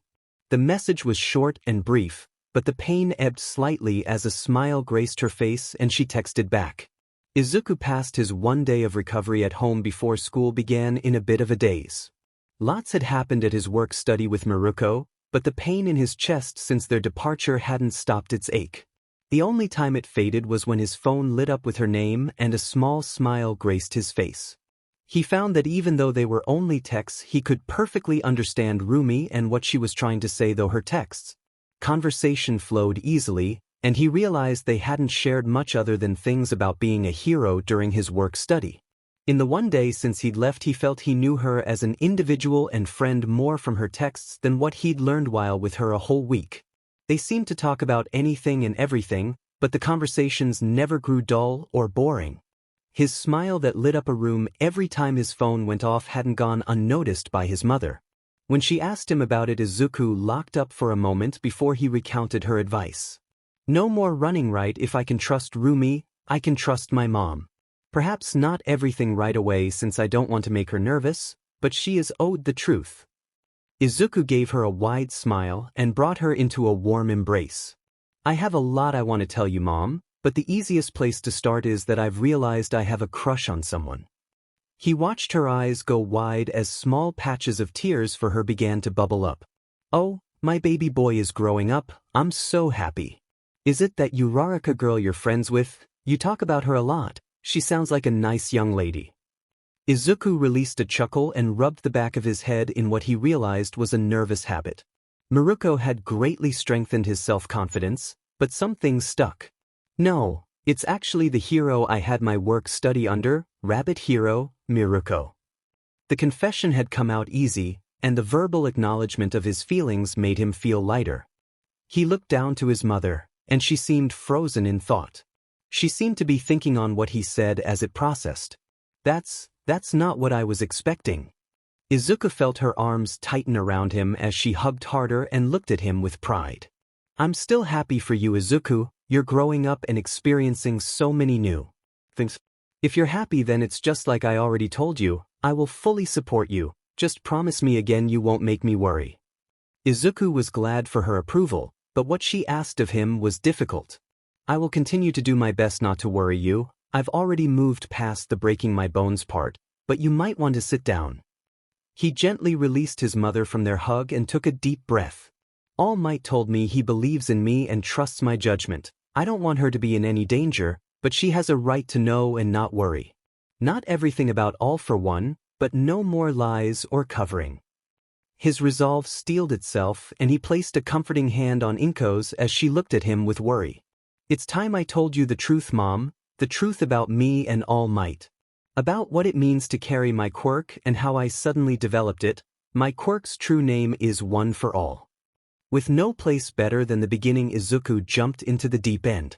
Inko had lots of questions for Izuku, but despite how he believed she would react, she had remained mostly silent and listened. When things she didn't understand surfaced, she would pause briefly, and he would answer her. After everything was over, she had stayed silent before a teary smile spread deep over her face. "I'm worried and nervous, but you must be incredibly happy. Your #1 idol believed in you and even gave you his power. I'll always worry, that's a mother's job, but I meant what I said. With everything I have I will support you, and you chase your dream, Izuku." He had broken into tears along with his mother, and they had shared a long-needed hug. She had brought up old wounds from the past when she tried to apologize for the words she had said so long ago. Izuku only told her he had long forgiven her and hugged tighter as the distance between them for so long over his quirklessness was finally closed. Together they had made dinner as Izuku asked her to teach him a few of her recipes. He had grown rather fond of the skill after Miruko had him cook all the meals, and he was eager to learn more. After they had passed dinner and washed all dishes, Izuku lifted some weights and exercised his muscles as he pondered how he would confront Katsuki tomorrow. His phone buzzed from his side. When he saw Rumi's name pop up, a smile came to him as he looked to see her message. It was short and brief, but it sent a feeling of dread coursing through him as he remembered the incident when the hero killer ingested his blood. "You mentioned the ability of your quirk to be passed on. Is it only by choice? What if I stole some of your DNA and ate it? Would OFA transfer to me?" The question hit him hard, and he found himself standing straight as he wrung All Might without a thought. "It's a bit late, young Midoriya is something." His words were cut off as Izuku spoke raid fire.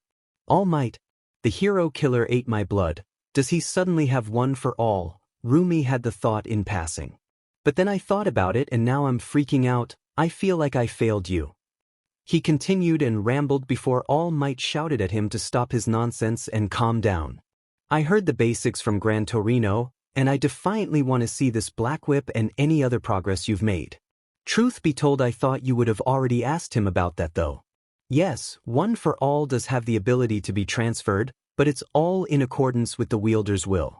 The simple version, if you will, is that One for All can be forcefully given to another, but it cannot be forcefully taken. That's why it's the ultimate weapon against All for One. He went a bit deeper for Izuku on the matter.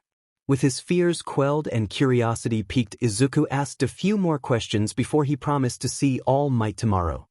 His crisis averted, Izuku shot a quick answer to Rumi before he told her he would talk again tomorrow and was headed for his bed to get sleep. He woke with slight trepidation for the day to come, but Miruko had gifted him with her words and confidence. His train ride to school was still filled with people that recognized him from the festival, and it brought a small smile to his face. Even if it was only a few people here and there, it was nice to feel some recognition for his efforts and work. He passed several students on his way to class, but he was still rather early. Some of his fellow students greeted him, and others watched as he walked by, as though they could feel a difference in him from the festival. He saw Shinso in a hallway and tossed him a friendly smile that was reciprocated with a small smile and nod of acknowledgement. Finally, his class door came into view and the feeling of hesitation came back. He opened the door and a few of his classmates were already there. Most discussion was about the work studies, but they all looked at him when he entered the door. Normally he would have shrunk a bit, but he was no longer his old self. Kirishima and Kaminari were making fun of Bakugo's hair, and Tenya and Shoto were together in the back.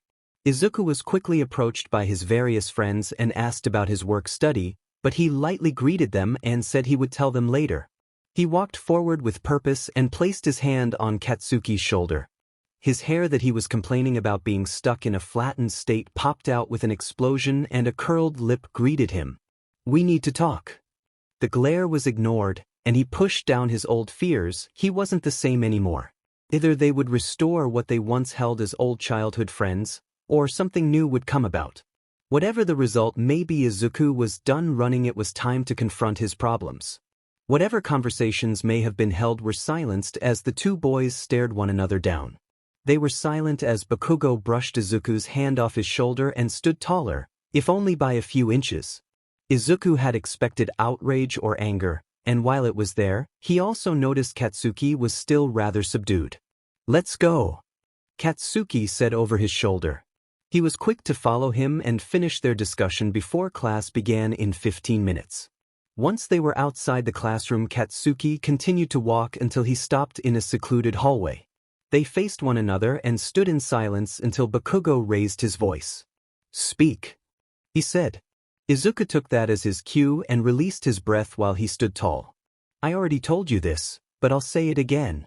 Everything I said about not competing with you, I take it back. I'm done hiding in your shadow and cowering. We are both aiming to be the best hero. From now on we are equals and rivals. I'll defeat you with my power." The anger he expected was finally there in full force. "Damn it, you stupid nerd, you were a pebble on my path. How the hell am I supposed to destroy you when you already won?" Izuku looked in shock at that. "Kaken, what are you?" He was interrupted. "Shut up. Sheet, where did I go wrong? The best hero is never supposed to lose, he always wins. So how did I lose to you, you didn't, Deku?" A deep breath passed through Izuku.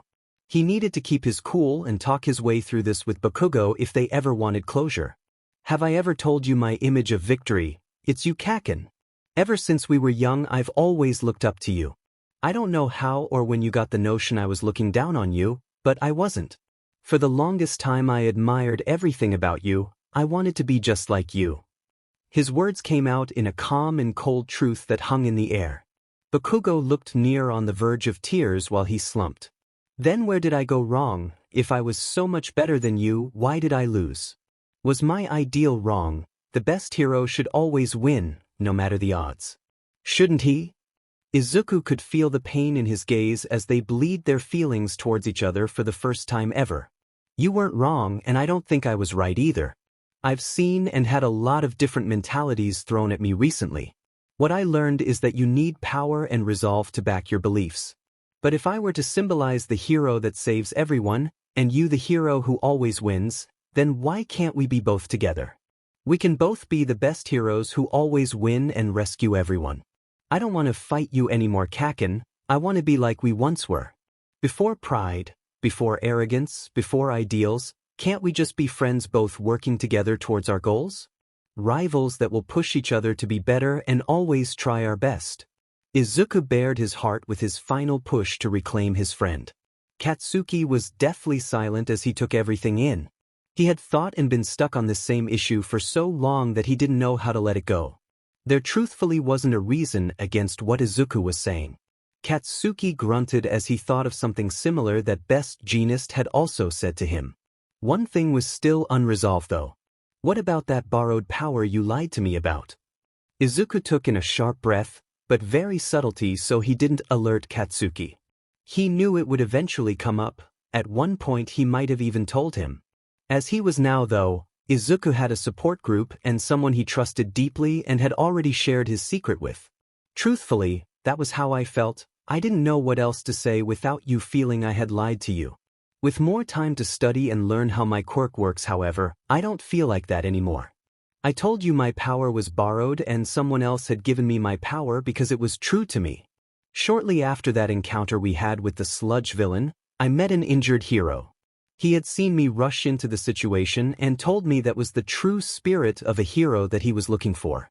As a retired hero, he had been delegated as a personal trainer. When I told him of my dream to enter UA despite being quirkless, he was inspired. With his knowledge, he trained me to be as physically able to handle the exam as I could be. It was during that time that my quirk awakened. The doctors believed I was quirkless, but I wasn't. Since I had never heavily worked out before, my body wasn't strong enough to handle my quirk. It was protecting itself. Once my quirk awakened, I initially thought it was a strength enhancer, so I fired it off at full power all the time and broke my bones. Now that I've had time to work with it, though, I've learned what it really is. My body produces an energy that I can direct to interact with my body in diverse ways. Truthfully, I am blessed. What is only one quirk seems like many because of its unique ability. I didn't believe I was worthy of that power and felt like it had been given to me by my trainer. You've had your whole life to learn what I'm just now putting into practice. So, I'll continue to grow and get stronger. I'd like to do that with my friend at my side. Can we go back to how things used to be kaken? Can we be friends again? Izuku knew the story wasn't the full truth, but enough was blended in to come off as earnest. The last bit would also allow him to cover his other quirks granted from One for All. After all this time you can at least pronounce my name properly, can't you, Izuku? It was a short sentence, but it held so much weight behind it. He grinned as Bakugo slowly raised his fist and held it out to Izuku with a small smile on his face. The gesture was reciprocated and Izuku lightly bumped fists with him as they grinned at one another. "It's nice to have my friend back, Katsuki," he said. Bakugo grunted as he smirked and headed back to the classroom, throwing insults back at him. The weight and snark they used to hold was gone though. Instead it was the light banter of two old friends messing with one another as they went about teasing one another. Their classroom came up quick as they entered together with similes on their faces. The other students were utterly stunned and didn't know how to react as they entered. Izuku headed toward his seat with a wide smile as he listened to them speak in what they thought was whispers. What happened to them? He noticed that came from Jiro as she talked to Momo. Uraraka gave a light fist pump as her eyes heated up. The fated battle of rivals. Azui looked at her with an inquisitive head tilt. But they aren't fighting anymore, Achiko. Her point seemed to be ignored. The fated battle of rivals. The class continued their conversations as Izuku made his way to talk with Tenya and Shoto before the class began. Both greeted him with a small smile as they talked in whispers about their battle. "I wanted to tell you both the good news once we were back.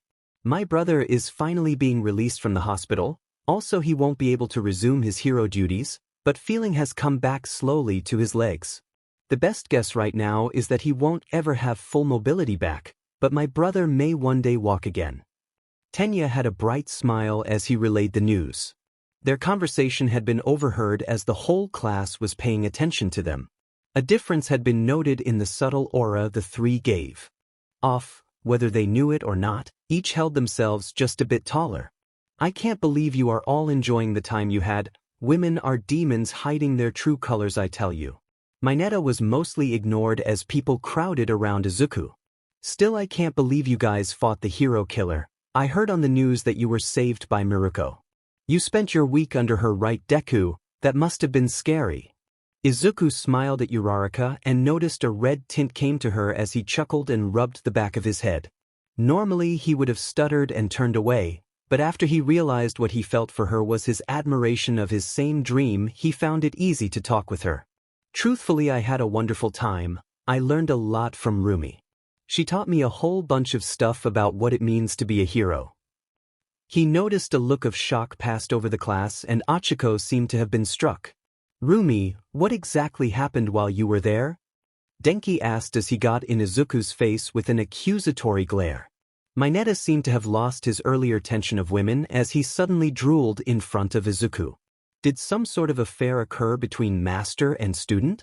Were her melons huge? I bet she ruined you. Normal girls just won't do it anymore, will they? You need to have a mature woman. You demon player, I bet.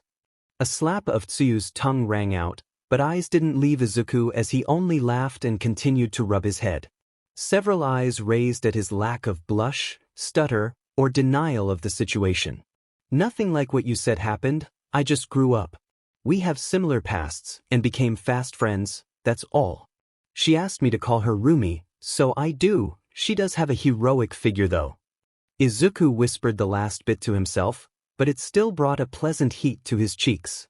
The continued grilling of the different work studies would have continued, but the door slid open and they all rushed to their seats as Aizawa entered. Class proceeded quickly as Aizawa directed the class on what their new goals would be as finals were approaching. His section of the day passed quickly as Izuku took notes and thought over the progress he'd made. Rumi's advice had pointed him in the right direction. It was slow right now, but he had restored his friendship with Katsuki. The rapid pace continued as Izuku grabbed his costume as he and the class had been told. Once they were dressed, they were to head over to Ground Beta for a special hero class with All Might. After everyone was dressed and a quick bus ride filled with idle chat, they arrived at the grounds. Izuku noticed that his class was giving him odd looks whenever he answered them and conversed, but he put it to the side. With All Might before him, Izuku noticed for the first time that his admiration was still there, but it felt less clouded. He felt as though he was seeing All Might for the first time not as the unreachable symbol of peace, but his mentor and teacher. All Might gave them a rundown on the exercise they would be facing as their first test back from the work studies. He along with 4 others would start at equal distances apart and race towards the center of the arena. Their goal was to rescue a distressed citizen in the form of All Might. While he got into his position, he briefly heard the rest of the class talking about who would win. It's got to be Zero, he's got the best quirk and mobility for the exercise. They debated back and forth as the race was almost ready. What about Mina and Ojiro? You can't count out the mobility of their quirks either. Ida is an excellent choice too, but he's still injured, right? As the conversation heated up, Katsuki had a sudden urge to defend Izuku after so long of putting him down. Don't count Izuku out, he said. He had a major development with his quirk. The other students and even Aizawa turned at that interested. Normally Aizawa would have left the class alone to All Might and reviewed the footage later. As the finals were coming up and they were fresh back from work studies, he wanted to see their progress with his own eyes. Everyone had a question on the tip of their tongue they wanted to ask. Regardless of what they wanted to ask, however, Katsuki didn't know more as that was all Izuku had told him. Before the questions could start, though, a loud siren-like noise rang out as All Might called over the speakers. Start! They all turned to the monitor with interest for what would be displayed. Unless the situation calls for it, I should try to keep Black Whip under wraps. At the same time though, the definition I gave to Katsuki for my quirk works in my favor. I should get used to using everything I have at my disposal while around my allies. Start at 5% and adjust to the situation. Plan in mind, Izuku shot up towards the roofs of the buildings the second the signal was given. He shot himself off various surfaces and bounced to the roofs while observing his surroundings. There were lots of slippery surfaces and small pipes he could easily lose footing on, but he had practiced with Rumi about how to best maneuver around. Seeing nothing that he deemed an obstacle, Izuku raised his power to 10% as green electricity surged up. He shot off at double his speed, well increasing the fair lead he already had. As he looked around to determine where All Might and thus the goal where they came into sight, Izuku saw a pipe in front of him angled just right for his plan and purposely slipped off it. With his angle and speed from falling calculated, he attached Black Whip to the pipe and slingshot himself straight to the finish. As he landed, he went to reach for the goal before he stopped. When he looked around, he noticed All Might was inside a pseudo cube that appeared to be made of glass. Around Izuku's feet, he noticed 5 separate small indents that looked like pressure plates. He moved away from the glass and stepped onto the plate. As he did, a small green light flashed around it. Understanding the general concept behind what was happening, he stood his place on the plate and awaited his fellow classmates' arrival. When they showed up one by one, they first shot him questions one after another before he directed them to step on a plate of their own and wait. After everyone arrived and all plates were stepped on, the glass around All Might let out a sound and dropped open around all of them. Well done, heroes, this is a good lesson. It's true you must each grow and use your own strengths. But don't forget, true heroes work with those around them to complete a common goal. Might smirked and gave a thumbs up to his students and told them to rest while he called the next set. With the others gone, he whispered under his breath to Izuku. Hardly recognized you there, young Midoriya. Keep up the excellent work, I can see you are progressing fast. Izuku took the words with pride as he walked off with his classmates. They bombarded him with questions, but he was happy to answer. The weight he used to feel around them lifted and they were all on equal footing as hero hopefuls. He always placed more weight on his shoulders than he realized, but with his increased confidence it lifted more with each day. The class was finished in rapid fashion and Izuku returned to his homeroom as he went over his new abilities. They were all wildly impressed with his change in demeanor as well as his growth. Mineta made another comment that was ignored, but his words did put the focus on the in plain view crescent moon proudly displayed on Izuku's chest. He took immense pride in the symbol he was granted to wear and ran a hand over it. With the day mostly over and classes finished, Aizawa told them to study for all the finals tests they would receive. They discussed amongst each other about what subjects they were ahead on and which one others needed help on. Momo offered a group study to help those who wanted her help. Izuku quickly interjected and asked if she had enough room to host the whole class. She broke into a delighted cheer and held her fists in front of her chest as she exclaimed that she did. Izuku then suggested they could hold a class-wide study session and any questions that individuals had could be answered in groups. That would allow everyone to work together, but also break into groups based on the subject they would need help with. Everyone agreed to the idea despite a few grumbles from Bakugo. With everyone in agreement together, various days and times were set to meet at Momo's house for their study sessions. Having a different outlook from his battle with the hero killer offered Izuku a clearer vision of his classmates. Not counting Mineta since he didn't really understand him, Izuku could tell they were all on their way to being great heroes. Each of them, however, himself included, had things they needed to work on. The only one he could try and help at the given time that he noticed was Momo. Despite her large intelligence, he had noticed her confidence from the beginning of the year had dropped. Nizu silently sat in his office as he watched the footage from Class 1A's hero training. He was glad to see the improvement even if gradual in all the students, but his eyes focused on Izuku. Slightly mad cackles escaped from him as he drank some tea and watched the clip finish off. I withheld all the offers from the sports festival for Izuku since I believed Gran Torino would reach out, and he did. But to think he would also receive an offer from Miruko, I didn't expect that. Seems it was an excellent choice to send her offer though, he has vastly improved in the small amount of time he was with her. Nizu chuckled silently to himself. He lightly closed the laptop playing the footage and looked back to the papers on his desk.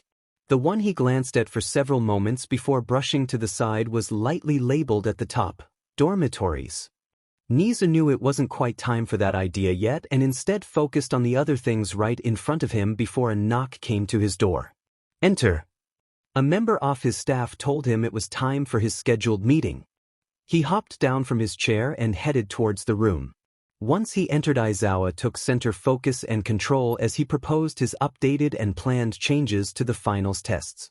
Nizu agreed that with the villains becoming more focused and bold, a change was needed. Miruko felt her days were passing quickly in a tunneled void. She thought once Izuku left, things would finally go back to normal, and they had. Only she wasn't the same anymore even if her days were. Her chest ached every time she thought of him and it only lessened when she sent or received texts from him. The days were a blur, because she realized that with Izuku gone she had seemingly become numb to everything around her. It didn't interfere with her work, but she found it harder to smile honestly as Himari had pointed out to her. She found herself once more slipping fully back into the persona of Miruko, the rough and tough hero. That was her, but deep down it also wasn't. With Izuku gone, she found that she wanted to do more things she would normally consider girly. Before she hadn't put much overall thought into her outward appearance, but she had found herself wondering what she would look like in a dress. Each time a thought came up though she realized that it was a question she wanted Izuku's answer to. Yes, she was curious if she would look good in a dress, but she was more interested in whether Izuku would think she looked good. Every time one of those thoughts passed her, she would grow a tint of red to her cheeks and her chest would clench.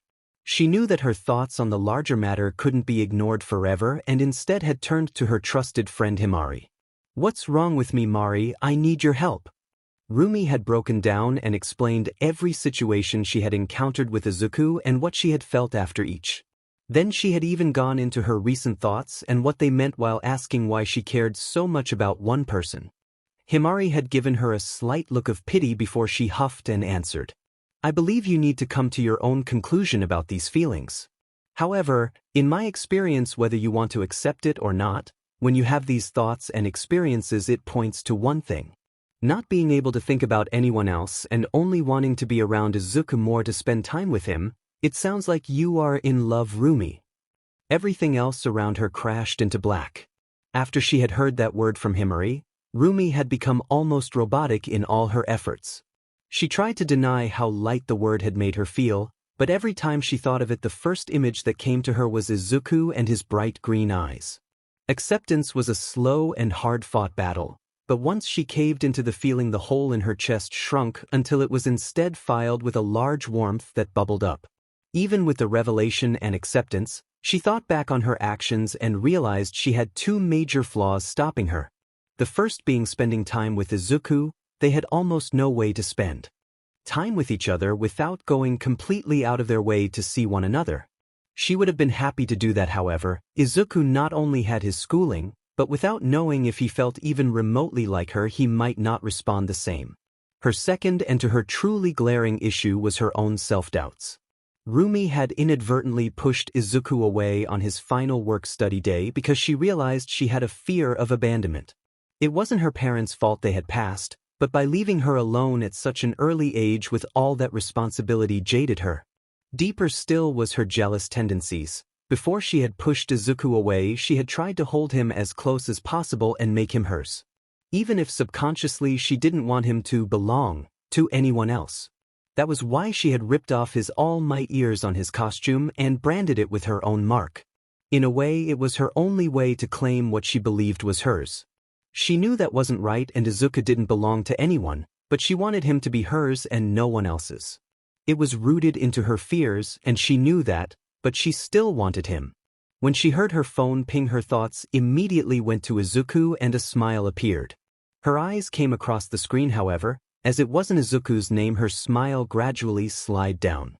She opened and read the message as an eyebrow raised. By the time she finished, a smile was back on her face, but it was also filled with anticipation. This time for sure I won't hold back. A large and happy smile came as she held her chest and awaited her coming future. Nizu was impressed with how well Aizawa and Vlad had watched their students and followed their growth. He agreed with the pairs and teachers that would best fit each pair. The meeting passed quickly for him as he analyzed each possible scenario and the best location for each pair to face their trial. When it finally came to an end, he made to head for his office before All Might called out to him. Having something that he wished to discuss with Nizu, he asked to have a minute of his time. He agreed and told All Might to follow him to his office. They arrived quickly and he offered a cup of tea as he asked All Might again how he was adjusting to being a teacher. I'm sure you must have been quite proud of Izuku. I watched his footage. Though I must admit I wanted to speak with you as well. We both know what One for All does. Does Midoriya actually possess another quirk? He asked his question with positive glee in anticipation. All Might went on to then describe what he had learned from Izuku in their few brief conversations. Nizu took it all in and let his quirk calmly sort all the information and create several hypotheses. After a few moments he nodded his head in silent thought. It is a one-of-a-kind quirk. I suppose I shouldn't be surprised that it's evolving after such an amount of time and power has passed through it. He mumbled lightly before mad cackles again came loose as he thought of all the possibilities. You mentioned you've started compiling a book of the previous users. If I can help I will. However, Izuku has already used this new ability, Black Whip was it? He used the ability in full display of his class. Has he prepared an adequate cover for their questions? All Might reiterated what Izuku had said, and the mouse, bear, dog, agreed it was a solid diversion. Enough truth was blended with falsehood to cover him. Initially you came here for something else, didn't you? What can I be of assistance in All Might? Nizu posed his question and All Might took a breath. I wanted to share with you what Izuku shared with me. The circle of people who know about One for All has increased by 2. He didn't mention anything of All for One to his mother, but he did share his quirk origin with her. All Might coughed lightly and wiped away the slight blood that came up. Nizu offered more tea as he gratefully drank it. The real reason I came here though, I definitely trust Izuku and it's his secret to share now. What you should know, however, is that he shared our secret together, everything about One for All and my injury with his work-study hero. Rumi Usajiyama, better known as Rabbit Hero. Miruko knows everything of One for All. Nizu took a small sip of his tea as he processed that news. Certainly, I believed it would be interesting for him to study under Miruko. I never believed he would take the offer though. Neither did I believe she would send one. Truly a unique situation I have found myself in. I'm always pleased to know things can still surprise me in this world, foo-foo. This could very well play into the worries that have been rising recently. My oh my, so many interesting ideas are coming to me with this development. I have so many fun schemes that could be played out to a T. Nizu broke into full cackles as he went into overdrive with thoughts of several ways he could use the information. After he calmed down and verified All Might needed nothing else, he dismissed him to be on his way to prep for the next day's classes. He thumbed through some old documents he had already filed away for the sports festival and retrieved the one he was looking for. Once he had it, a gleam came to his eyes and he took out his phone. The message he wanted was quickly typed and sent away as he chuckled to himself. 2 weeks passed almost in a blink for Izuku, but he was rather distraught. He looked down at his hands and was disappointed by how slow his growth had been. In truth, he understood he had been in a critical growth period when developing his quirk with Miruko. After all, he had just begun to understand how One for All worked, even though an entire 2 weeks had passed. In double the amount of time he'd had with Miruko, Izuku had made almost no progress. He kept up his skills and worked on innovative ideas and moves, but he had seemed to stagnate. Whether it was because he didn't have anyone like Miruko to push his abilities as she had or something else, he felt upset by his growth. Time was his friend, he was only 16 after all, but it was also his enemy. All Might had pulled him aside during the build-up to the finals and told him his time limit had dropped to around 45 minutes. The reality of what it meant to hold his quirk became more apparent every day. The hero All Might was nearing the end of his career, deeper though it meant that he was closer to having his own confrontation with All for One. Izuku was beginning to understand just how deep that rabbit hole really went. A man who had lived through the impossible for over a century. The great evil that hid in the shadows, and the torchbearers destined to fight him. It was a weight that was crushing upon Izuku's back, but he still stood tall. Even so, the reality of what it meant was becoming more apparent. His conversations over the phone with Rumi were what helped him the most to stay focused. They shared almost everything now, and it surprised him just how easily he told her things and trusted her. It didn't take any effort and felt so natural to just share everything. The fact that she in turn did the same brought him warmth. And to his shame, his feelings for her had only grown stronger. Izuku didn't think they would go away just because some distance had been placed between the two. He had hoped they would lessen and not bother him though. Instead they had grown, and she occupied his every vacant thought. As he looked at the large assembly of heroes and teachers, however, he placed his thoughts of her aside. They had gained knowledge beforehand about the exams from Class 1B and the ever-cheerful Itsuka, but that had instead only made Izuku question the presence of all the teachers. Over the 2 weeks they had spent as a class during the study sessions, Izuku had also suggested they practice their quirks and teamwork together. As it was privately owned property and Momo had more than enough space, they had group quirk sessions too. Izuku finally had his chance to truly nerd out with the rest of his class over their abilities. With his increased confidence, Izuku had jumped right into various weaknesses, strengths, and applications for all his classmates. The sessions helped to bring the class together better, but also increase their abilities and dynamic. Behind that, it had also allowed Izuku to really grasp his classmates. All the time they spent together outside of class let them be their true selves. As such, they all grew closer as friends. Before, they had already made their own small groups of people that clicked together. Those were still present as some people got along better with others, but they had together moved their relationships as friends and a group forward. Izuku had noticed a few things, however, like how Momo had slowly gotten her confidence back in small doses. When he had asked her about it discreetly when they were separated from the others during a session, she had slightly broken down. She rambled much like he did about her weakness and doubts while comparing herself to Shoto.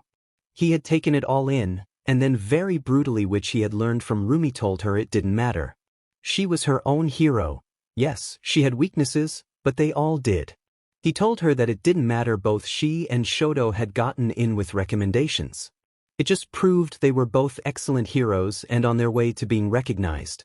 After he told her to just be the best hero she could be, Momo had wiped her tears and fiercely hugged him. At that point the rest of class had seen, and an interesting rumor briefly popped up.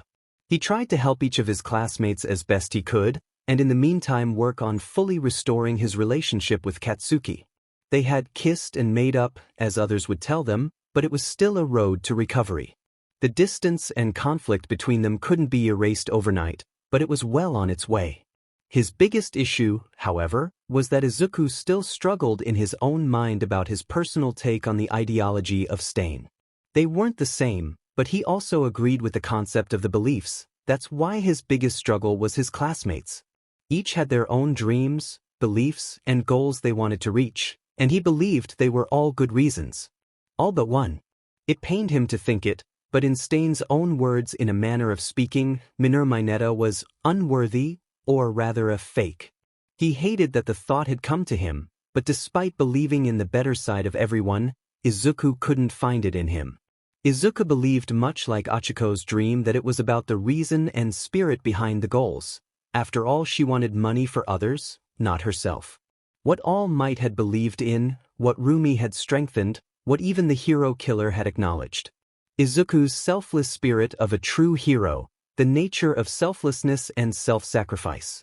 He didn't fully understand it himself. Deep down, though, he knew that Mineta didn't have it. Izuku could see the potential and future of all his classmates in his mind, all of them except him. The reason behind it being he could see absolutely no earnest desire for his chosen profession in any of his actions. When he had asked the boy about his goals for the future, he had been truthful and completely open about it, saying he wanted to be popular so he could get with lots of pretty women. He understood it was a goal like any other, but his feelings and the looks his other classmates gave the boy told him it would never be a heroic one. His thoughts were set aside as Izuku faced the teachers and listened to their explanation for the exams. All the students of 1A were shocked to hear the test was no longer against robots as they believed, but their teachers. However, they began to panic as the principal started on some chuckles that sounded slightly sinister. You all grew much faster than we thought. The original exam would have placed all of you together as a class against robots. With the state of things as they are with your growth, and the audacity of recent villain attacks, things have to change. Nizu released even more mad chuckling before he was able to gather himself. Pairs of 2 students will be against a single teacher in separate locations. Each pair will be an equal distance from a gate, but aside from your teammate you have no way of knowing who your opponent is.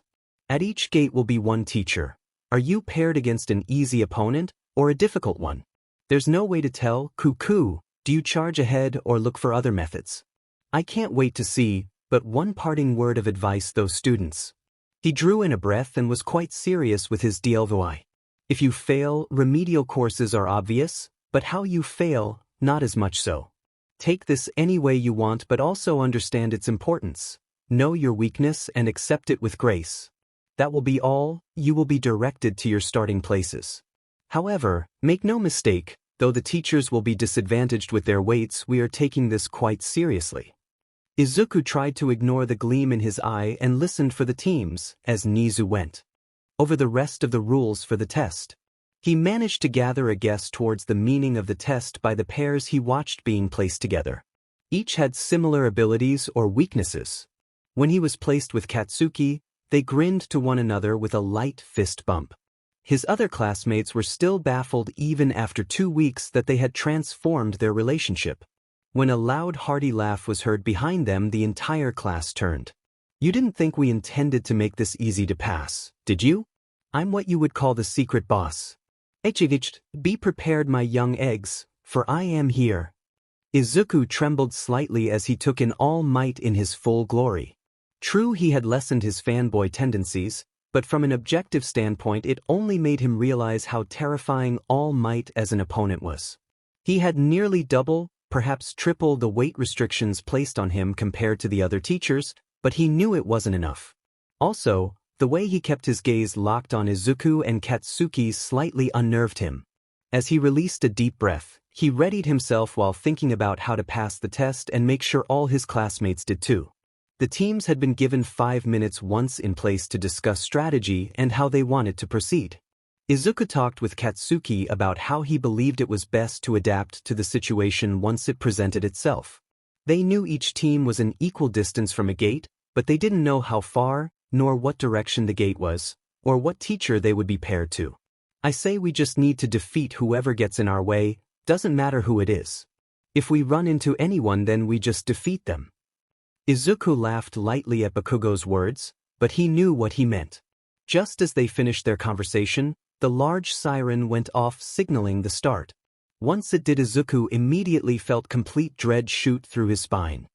His only warning was the sudden wind pressure that whipped around him before a large explosion was heard. He knew it didn't come from Katsuki, however. He was right next to Izuku and they were both blown backwards off their feet. Izuku shot out Black Whip and attached it to multiple surfaces as he anchored himself down and caught Bakugo. As quick as it came, the wind died down, but in its wake was a destroyed city and his worst nightmare. Before the two stood All Might, and no words were spoken as he stood vigilant, watching and waiting for their moves. Immediately his first thought was to flee and escape, as he believed there was no hope or other option. He took a deep breath and looked beside him. Katsuki was shaking in nervousness, but also joy, as evident by the large grin on his face. Izuku thought the situation over with deep inspection. He knew running was an option, but given their presented opponent it wouldn't matter. All Might would instantly catch them if they both fled. They weren't fast enough. He would also immediately defeat one and then catch the other if they separated. His thoughts went to Miruko and questioned what she would do. A chuckle came out as he knew her answer. She would tell him to kick it until it stopped moving, with a wide grin on her face. She would charge fearlessly and fight until she couldn't fight anymore, much like Katsuki in that regard. The situation as it was, though, he also believed it was the only answer they had. It was only a test, but he also understood it was meant to symbolize the real world. They would never know when or from where a villain would attack. All Might remained rooted to his spot, and he could only guess he wanted them to make the first move. Izuku turned to look at Katsuki, who was also looking at him with a brow raised. Together? Izuku asked. He knew they were friends again, but he didn't know how far that stretched yet. Katsuki seemed to think it over for a moment before he nodded his head. Together, he answered. They charged as one towards All Might, who grinned wide and gestured them forward in challenge. Listen, All Might, we had to make this slight change in the test because of Midoriya. Everything will still mostly be the same, but it's obvious his experience in Hosu as well as his work study has changed him. We can all see that clearly. His ability and confidence have skyrocketed. Toshinori was inclined to agree with that fully as he watched the two boys charge him. He knew they had both greatly grown from the beginning of the year, but he had also gotten his job from Nizu and Aizawa. He couldn't help but think on their thoughts as he dodged the first attempted team attack. Initially I had put them together solely for the fact they can't get along. They have managed to get over that, it would seem, though they still have issues. All Might, you are the greatest obstacle for both, but their test will be different from the others. To win they need to lose no matter what. I believe that what Aizawa is trying to say, All Might, is that they are both quite assured of their abilities. For both to keep growing they need to show true teamwork. That's step one. How they will be judged, however, is by their defeat. No matter what, don't hold back. They both need to face a total and utter defeat at your hands. Whether they pass or fail the exam will all be based on their actions afterwards that we will closely monitor. Teach them a new meaning for victory, huh? They make that seem like it's so easy. These youngsters are scary, I say. Crazy strong doesn't do them justice. Despite his inner conflict, Toshinori grinned wide. He was certainly feeling slower, but it wasn't enough to stop him from outclassing Katsuki and Izuku. The baseline was there, but their teamwork was patchy at best in his eyes. It's going to push my limit close, but Nizu also said he wanted it dragged out as much as possible. Guess I should start fighting back a bit. He surged forward and delivered a swift punch to Katsuki that made him lose his lunch. Izuku was quick to grab him and retreat out of his line of sight. All Might knew where they were, but by not chasing unless they got too far away, he gave them time to think.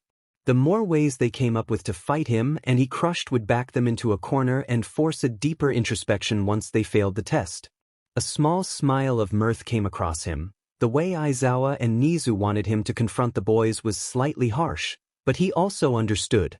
They surged around the corner from their hiding spot and All Might noticed they were circling him from the front and back.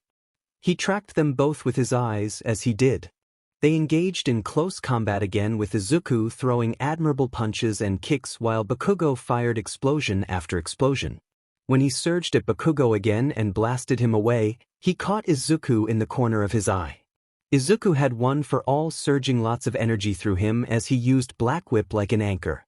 His eyes widened when he caught one of Katsuki's grenade gloves on the boy's arm. With no words but a subtle look of apology in his eyes, Izuku pulled the pin. All Might was hit point blank with a full-force explosion. There was minor discomfort caused from a few singes and the shockwave had his ears ringing, but he also smirked as they charged in right at him. You fired the blast in the same direction I already destroyed. That's smart thinking. I believe I taught you that lesson on day 1. I'm proud you remembered. Perhaps it's time I teach you a new lesson. All Might grinned wide as he destroyed both boys' grenade gauntlets in a moment and then slammed both into the ground. Team 2 Azui and Tokoyami pass. He looked down as Katsuki coughed dirt out and needed air for his lungs. They're broadcasting that stuff, seriously? All Might grinned at his words before he picked him up by his arm and he dangled in the air. He looked almost like a rag doll, but the fire in his eyes told him his fight was far from over. Just because you broke my gauntlets doesn't mean I can't use that attack, you know. They are just there for me to use it safely. I'll keep firing and using them until you can't move anymore. Bakugo reached up his free hand and went to release a blast in his face. Before he could, All Might smacked the hand up and the blast went off in the air doing no damage. You should have already learned that lesson from young Midoriya and the way he's progressed. If you injure yourself and can no longer keep fighting or reaching out to save people, then why did you even show up? He glared hard with his eyes practically glowing blue as he crushed Bakugo's wrist until a snap was heard and then kneed him hard in the chest. Katsuki bounced several times before All Might turned to find where Izuku had gone. Team 4 Yaoyorozu and Todoroki pass. Team 7 Jiro and Koda pass. Just as the announcement was made, All Might fell to a knee as a quiet blast of air hit the back of his knee. As he turned to the location, Izuku was in front of him with a kick charged for attack. With a brave half-smile on his face, he released it. He brought his arms up to block the kick and was mostly successful as only a small amount of wind pressure whipped around and cut his cheek. With his vision clear again, he watched Izuku hide away with Katsuki once more. All Might coughed lightly, and a small dribble of blood landed on his fist before he wiped it away. He bent down and stretched his legs a bit before he pursued the 2 students he had been tasked with. These weights really are slowing me down. I almost couldn't block that kick from Midoriya. He's certainly gotten faster, but I didn't think I had gotten that slow even with the weights. All Might pondered for a moment. Team 6 Ishido and Kaminari fail. The smirk he had was almost sinister. He couldn't help but think that the defeats were beginning. Guess it's time for another lesson in defeat. With a quick push, he shot off and was immediately upon Izuku and Katsuki, who looked shocked but jumped into a defensive stance. They were quickly broken out from the stance as he swiped Bakugo's legs before he could react and grabbed Izuku's head, which he smashed against a wall. He was surprised when even through the pain he hadn't dropped his hold on One for All. Team 8 Shoji and Hagakure pass. All Might pulled Izuku from the wall and held firm to his head, while below his foot he had Katsuki pinned to the ground by his chest. They were both still conscious despite the clearly great pain they were both in. Time for my last lesson of the day, boys. Bakugo, victory is important, but perhaps you should look deeper into what victory should mean to you. Fists don't always stop your villains, sometimes your words are more important. Midoriya, you have improved a great deal. It's time you think about why you are growing. For what reason you are becoming a hero. You have always said it was your dream and goal to save people. Don't take this the wrong way, but ask yourself why. With that said, it's about time you both had a nap. All Might gave a swift but powerful chop to their necks. Once they slumped, the siren went off. Team 10 Bakugo and Midoriya fail. He gave a brief sigh before he slung the boys over his shoulders and headed for Recovery Girl's on-site tent. Izuku was in deep thought over the words All Might had imparted to him. Counting him and Bakugo, 8 students had failed the exam, nearly half the class. That made him feel slightly better, but it also hurt just as much. He wanted to consult Rumi at first, but he believed it was like the train back from Hosu again. Any answer he came up with would have to be his. They had finally been told that their break-off was instead meant to be a training camp to increase quirk growth. It still hurt when Aizawa told them results on who failed and passed would be revealed at the end of the week and before they were set to leave. Dread filled his thoughts. But Izuku took his thoughts on All Might's words very seriously.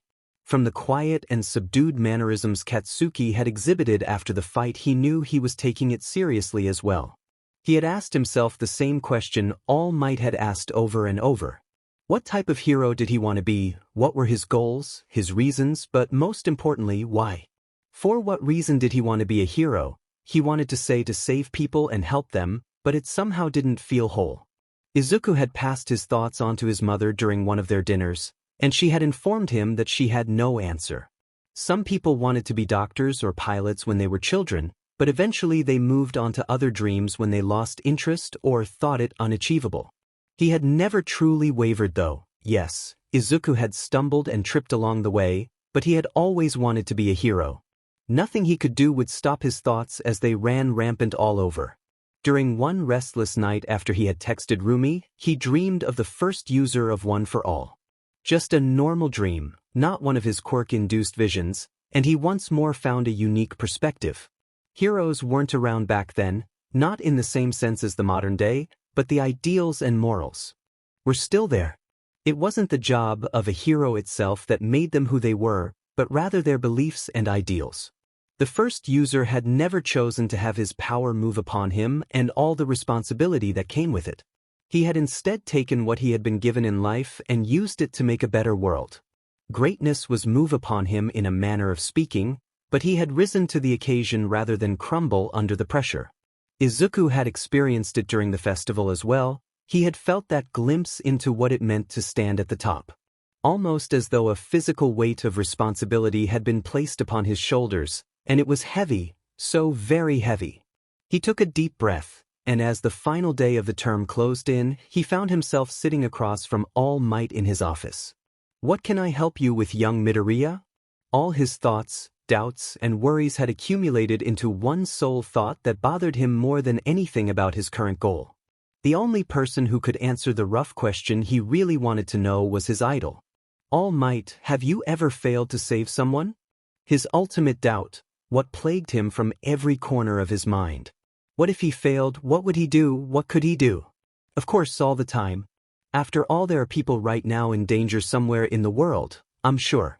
I don't want to get philosophical, but the world is a big place, young Midoriya. The most important thing, and what I always try to follow, is saving everyone I can reach. If your hands can reach them, then they can be saved. Izuku took the advice and thanked All Might as he walked off back to the rest of his day. It passed agonizingly slow as his thoughts persisted. 2 days remained before the semester was over and they were off for their training. Results had yet to be revealed, and it pricked at the back of his mind harder each day. He knew he had passed all the written courses, but with the failure he had received on the practical he was worried. Without knowing how it was weighted, Izuku could only hope he passed. Bakugo had been quiet and reserved the entire time, as had much of the class. With the figurative weight and pressure of their test results and what it would mean, they couldn't help but be tense. Conversation had been light, and as the final day arrived they held their breath and waited for Aizawa to come into the classroom. Once the door opened and he walked in, ever the same, the quiet atmosphere was almost palpable. "You all already know that each of you is going with us on this training camp. I will start with this. Everyone passed the written tests. I'm surprised but proud of your improvement. Let's get right into who failed and who passed overall." Aizawa's hair seemed to levitate as he activated his quirk for emphasis. "Aoyama pass, but only by the skin of your teeth. Reflect on why that is. Ashido pass, you might have failed the actual practical, but you showed improvement on what we were looking for. Make no mistake though, it was by the smallest margin, just like Aoyama. If it was up to me, you'd both be taking the remedial classes." Mina threw up her hands in a cheer as a small glimmer of hope passed through the rest of the class. "Ajui pass. Ida pass. Uraraka pass, but like Aoyama, since you were paired with him, it was barely. Ojiro pass. Kaminari fail, so you'll be joining me for remedials. Kirishima fail. Koda pass. Sato fail." The tension returned with almost 3 failures in a row as the class grew quiet. Denki looked absolutely devastated since Mina had passed, but Kirishima and Sato seemed to understand their failure. "Shoji pass. Jiro pass. Siro fail. True, you got a bad matchup, but you knew your opponent's abilities. In the real world, that's far less likely to be the case. You more than most need the extra classes. Tokoyami pass. You had a great partner, but much personal work is still needed. Todoroki pass. You're strong, but don't over-rely on that. I'm sure you learned your lesson. Izuku took in a deep breath, for he was almost up to the chopping block. Inside though, he knew the truth of what was to come. Hagakure pass. Mineta fail. Just like Siro, these remedials are very much needed for you. Yaoyorozu pass. And then finally the last two, the troublemakers. Bakugo and Midoriya, you both passed rather well to my knowledge. Katsuki looked shocked, but Izuku was absolutely floored. But sensei, why? The class looked at him in silence, wondering why he would try and question a passing grade. Aizawa only smirked with a wicked gleam in his eye. You and Bakugo were purposely placed against All Might. Do you really think your test was graded the same? I shouldn't have to say this, but I will. The fact alone that you asked why you passed should be your answer. Izuku took the words in. At the base he understood it. These tests were made to make them acknowledge their weaknesses and confront them. They had been given unwinnable odds against All Might. Even so, his thoughts lingered on his winning failure. I don't feel like I passed. This victory doesn't feel earned. He nodded to Aizawa, but he slumped into his seat, distraught.